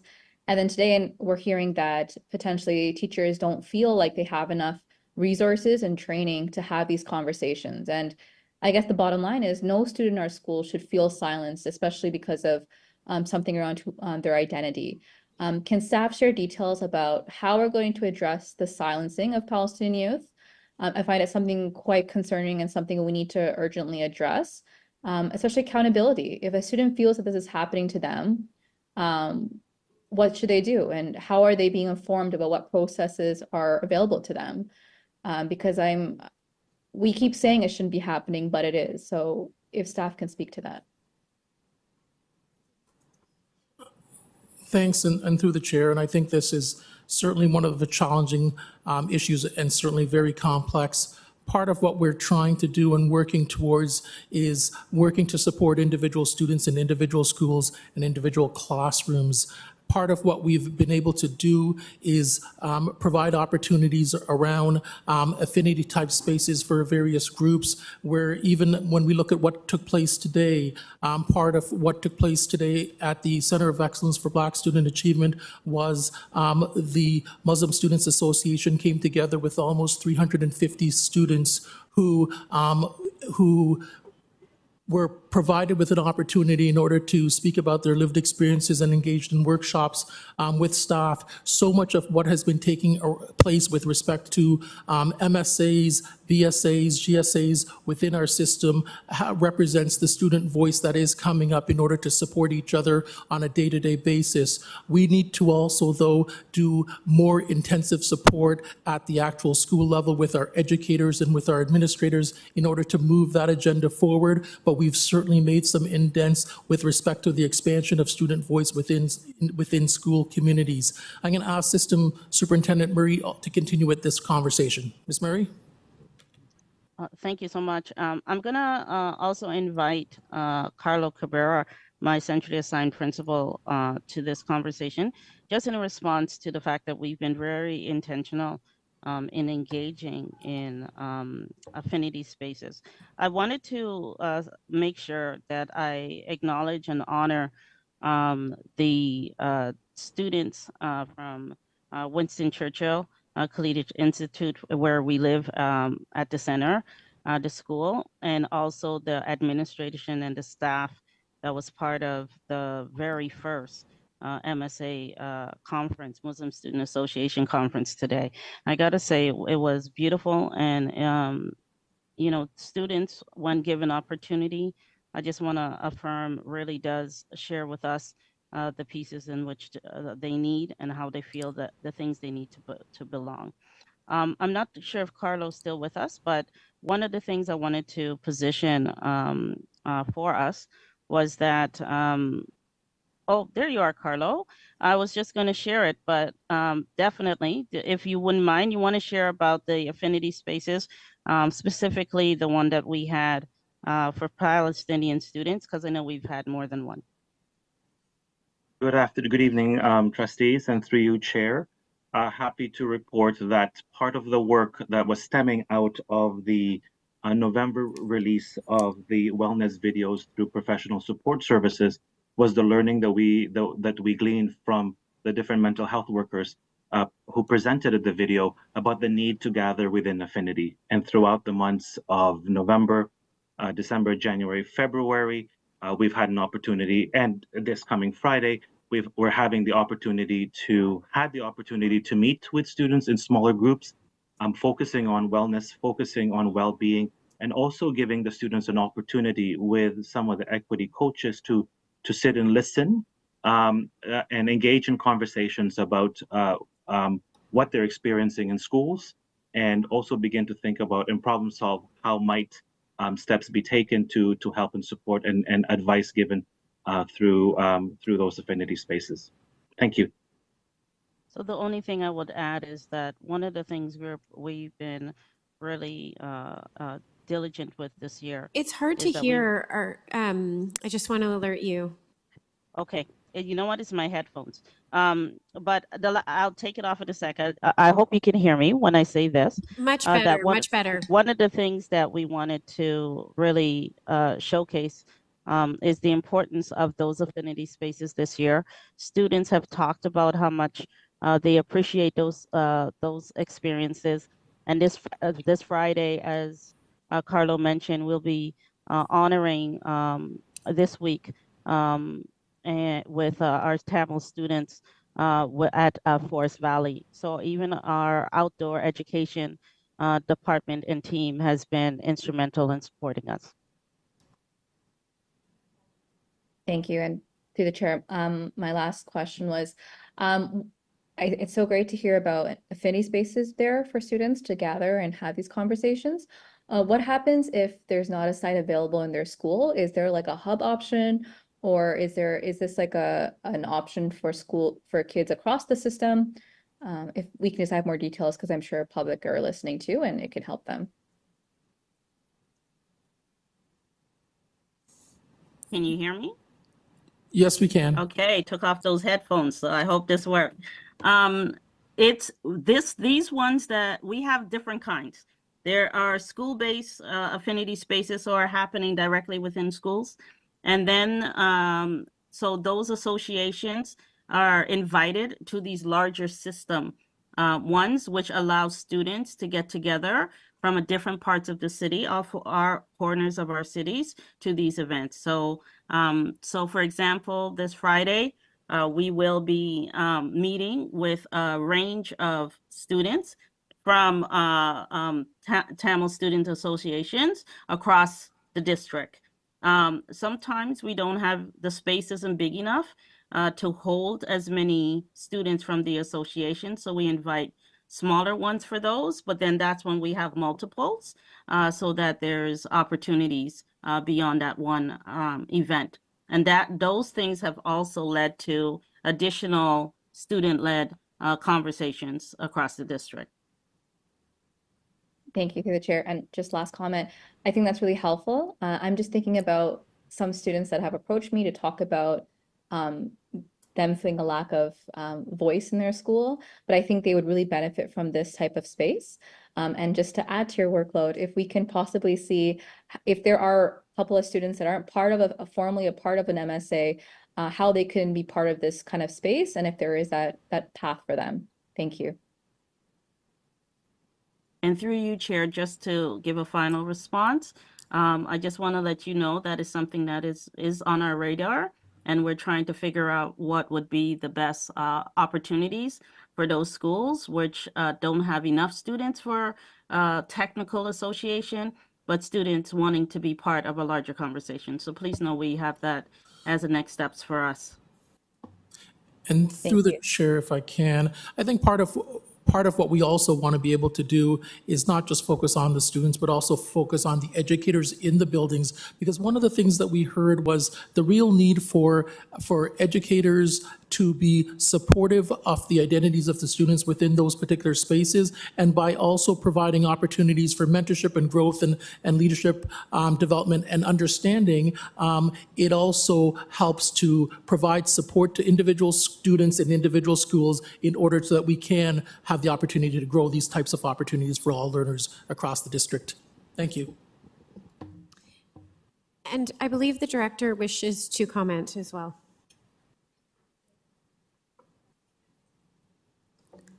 Thank you very much through the chair, and thank you very much to staff for their responses. I do want to say that we are listening attentively to the experiences described by the delegates this evening.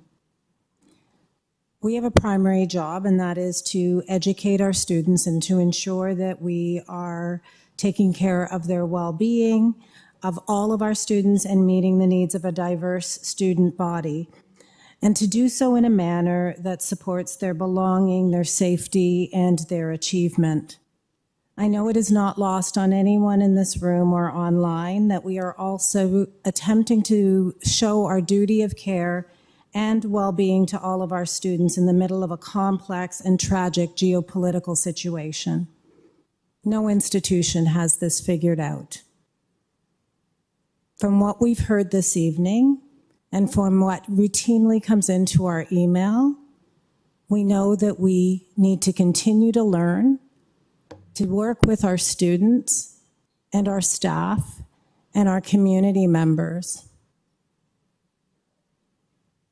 We cannot do this alone, despite the efforts of the staff who have spoken and answered your questions this evening.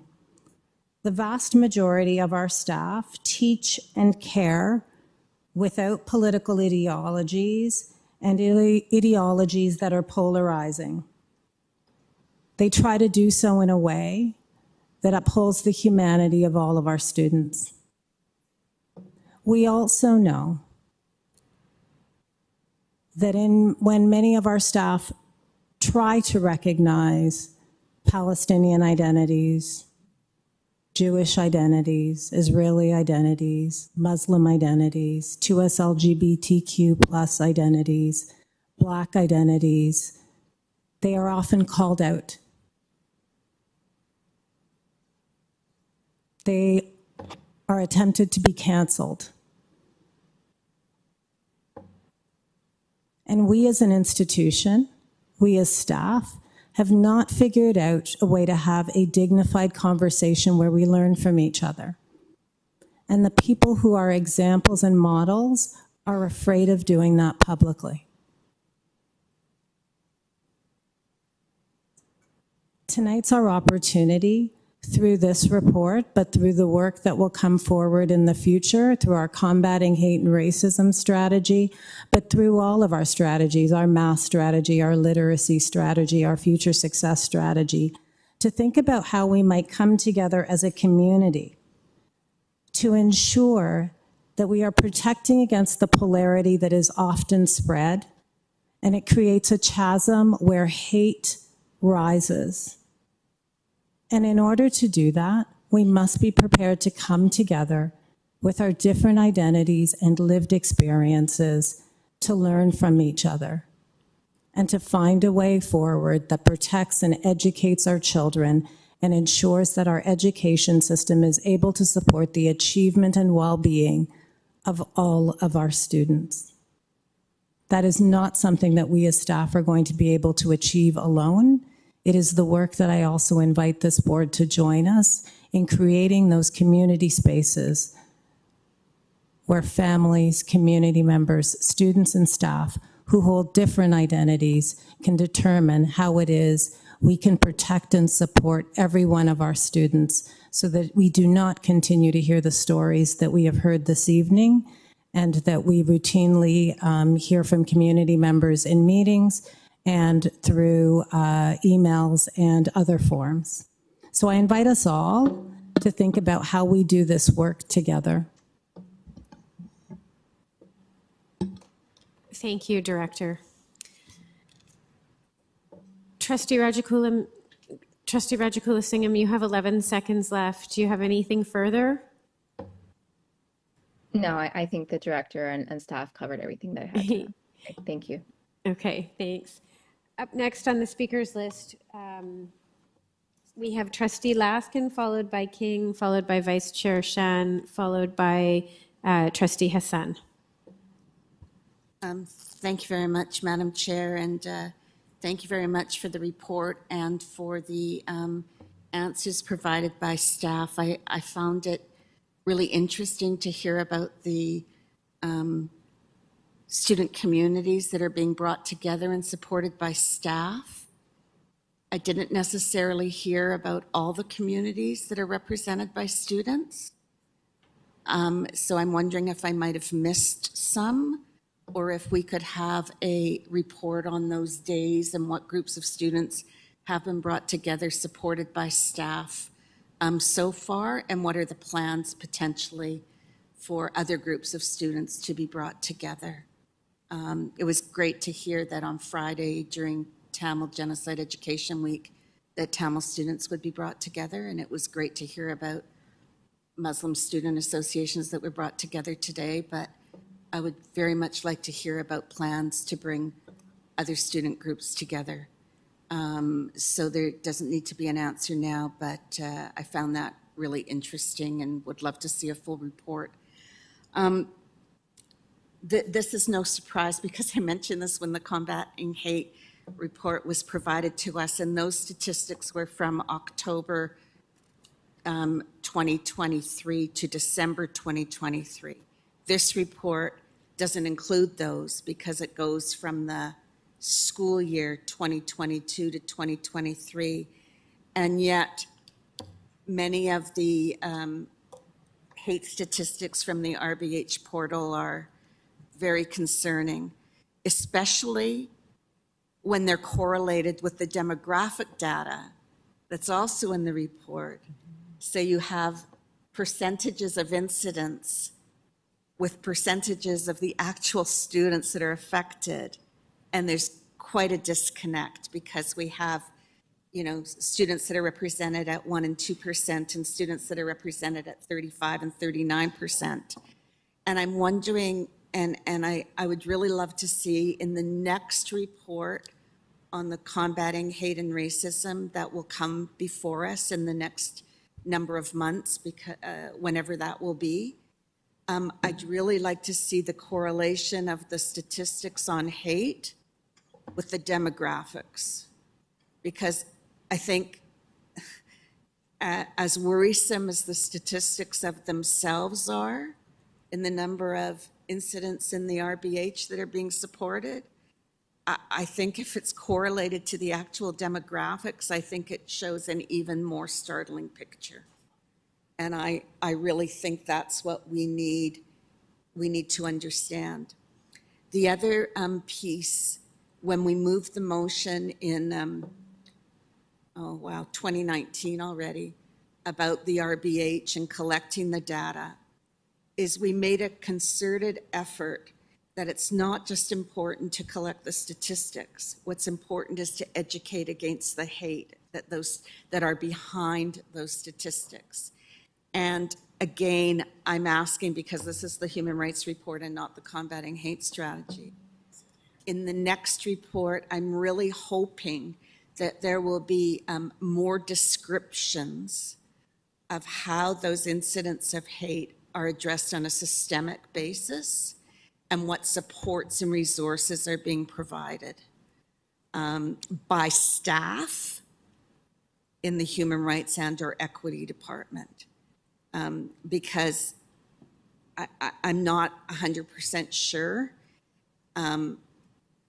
if those incidents are being addressed in a timely fashion to actually do the full breadth and depth of what the intent of the board motion was, which was the whole reason to have the statistics was so we ensure we educate, create resources and professional development to make sure that students that are experiencing racism in all its forms feel protected and feel that the system is actually caring about doing something about it, and in each and every one of our schools. So that's my plea for the next report. I know it's extra work, and I sincerely appreciate that, but I don't think the statistics in of themselves tell the whole story.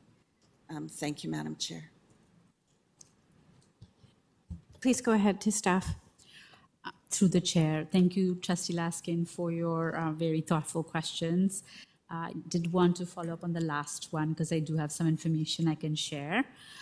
You had mentioned the importance of data, understanding those trends, and then what the educational efforts, and just clarifying what and then I can follow up, what are the educational efforts and supports around those specific incidents that will better support our students.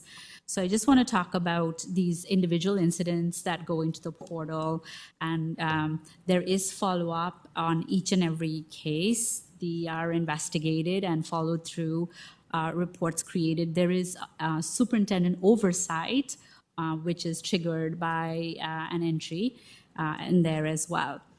In addition, the school principals, vice principals are offered additional support through the Human Rights Office, Safe and Caring, Equity, and other teams coming together in what we call the, and you'll know this well, Trustee Laskin, is the organizational response team approach, where we come together and we look at the individual and systemic elements and think about what kind of action planning can be done, undertaken to address not only that single incident in that case, but also what are the systemic, climate, and other pieces that need to be addressed in a more ongoing way. Is there any monitoring necessary, and so on.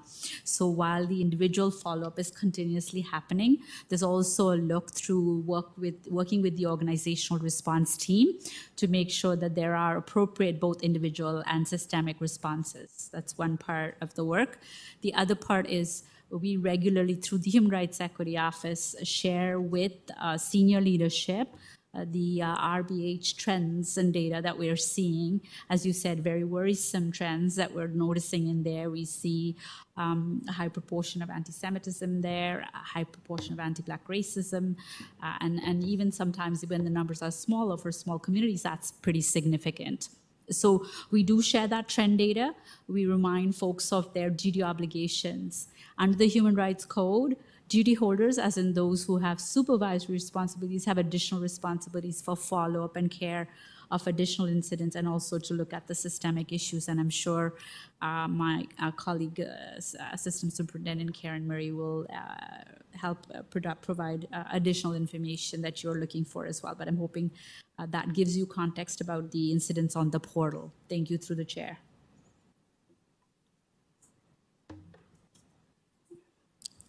I think I could answer some of the answers. So yes, in regards to the type of affinity spaces that we provide across the district, has been touching on many of our identity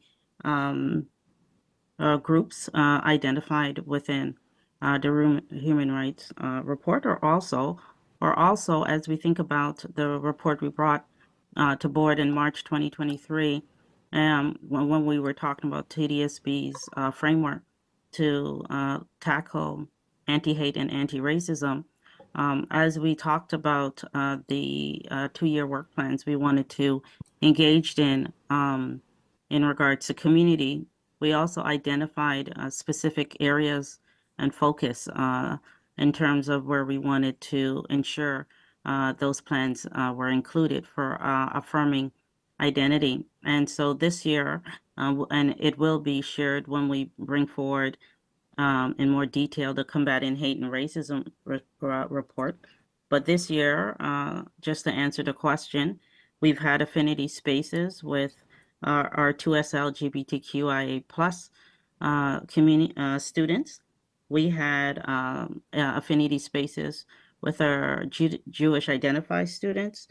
As shared, we've had affinity spaces with Muslim, and of course, we have had identity spaces for affinity spaces this year with our Black Students Associations. We talked about we're having an upcoming one this Friday with our Tamil students, and we've also been able to have spaces for our Palestinian students this year. So I hope that answers that part of the question.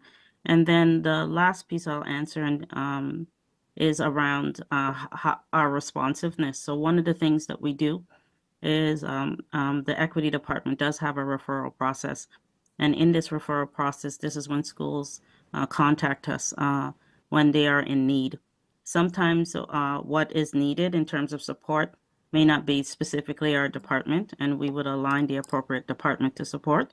But know that in many of the situations, when signaled to us or when directed to us about issues happening in schools, through our referrals, we do respond. I hope that helps, Trustee Laskins. Back to you, Chair.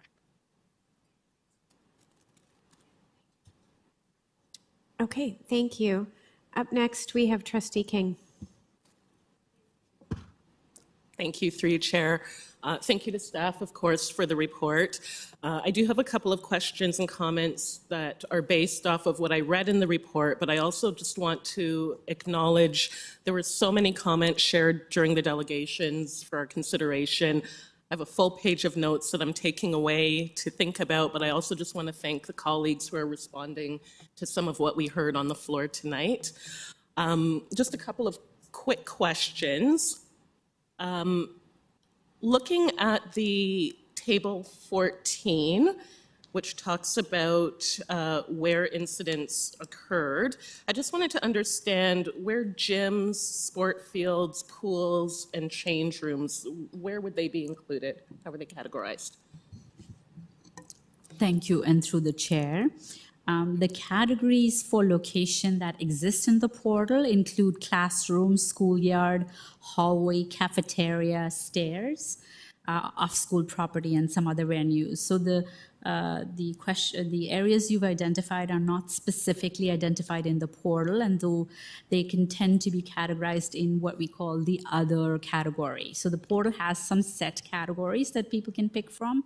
So if they wouldn't find, for example, gym or a pool or a change room, then they'll choose likely other as the option there. And you can see there's about 15% of the proportion of the incidents are occurring in what they call the other category. I hope that helps, through the chair. Thank you. Thank you. And just to follow up to that through the chair, are there any other distinct school spaces that I haven't already named that would also fall under other? I think, through the chair, that perhaps the online, I know we have virtual classroom, but that's often in that formal classroom setting, might be picked up, but we don't have enough data to know, but definitely there is some element of cyberbullying as well. And so we might see some of that. The other place that is not easy to represent in this table is when an incident evolves. So for example, it begins in the schoolyard, the conversation, quote unquote, or the slurs continue in the hallway and then into the classroom. And so generally that's at the school level that they will select what they think is the most appropriate location. Thank you, through the chair. Thank you, through the chair. And then a separate question. Are you able to let us know of the incidents that were reported that were involving homophobia and gender identity or gender expression? Can you tell us how many of those occurred in June 2023 when Pride Month is recognized? Thank you, and through the chair. While we did not have a chance for a deep analysis at this point, we did take a quick look as best as we could to get what we noticed as the months leading up to June, as well as June itself, which we know is Pride Month. The number of incidents was about the same. So the months leading up to June, same amount of incidents in June. So no marked difference at all, sort of same level of incidents. Another area of concern, because we do see homophobia, biphobia, transphobia in our school system, and we are quite concerned about that as well. So thank you for your question through the chair. Thank you, through the chair, those are helpful. I just wanted to comment as well, you know, some of my thinking as I was reading through the report was I was looking at the figures and just very, very aware that every one of these figures represents a person that was harmed. And in most cases, it was a student whose rights were violated while they were in the attempt of pursuing their education. If we look at any of those groupings, so if we look at homophobia as an example, accounting for 13%, and then gender expression, another 5% of incidents reported, when you add those up, that's 364 incidents. So that's almost 2 reported incidents on each of our instructional days on just that ground. So again, I'm thinking about the actual impacts and what's happening in a learning setting. So if this is a child, for instance, that is called a homophobic slur at recess, I'm thinking about the hurt they're feeling, the anxiety that they might be having as they're sitting and thinking about what's going to happen at the lunch period, and how distracted they might be from the lesson or the evaluation that they're in at the moment. Or I thought about somebody that might experience an incident of gender-based violence in the bathroom or off property, and now they're scared to come to school. So now they've got days of missed learning and absences accumulating.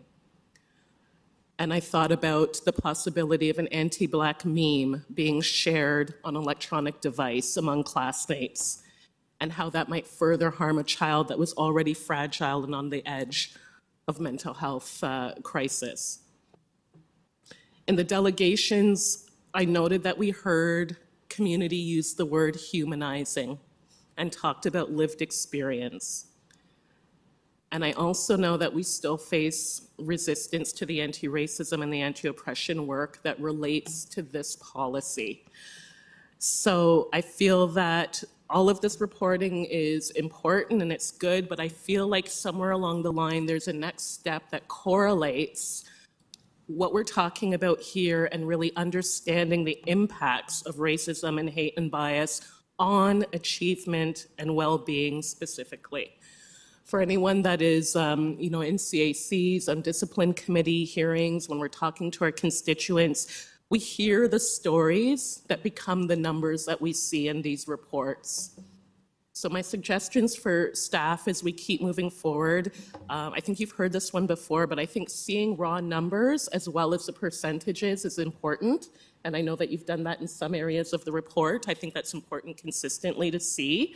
But I also think it's important to start considering how we connect what we see here with what happens when rights are not upheld, but also the positive impacts on achievement and on well-being when they are upheld. I think that we need to see both the stories of lived experience, but also how this work translates into measurable metrics where we can see that it really is an improvement and a support for our students. So with that, I think my final question is, I just want to have an understanding of when we see the next anti-racism and anti-hate strategy report. I thought that we were anticipating it for June, and I'm not sure if that's the case anymore, but I feel like that's probably the next logical place where we see some of this work. So through the chair, yes, it will be for June. Thank you. Please go ahead to staff. Thank you very much, Trustee King, for your thoughtful analysis and sharing your current worry and concern, which we share as well. We share your concern about the impact of each and every incident on our staff, on our students and communities, and what happens next. So thank you for sharing that. We always have front and center in our minds our students and how this is affecting. In all of this report, which tends to tell you and show you all where the problems are, there's one glimmer of good news that I wanted to share at this point. And that glimmer of good news is every time, almost every time, we've gone in for an organizational response team, or a principal has reached out for help, or a teacher has reached out, someone's reached out for help to the HRO. The good news that I wanted to share was we've seen they've already done some work before they've reached out. So the response is fast. Getting the student to a social worker, counselor, reaching out to parents, reaching out, that has become, that turnaround time on that has, while we haven't tracked the exact hour to minutes, but I can tell you we're seeing very fast response, and they're coming prepared with some strategies that they've already begun implementing and saying, what else can we do? And staff have commented about that consistently, saying it's so wonderful to see how quickly they've identified the issue, they've started to address it, and they're coming to say, what else can we do? And that's exactly where we want to be. That's harnessing that moment and that energy to really truly support our students, not also in just in the moment as well, but more proactively for the future as well. So I just wanted to share that good news because staff have been commenting consistently that we're seeing a very fast and quick responses already underway. Thank you. Through the chair. Thank you very much. And up next, we have Vice Chair Shan, and I'm just going to read the list just so people know where we are. We have Vice Chair Shan, Trustee Hassan, Trustee Patel, Trustee McLean, and then we're back to the top of the list. Thank you. Through you, Madam Chair, I wanted to actually thank all the staff who are working with the Human Rights Office and also all the equity-based work. I know it's one of those positions where you hear from both sides. For some you're doing too much, for some you're not doing enough, and I know it's difficult. And so I want to thank all of you for the work you do. And my comments are going to be from the other side because we always have to have the balance of people who say we need to do better, and people who would push back and say this needs to stop. I also want to thank all the delegates who came in and opened up and shared their personal stories, shared their experiences. It takes a lot to do that, and so thank you for doing that. I know this is a bit of a three-part kind of a report, and with the delegation, I know we are also talking about the anti-hate related conversation. We have the human resources side of things with the staff, but also then the portal that talks about school community. So I want to start off with some things related to the delegation first. I hear the concerns around copyright, around the rooted curriculum, and I hear the need to be extra careful with things that are very sensitive. But I do feel if this resource is not available at this time, and it was created a couple of years back, or started to be created a couple of years back, and it's been waiting for a number of months, or if not more than a year, it concerns me that even if it means half of it or part of it or whatever is usable of it needs to get to the community to show that there is some output, because community was consulted, there was a secondment of a staff to do this work from National Council of Canadian Muslims, if I remember correctly. So I would like to, it's not a question, but I would like to communicate my sense of urgency on this matter, that we need this resource and we need to have this sooner. So if it means changing or having a phase 1 release as phase 2 release, whatever it may be, to get the resource out. I'm also very concerned about, there are a number of other things that came through, and maybe not necessarily for this topic, maybe it's something that we should talk at the June meeting when the other report comes in. But I'm concerned about the fundraising related question that was asked. So I would like to clarify from staff what happened with that process in terms of not initiating the possibility of a fundraising, because we despite of what you feel about what's happening, human casualties and children's casualties have been confirmed by multiple levels of government and multiple international bodies. So people wanting to have humanitarian aid and having that support through schools should be supported. So I'm just curious as to why that didn't go through and what the process is right now. Thank you very, excuse me, thank you very much. Through the chair, I would invite Executive Officer Ryan Bird to begin our response, please. Sorry, through the chair, with regard to fundraising and the disaster relief policy is what you're speaking to. So when that happened back in the fall of 2023, quite frankly, we were not aware of the donation matching campaign put on by the federal government. It was announced at the end of October and lasted, it was retroactive to a little bit earlier in October and lasted, if memory recalls, till about November 12th, 2023. When it came to our attention that there was indeed that donation matching, which is typically one of the 4 criteria within the procedure, it was after that donation matching period of time.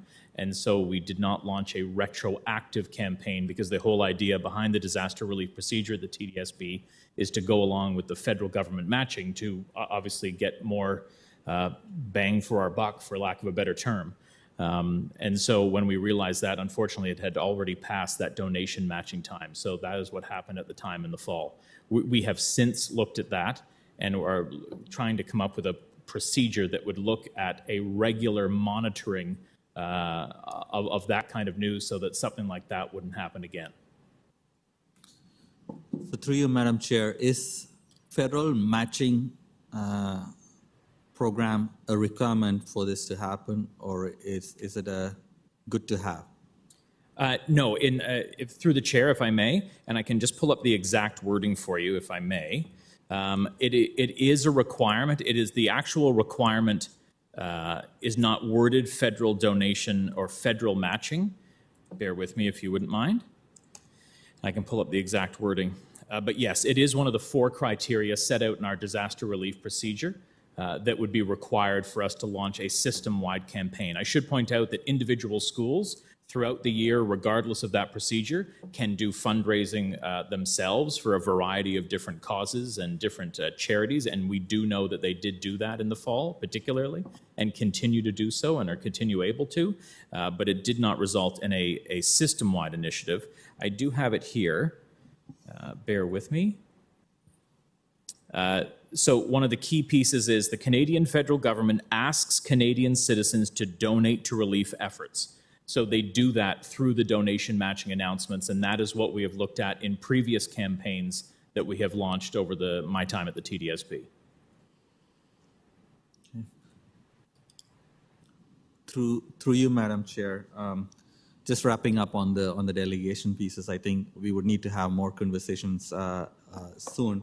But I do hear a lot about the eraser piece around the visibility and erasure, and also lack of recognition for incidents of anti-Palestinian racism.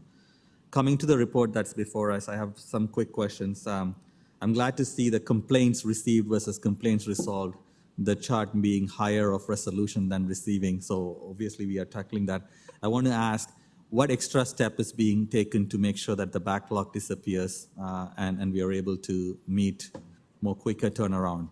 Is there been resource allocation or strategic prioritization that's happening around that? Thank you. And through the chair, in terms of the backlog, yes, both those things are happening, more resources and strategy to prioritize, especially because of the time issue. It's, if we don't want to continue to delay those, that number is almost vanished now. And one of these days I'll say it's gone. So it was definitely prioritized. We are always mindful of people in a complaints process. It's not an easy place to be, and we want to restore them as quickly as we can to where they actually should be had no harm happened. So we are very, very much prioritize that, and that is in accordance with the direction from our director to make sure that we get to that as quickly as possible. Thank you. Through the chair. Thank you. Through you, Madam Chair. I have 3 other questions, but I'm going to do it together because in between stoppage time, I'm losing a little bit of seconds. So the out of scope component, sometimes we worry, sometimes things are people who often raise human rights complaints fear that they might not be taken into the human rights scope.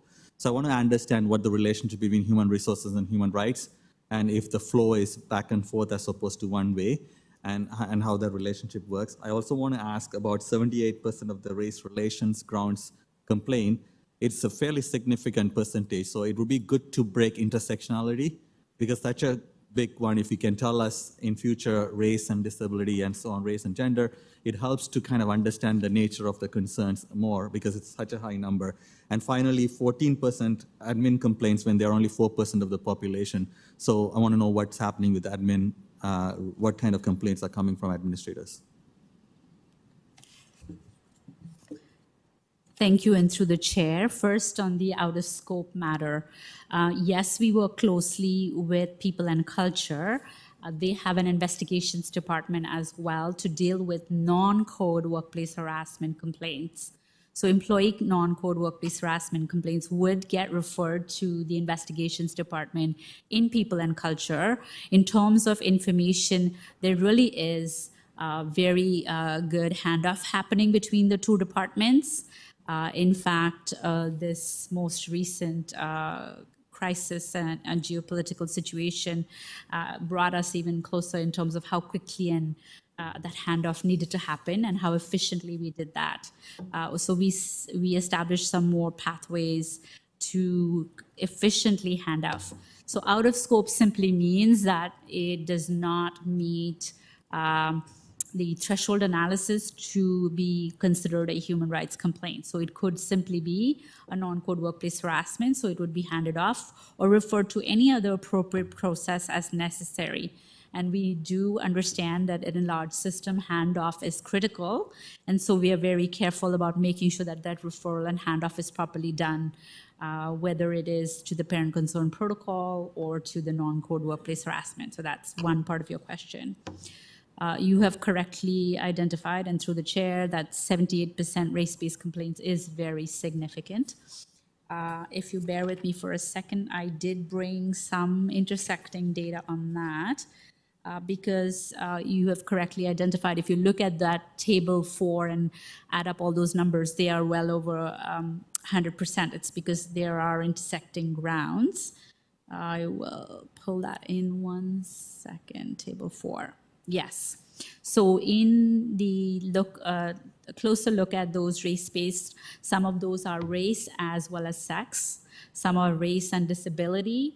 Some are race and sexual orientation, race and age.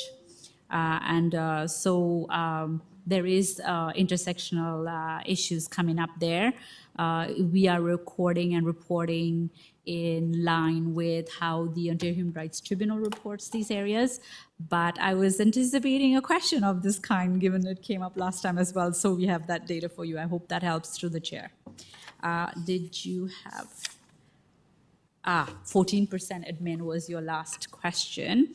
And that comes out of table 5, I think. Yes. So in 5, you're asking about the school administrators. The complaints have gone up in 2022, 2023 to 14%. School administration is a small part of our population, relative size. And to see that number, it is a significant increase. We are seeing similar increase sector-wide in education, where sometimes the pent-up worry, concern, and upset about all the issues in the world can be often offloaded, if you will, sometimes, or affecting conversations with administrators who are on the front line working with parents and communities. So we are seeing an increase in complaints from administrators who are sometimes experiencing specific conduct issues. Toward that end, colleagues in People and Culture have worked on more detailed policy on respect in the workplace and how we communicate, especially when we are worried, stressed, upset, tense, and angry. So yes, we have noted that change. It is similar to what other folks are observing, and we are monitoring closely and on a case-by-case basis understand what we can do to better support administrators who need to support our students. Thank you for the questions through the chair. Thank you. And next we have Trustee Hassan. Please go ahead. Good evening, everyone.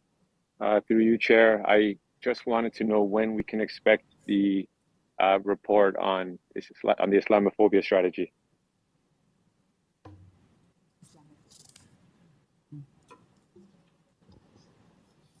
So thank you, and through the chair, the Islamophobia strategy, I know that the committee has worked diligently in order to come back and provide us with recommendations. My understanding is that that particular report is currently with staff, and so that will be one of the first reports that's brought forward around the combating hate and racism and the two-year strategy. So that is the first one that is in the queue for us. So we're reviewing that particular strategy to ensure as it will set the precedents for all other strategies that will come forward.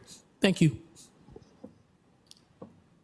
So I believe that it was actually due in March of this year. And I just want to know why it hasn't been delivered. And is it because you guys consider it not a priority, or are there other reasons? Could you clarify further, please? Sorry, if you could repeat the question again, that would be greatly appreciated through the chair. So this report was presented last year, and it was directed towards staff to deliver back a report on March of this year, March that just passed.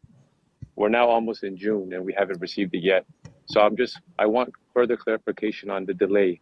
What's the reason why it's taking this long to come up with this report?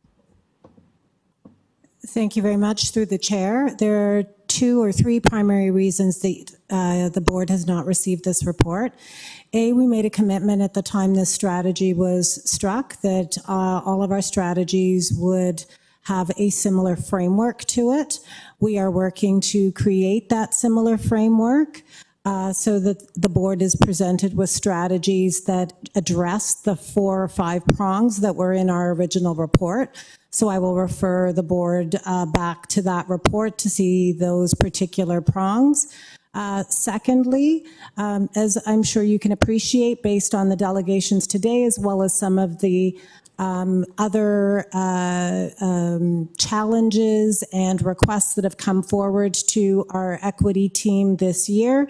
The team has been trying to do work to be responsive to school needs with respect to the issues with which they are grappling that are represented within this report. And so that is where some of our time has gone. And then lastly, we have also had some significant staff absences that have slowed all of our work.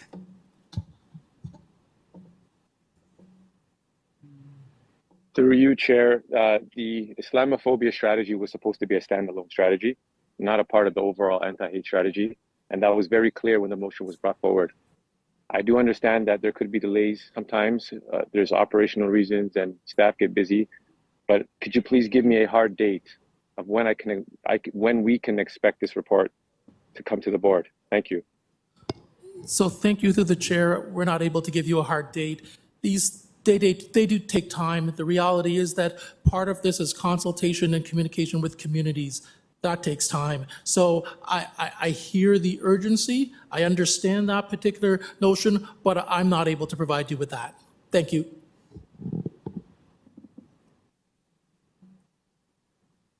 So, okay, thank you. Through the chair, from what I understand, we have no idea when this report will be coming then. Is that correct?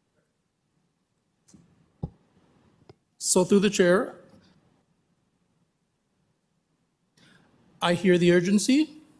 Staff has been engaging in working through all 7 of the expected 2-year programs that were outlined in the Combating Hate and Racism strategy. We certainly understand that the Islamophobia strategy was also one that was outlined to be on its own.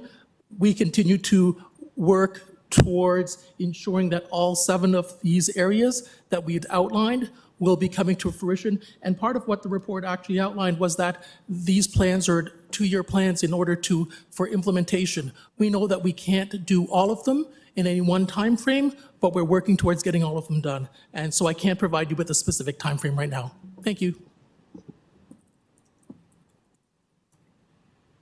Thank you. Through the chair. My other question is about school safety. I was expecting some sort of report on that to come in the annual report tonight, but unfortunately I didn't see anything. So similar to my Islamophobia question, when can we expect that, as many members in community of York Southwestern have been requesting information on what the TDSB has been doing to combat violence in the community and in our schools. So I'd love to hear further clarification on when we can expect that report. Thank you. Trustee Hassan, I would suggest that this is more a question to send over email to staff. It's not, it doesn't pertain to this report that's before us tonight. And also the other place you can always look is the pill, which I link in Trustees Weekly every week, which gives an outline of all the different reports and when they're expected. Yeah, I didn't see anything in that about school safety, and this is actually related to human rights. That's why I'm Joseph bringing it Dowers forward is tonight. looking at the pill, and she says right now it looks as it's showing for June 11th. Okay, thank you. Do you have any further questions? No, I don't. Thank you. Okay, thank you. So we're going to move on. Trustee Patel, you're next. Madam Chair. Thank you, staff, for this report. And my questions are mostly questions of clarifications. So if I'm not wrong, the total incident reported are 2,028, am I correct? And I see that still we have 61% Black kids. And I also see an increase of 5%. And looking at the historical data and the investment and the help we provide, why these numbers are not going down? Is there any specific reason that these numbers are not going down? It's increasing, and this is concerning.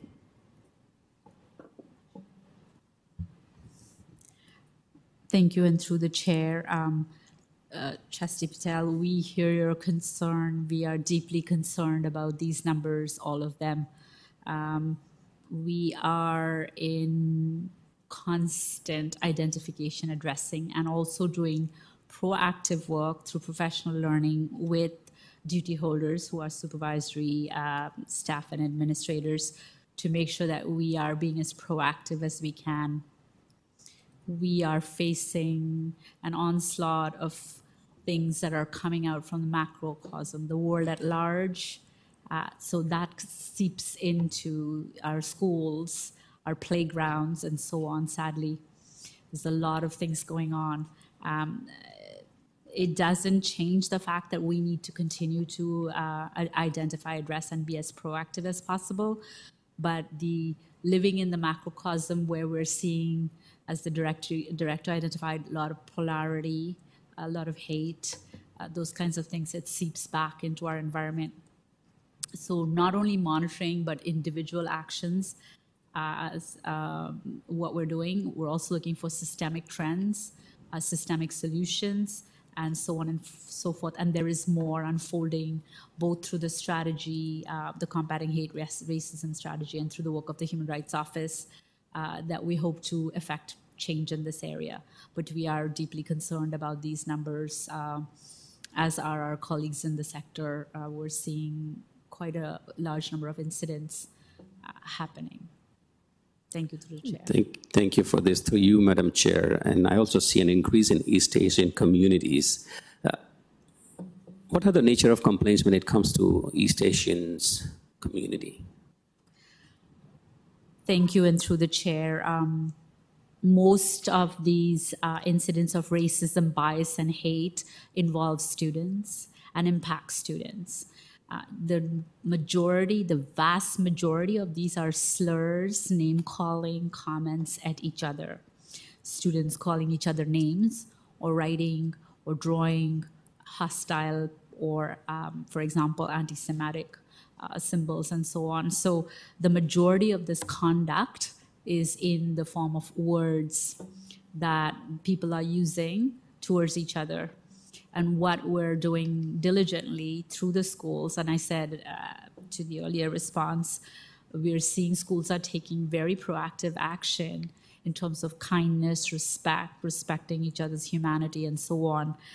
So in terms of East Asians specifically, there are slurs and comments as well, sadly. Negative comments about appearance, those kinds of things. Thank you. And through you, Madam Chair, I'd just like to understand when a reporting is done, and in the system, we do have students who identify themselves as a multiple identity. For example, there could be a Muslim, but he could be a Palestinian, he could be a Black Muslim, he could be, how do we capture those complaints? Does it go directly to Islamophobia, or does it go in a different direction? Thank you. And through the chair, that's actually a brilliant question. Especially very young students, they use words, they use slurs, or they're sometimes even dared by other students to use this negative terminology. And they direct it at a person they perceive to be from that group. The person may or may not be from that group, but they think they are. So that's one part of the multiple identities. Sometimes they're using East Asian slur towards a South Asian child, and so on and so forth. So sadly, hate doesn't know very well how to do that. In terms of Islamophobia and so on, we're looking for identifying incidents based on, so if this child is Palestinian, but the identity that's being targeted is because they're wearing a hijab, for example, then that would generally be classified under Islamophobia. So it depends on which part of the identity is being targeted and for what reason. It's classified according to that to help us better understand what part of the identity is. It is tricky because sometimes it's multiple identities and the combination of those multiple identities, and that's why that person's being targeted. Thank you. To you, Madam Chair.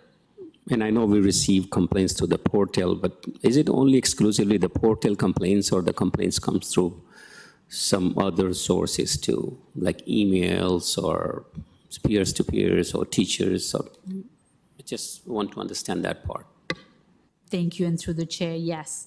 The requirement is, according to our procedures 728 for reporting incidents of racism, bias, and hate, that if they involve or impact students, they must go into the portal. So yes, they do go into the portal. Some people will email directly. Some people will email school staff. School staff will reach out. Administrators are duty holders. They have a responsibility to identify an address, and if they don't know, they can definitely reach out and get support. So we do see various forms, and parents sometimes reach out as well. So it doesn't matter which door a person enters through. We want to make sure that they're supported or properly handed off. Sometimes they'll contact us directly, or they'll download a form, a complaint from the website and use it, or something else, and that's fine. We know how to properly hand off to make sure that the person is supported and the proper next steps are taken. So yes, it can come as emails, phone calls. We do get a lot of phone calls as well through the portal. And then referral, trustees may refer, community members may refer, parents may approach us. So it doesn't matter which path they choose. We want to make sure they're properly supported and connected to a process right away. Thank you, through the chair. Thank you. And through you, Mr. Chair, my last question is there any way we can, I know you have given us a report according to the LCs. Is it possible to get, according to schools or wards, like incidents according to the schools and the wards? Is it possible to do that? Not today, that's fine. I can wait until weekly. Is it possible through you, Mr. Chair? Thank you, and through the chair, very difficult because this portal was not set up really for data collection analysis. It was really set up as a system that is operational in nature, that helps us put an incident, brings all the right people together and start to take the appropriate steps. So it triggers actions. So when we try to do any data work, it is a lot of manual work that we have to actually put all the data together. And we have the wonderful David Cameron's team, Dr. Cameron's team, that helps us with that element because it's a large volume of data and many lots of pieces of data in each file. So it isn't the easiest to analyze at that level. Also, when we go to a level of granularity, you can start to create issues around confidentiality and privacy. And because we have a duty of care and the majority of our students are very young, we have to be very careful how far we break that data out. But certainly I can take that away and explore that further. Thank you through the chair. Thank you very much. Thank you, staff, for this report. Thank you, Mr. Chair. Thank you, Trustee Patel. Next is Trustee McLean. Through the chair, do we record we break these numbers down in a number of different ways? Do we ever do it by the age of either the victim or the like? Do we record those actions that might happen in elementary school or middle school or secondary school? Do we keep that in that data as well? Thank you, and through the chair, we do know which school it happens at, and we can, I guess, figure out. I'll actually turn it over to Dr. Cameron. He might have some insights, but it's again not data that can be readily accessed because there's a number of pieces of information that we're putting through, but we do collect which school it happened at. I don't know if Dr. Cameron wants to add anything. No, I think that's pretty accurate. We know we can locate, because the portal it's really important the portal's a processing portal, so it's really important to identify where the incident is, so we know where the incident is. The most important part, though, to consider is it's all documented by the school principal, right? So the portal itself is a reflection of how the principal is recording what happened, where it happened, how it happened. So when you hear Mahajibeen say that something might have gone from the playground into the hallway, out into the classroom, around it, it's really dependent on who picks it up and when do they pick it up and how they report that piece of information. So it's not necessarily the case that it's a one-for-one relationship, or that the incident itself that was a violation, it involved a particular student whose identity was marginalized or discriminated against, right? It could be a swastika on a wall, a school wall with nobody necessarily from the Jewish faith walking through it. So right now, as the portal is designed, it's not designed to identify. It's a human right incident, it's a human right violation, but it could be many different kinds of ways that educators pick that up and they're recorded inside the portal. Okay, thank you, and again through the chair, I guess I had just this week I spoke with a parent who was of a young child who was the victim, and the parent, like, it didn't equate to the damage that was done and the unfortunate, how the student felt and the negative experience of it, but there were some conversations that resulted, not only to the perpetrator, if you like, but some broader conversations that happened, with classes and around, respecting diversity and around empathy and kindness and respect. And is there a way that we record things that we get to know? Like, I see that, complaints are resolved, and I'm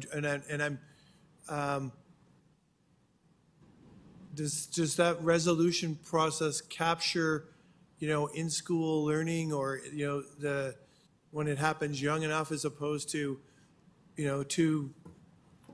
anyway, that kind of, does that happen?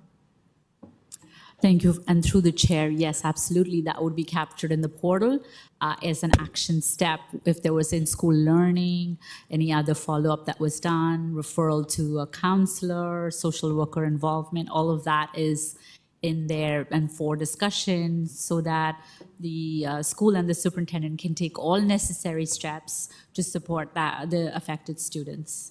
So it is put into the system and they do follow up.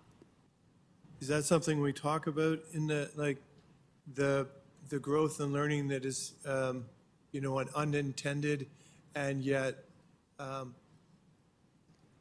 if bad things are going to happen, least we can do is learn from them and try to make sure that they don't happen again.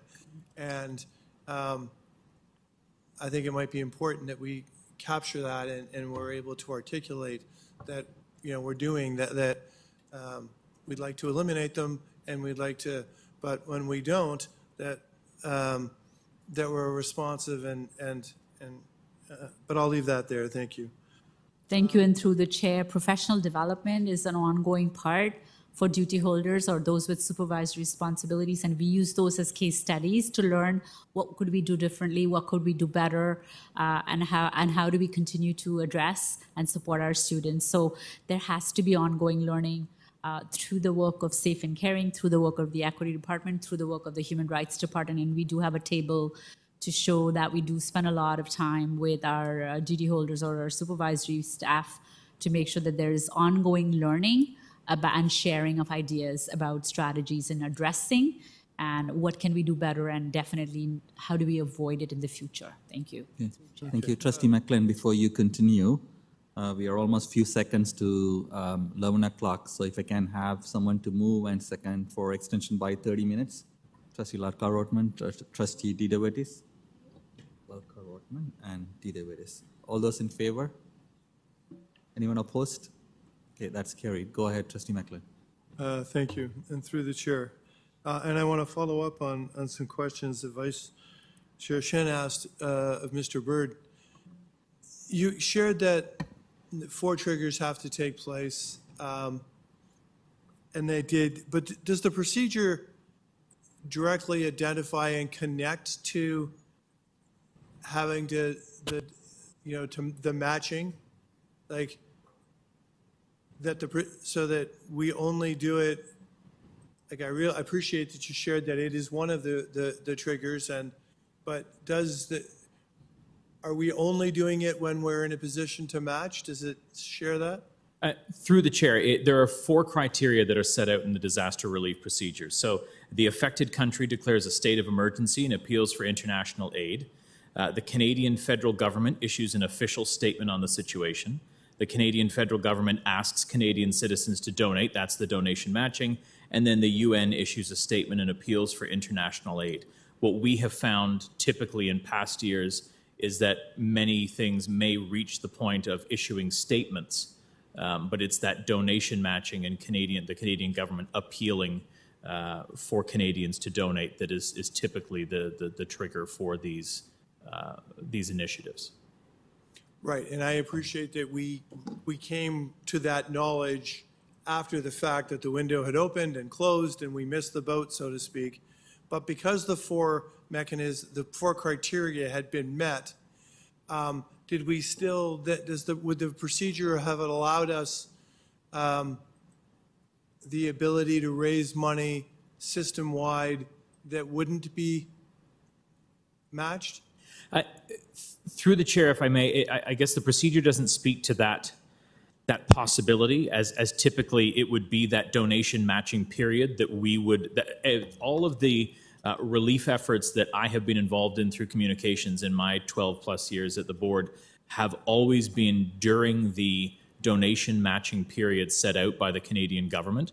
In this case, I believe I'd have to double check, but I believe it ended on November 12th. So it's not something that we have done in the past, and the procedure doesn't really set out specifically when that would happen if it's outside of that donation matching period, because technically after November 12th, that that bit of the criteria, I guess, would then be dropped because they're no longer encouraging them through the donation matching campaign. But it doesn't speak to that with that specificity outside of that campaign matching period. Okay, I think, well, I would push back that the delegate, certainly took something from our lack of, how do we traditionally, is this just a word of mouth thing that someone rises and says, or does the government make a statement usually and we find out in a different manner that for one reason or another we happen to miss? Yeah, so over the years, I would say that typically the government would make an announcement and then we would hear about it in the news. I will say, and again, in the end, we did not see it, and I want to be upfront that we did not see this in the news. But what I believe happened is that, through the chair, is that this news got lost in the immense coverage of what was going on in the world at that time. I think this announcement came approximately 2.5 weeks following the beginning of October and the conflict in the Middle East. And I think it just got lost in some of the overall news coverage, of wall-to-wall coverage that was happening at the time. Again, I want to be open that we did miss it. And that's why we're working on getting a process in place that would look at how we can obviously avoid that in the future. Yeah, thank you, and through the chair, and I wasn't really trying to point fingers as much as just to acknowledge that how this came to be, and I will take the opportunity with my member of parliament to suggest that maybe there's a more formal mechanism that they could do so that when there are organizations that would like to be in a position to take advantage of their positions, that everyone's in the loop and able to do so. Thank you. I believe the director wished to comment as well. Thank you very much. Through the chair, I appreciate Executive Officer Bird's response. We absolutely were not aware of the fundraising matching that was occurring. But I do want to acknowledge that many people in this room and possibly still listening to us this evening remember the emotion that existed at that time. And we need to reflect on whether all of our principals are able to navigate a fundraising drive that's connected to a geopolitical situation, and members of the school community are impacted, and one community is not being supported, and another is. And it is deeply steeped in history that they cannot understand or do not understand, and we are not educating them about. I think that's the future for us as a board and as a country. And so I appreciate that this is being raised, but I think there's more conversation about where our protocol should go in the future. And I'm sure that this board has direction that they would like to provide to staff with respect to how to navigate these very difficult situations as they arise in the future. And the responsibilities that we put our principals and educators in to work with communities and to create a inclusive, safe, open dialogue among community members where they themselves may not be fully educated to navigate some of the questions that come forward.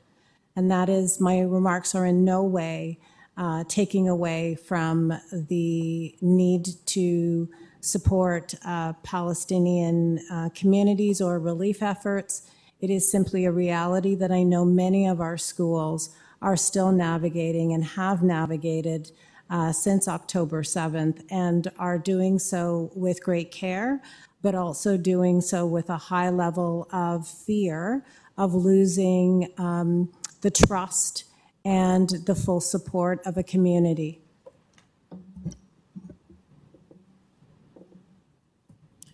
Okay, thank you very much, Director. Up next, we have Trustee Sriskandarajah. Please go ahead. Thank you, through you, Madam Chair. Thank you to staff. Thank you to Mahabajibeen. I always love hearing your voice when it comes to this report. And I say that because this is such a heavy topic and you always bring so much grace to the conversation. So I just have a few questions on the report, and I think I've asked them before, and I don't know if there's updates or better insights. So my first question through you, Madam Chair, is it seems that I think this was the case last year as well. The ETFO has sort of a disproportionately higher rate of complaints versus the percentage of employee group that they make up. Do we have insight into what is happening in this, in this area? Like why is this the case?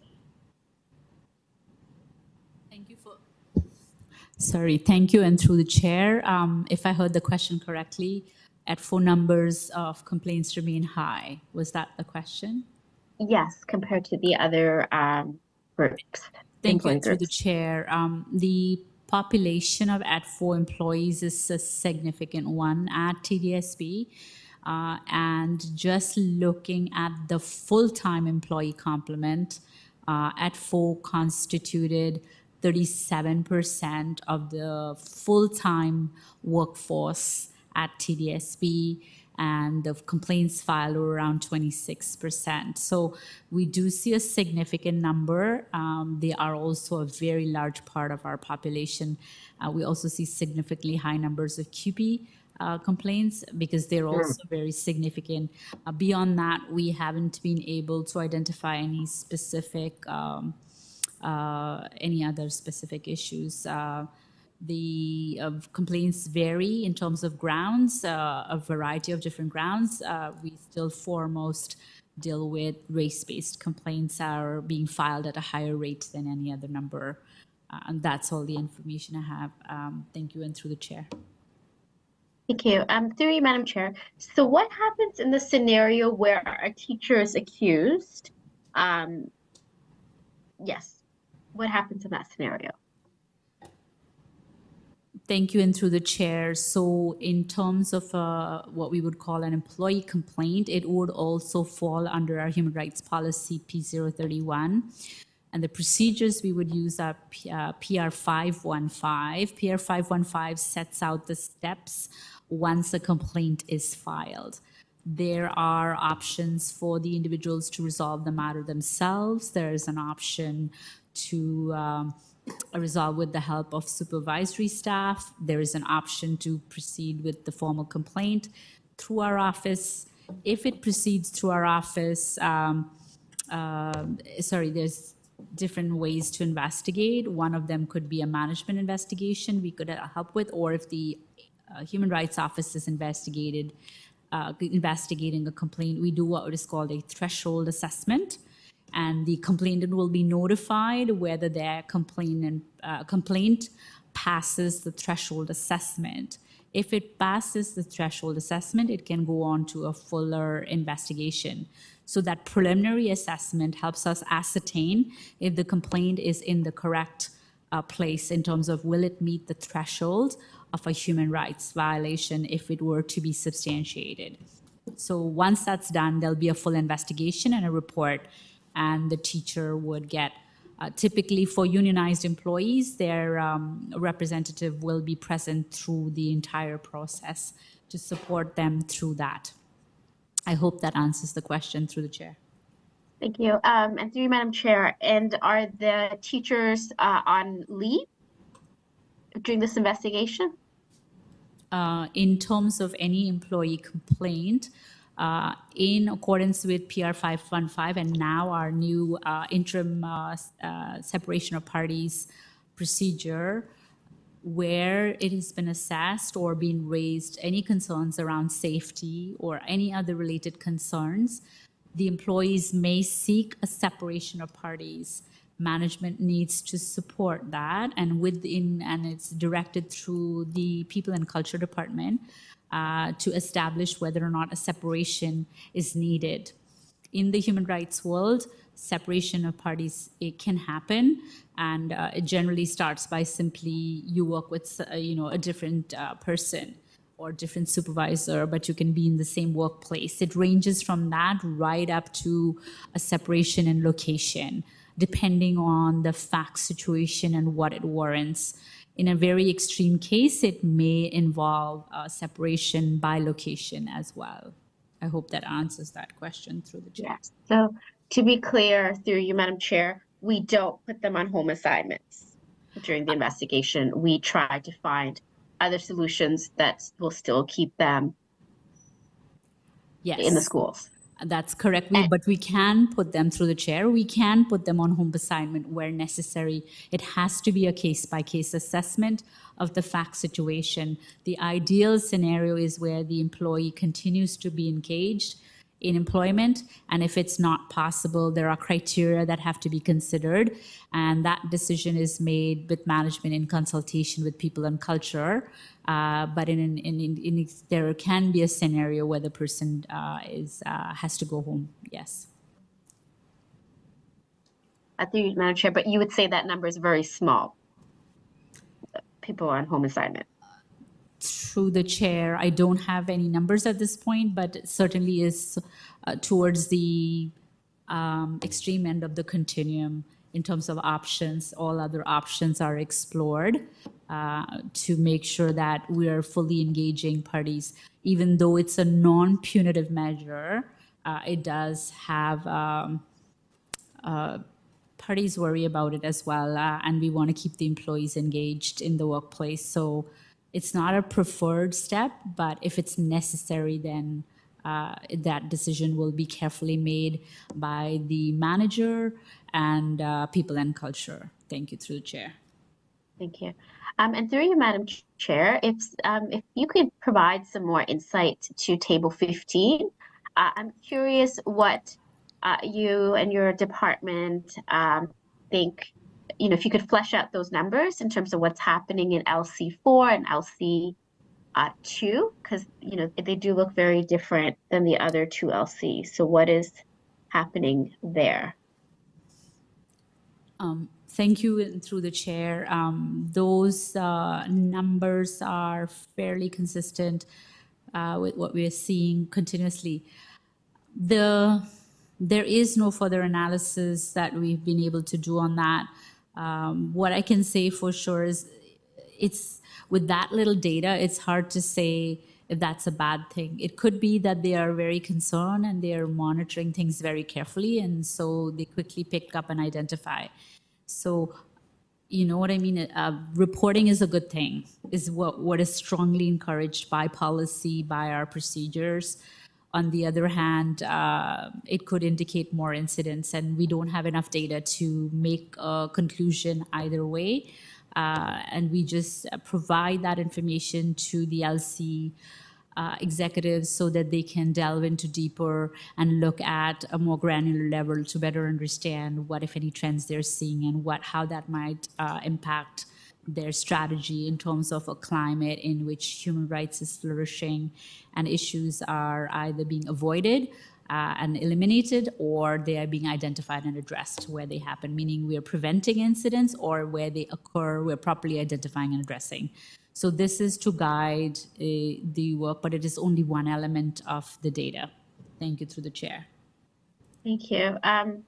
Through you, Madam Chair, just to pick up on Trustee Hassan's questioning about the Islamophobia strategy, I know a deadline or timeline has not been outlined for us, but could staff, through you, Madam Chair, at least let us know what percentage of the work is done for the report? Like, are we at a 40%, a 60%, 80%, 5%? Thank you, and through the chair. We are at a point with respect to the report where I believe somewhere between 70% of it is complete.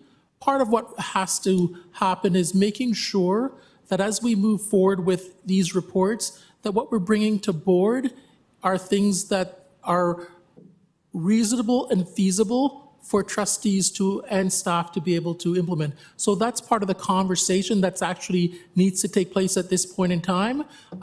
So in conversations offline, what we're looking to try and do is see if we are able to bring it to committee for September to allow trustees the opportunity to see it. But that was just something that we've been able to discuss offline in the intermediate time. So thank you for raising the question and giving us an opportunity to provide further clarity. Thank you. And my last question, I know that we don't collect the data in terms of wards, but can we do that going forward?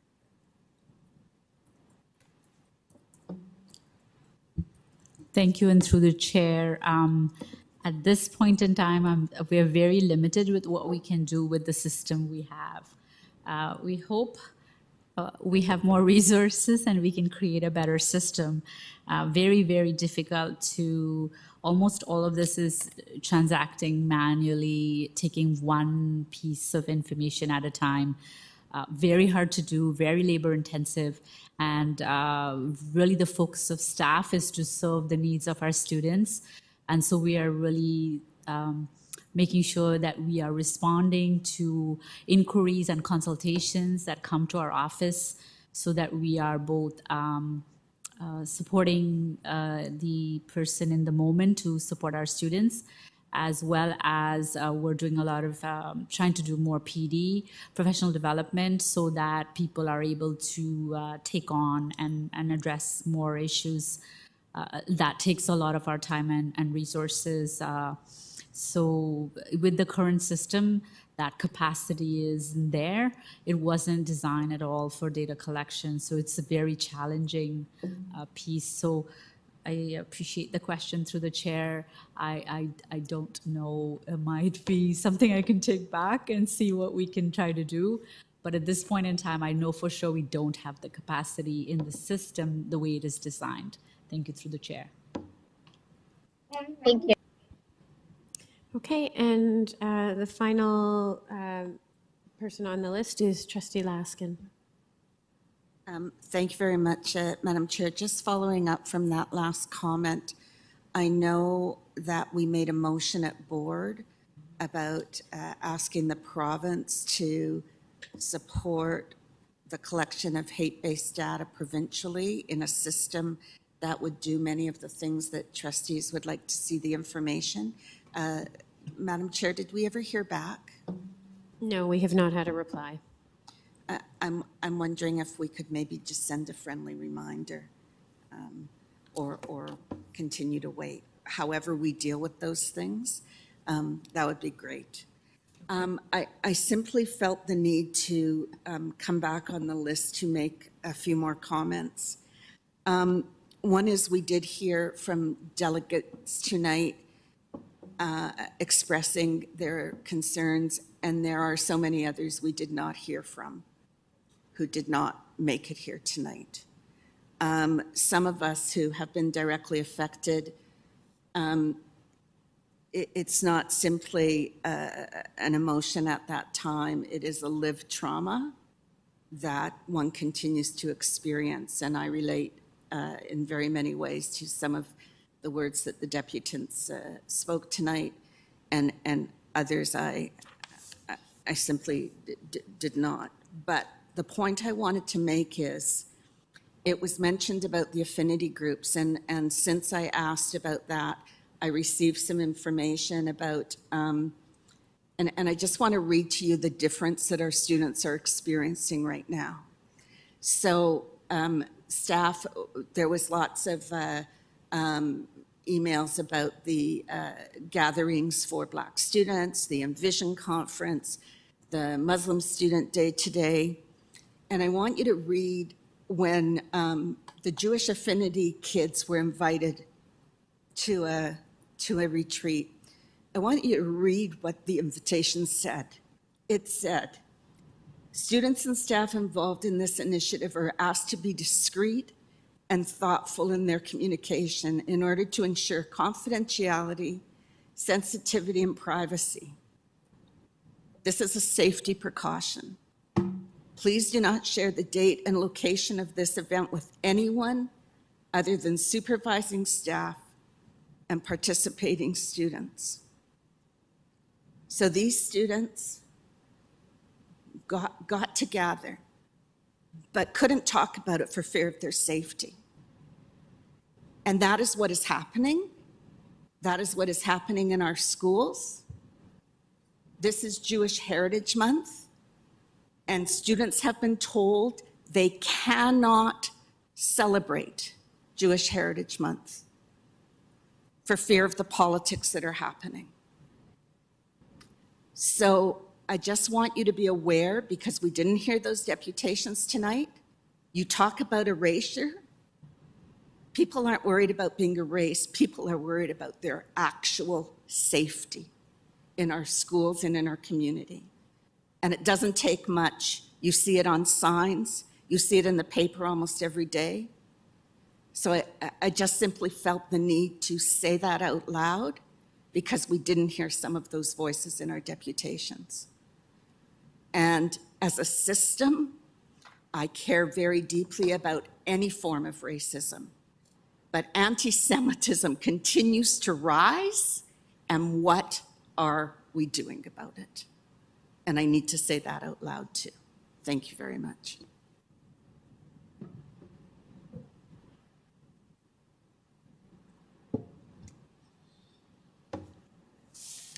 So with that,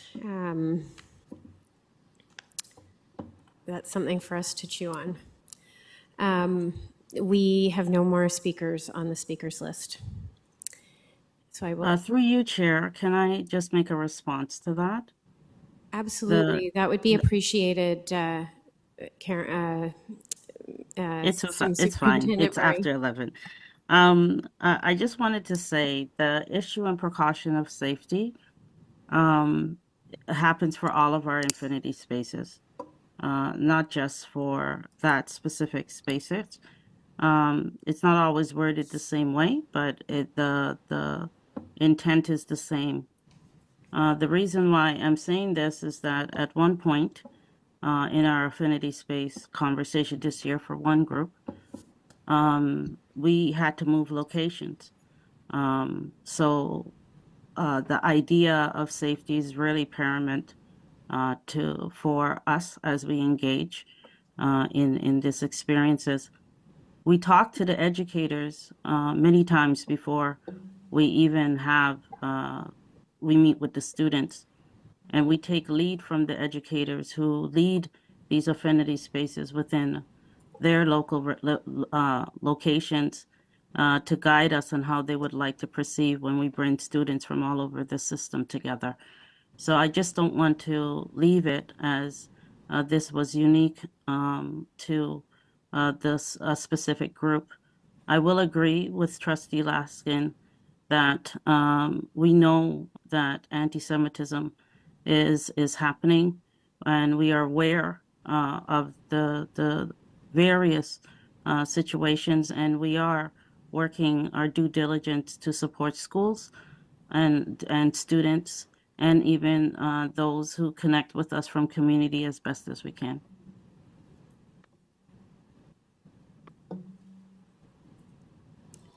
Okay, thank you.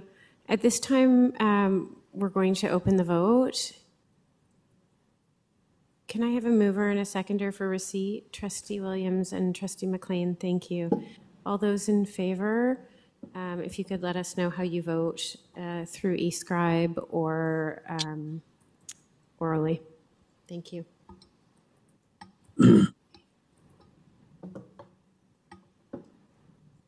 James Lee is in favor. Hassan, not in favor.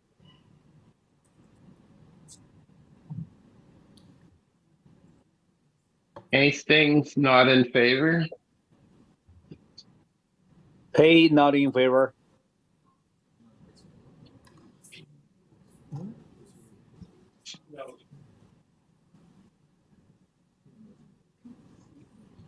McLean in favor. Shan in favor. Trustee Gross in favor.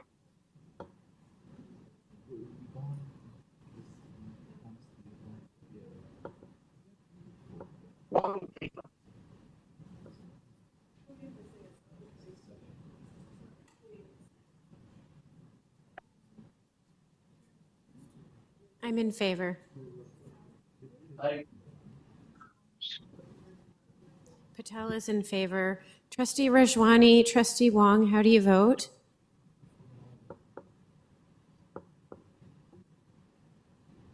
Chair Wong in favor. Okay, Trustee Wong is in favor. You can mark Trustee Rajwani as absent.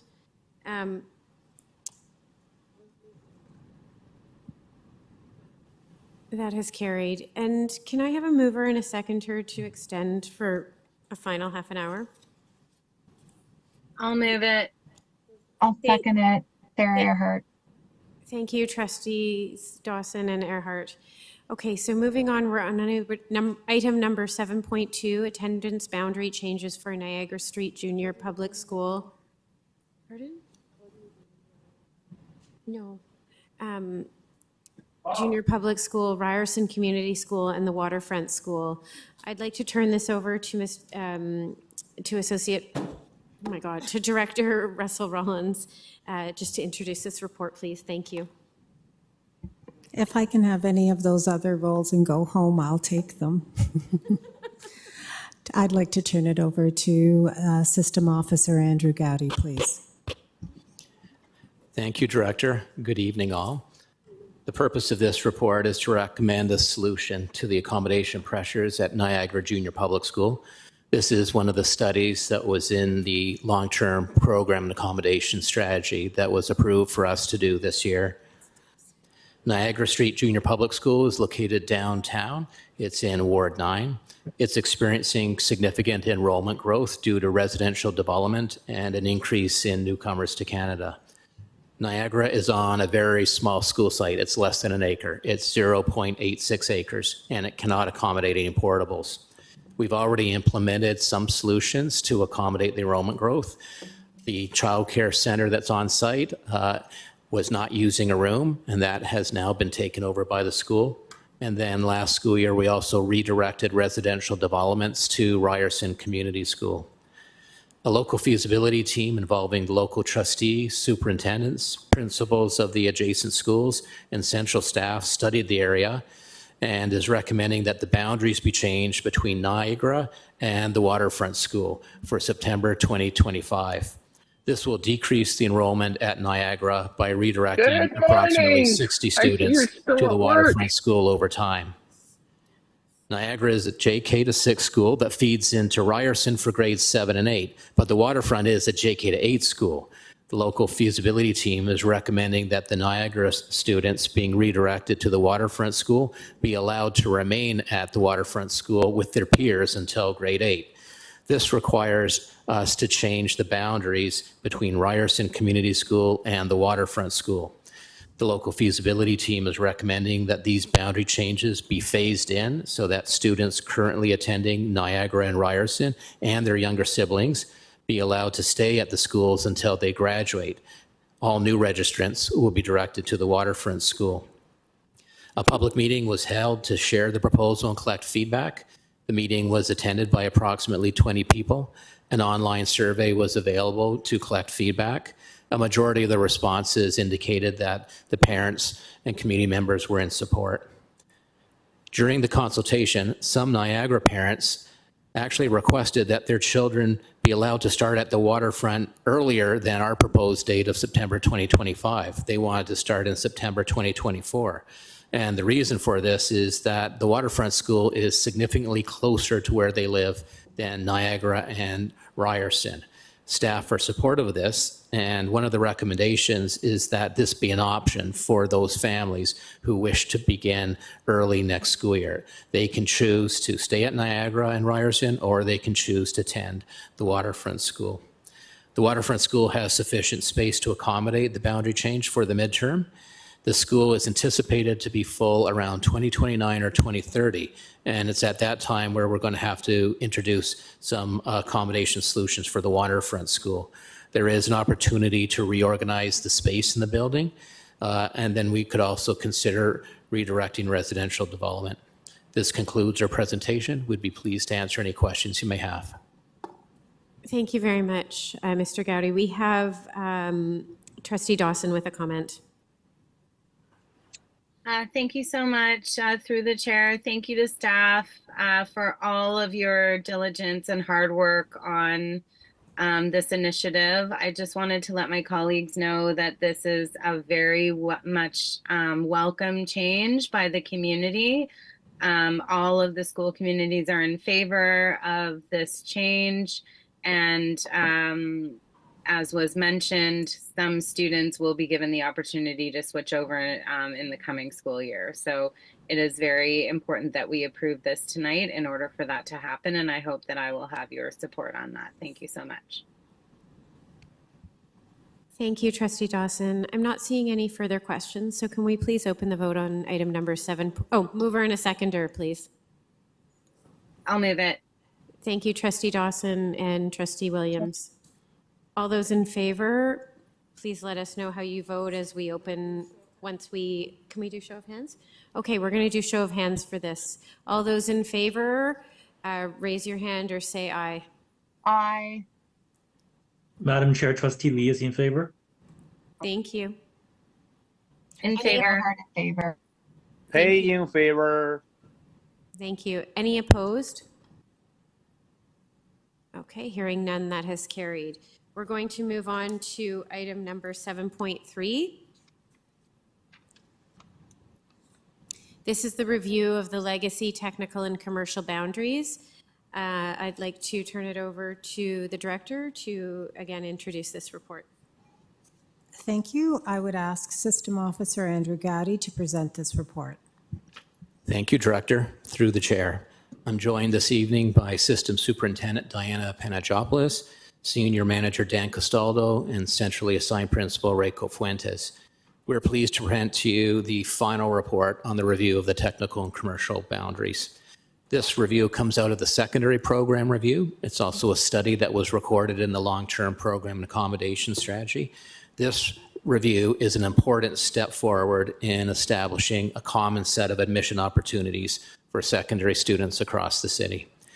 If you remember, back at the Planning and Priorities Committee meeting in February, we presented to you the preliminary report on the review of the legacy, technical, and commercial boundaries. At that committee meeting, we went over the review and our recommendations in detail with you. We used a slide deck, and we had a great discussion.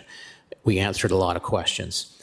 We asked you to provide us with feedback. We received one piece of feedback that we've incorporated into the final report before you. To summarize what this report is about, it's about addressing an anomaly that the TDSB inherited through amalgamation. It concerns large regional boundaries that only 6 schools in the central part of the city have. To describe the landscape of the TDSB, we have a network of local secondary schools that serve all parts of the city. We generally call these schools collegiates. The collegiates have local collegiate boundaries. Every address in the city falls within a collegiate boundary. But in the central part of the city, there are additional regional boundaries that 6 schools have. Some of these regional boundaries are very large, extending from Highway 401 down to the waterfront. Addresses falling within the regional boundaries have multiple home schools to choose from that they have guaranteed admission to. They can choose to attend a local collegiate as well as one or more of these 6 schools. The 6 schools are Central Tech, Central Toronto Academy, Danforth Collegiate and Technical Institute, Northern Secondary School, Victoria Park Collegiate, and Western Technical Commercial School. These regional boundaries were established in the distant past by pre-amalgamation school boards with the purpose of streaming students to distinct technical and commercial programs. They were created at a time when streaming was the norm, when students were directed to different schools for vocational or commercial programs based upon their abilities and interests. Nowadays, we're not streaming students into separate technical and commercial schools.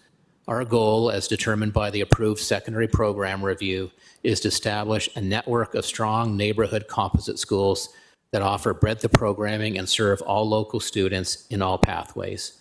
The 6 schools that have these regional boundaries have all been reinvented over time and currently offer a competent secondary program like the collegiates that span the city. These regional boundaries no longer serve the purpose that they were created for, and they have created a number of challenges outlined in the report, including accommodation pressures and an uneven playing field, meaning the addresses that fall within these regional boundaries have multiple homeschools to choose from, whereas the vast majority of the city only has one homeschool determined by the local collegiate boundaries. We're recommending that these regional boundaries be dissolved for the purpose of admission to these 6 schools beginning in September 2025. 2 of these 6 schools, Northern and Victoria Park, have local collegiate boundaries as well as these large regional boundaries. With the elimination of the regional boundaries, these 2 schools will operate just like any other collegiate across the city, using their local collegiate boundary to admit students. However, 4 of these schools don't have local collegiate boundaries. These schools are Central Tech, Central Toronto Academy, Danforth, and Western. When the regional boundaries of these schools are eliminated, we need a way to bring these schools to the attention of students and parents so they know these schools are an option for them to apply to. To accomplish this, we are recommending that these 4 schools be categorized as secondary schools without a boundary and have their own special admission process open to all students in the city. We're recommending that this admission process begin for admission to the 2025-26 school year at the same time that the regional boundaries are dissolved. And finally, we're recommending that these changes be phased in through a 3-year transition plan outlined in Appendix H. The transition plan identifies groups of students to give priority access to, such as siblings of students already in these schools and students interested in pursuing tech programs. Based on feedback we received from trustees when we presented the preliminary report, we have made a small change to the transition plan. Trustees thought that TDSB students who live in the city should have priority access to these schools over non-TDSB students who live in the city. We have incorporated that change into the transition plan shown in Appendix H. The report before you is comprehensive. It contains maps that show the technical and commercial boundaries, the local collegiate boundaries that span the city. It contains a description of other schools that had legacy regional boundaries that were eliminated. It provides the rationale for dissolving the regional boundaries for the 6 schools. It summarizes the feedback that we received from extensive consultation. The feedback was mixed. People who live in the regional boundaries were generally not supportive of eliminating them. People who live outside of the regional boundaries generally were supportive of eliminating them. The report also describes future studies that we will conduct to address program and accommodation issues at these schools. In closing, we'd like to thank the trustees and staff who sat on the local feasibility team and completed the review. We'd like to thank all trustees for the great discussion that took place at the Planning and Priorities Committee meeting in February. And we'd like to thank the parents, students, and community members who participated in the community consultation. We greatly appreciate the time everyone put into this review, as well as their input, advice, and wisdom. This concludes our presentation. We'd be pleased to answer any questions you may have. Thank you, Systems Manager Gowdy. First, we have Trustee Laskin. Through you, Madam Chair. First of all, to staff, thank you. This is a long time coming for some of us.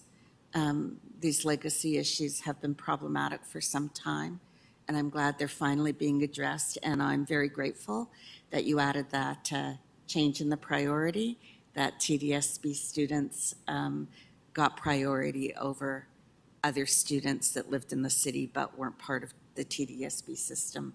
And I'm in full support. Thank you. I'd like to pass the chair. Thank you.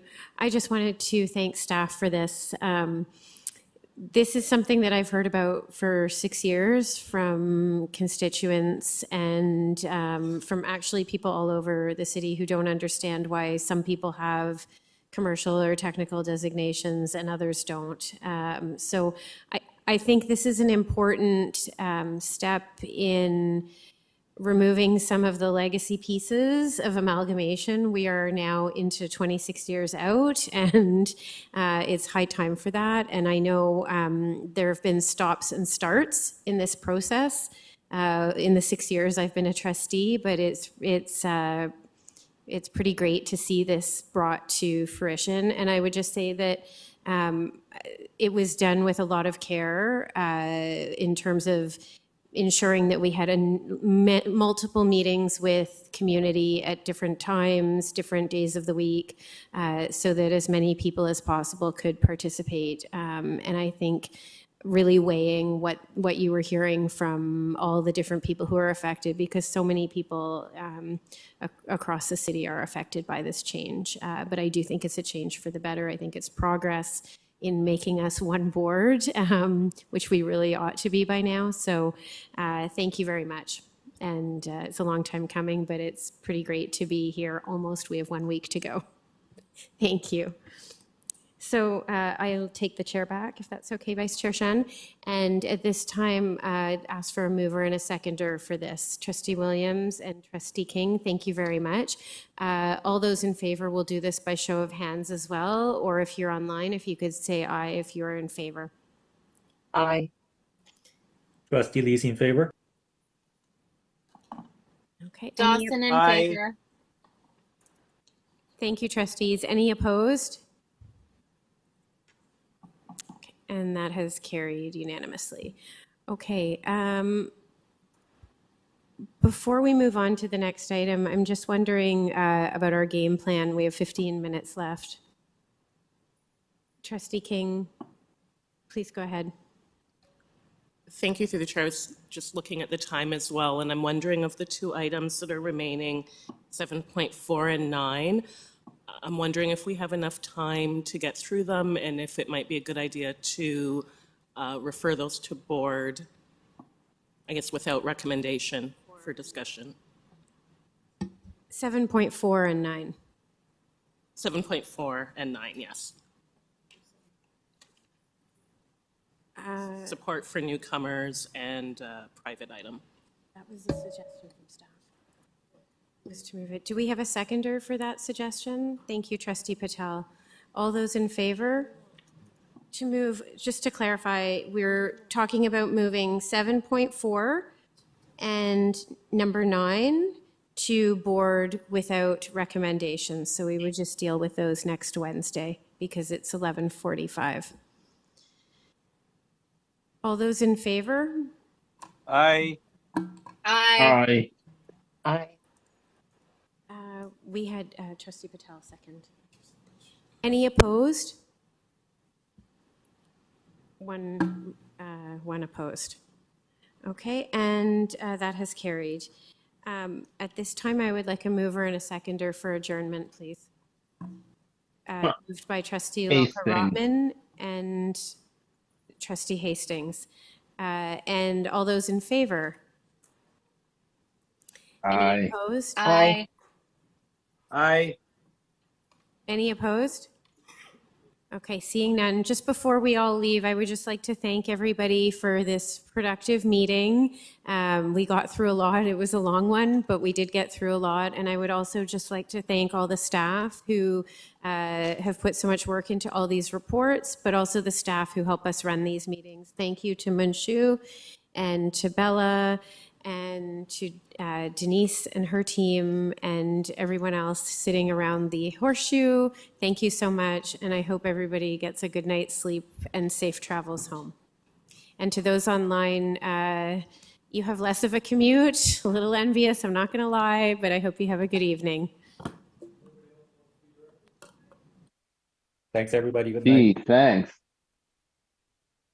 Good evening.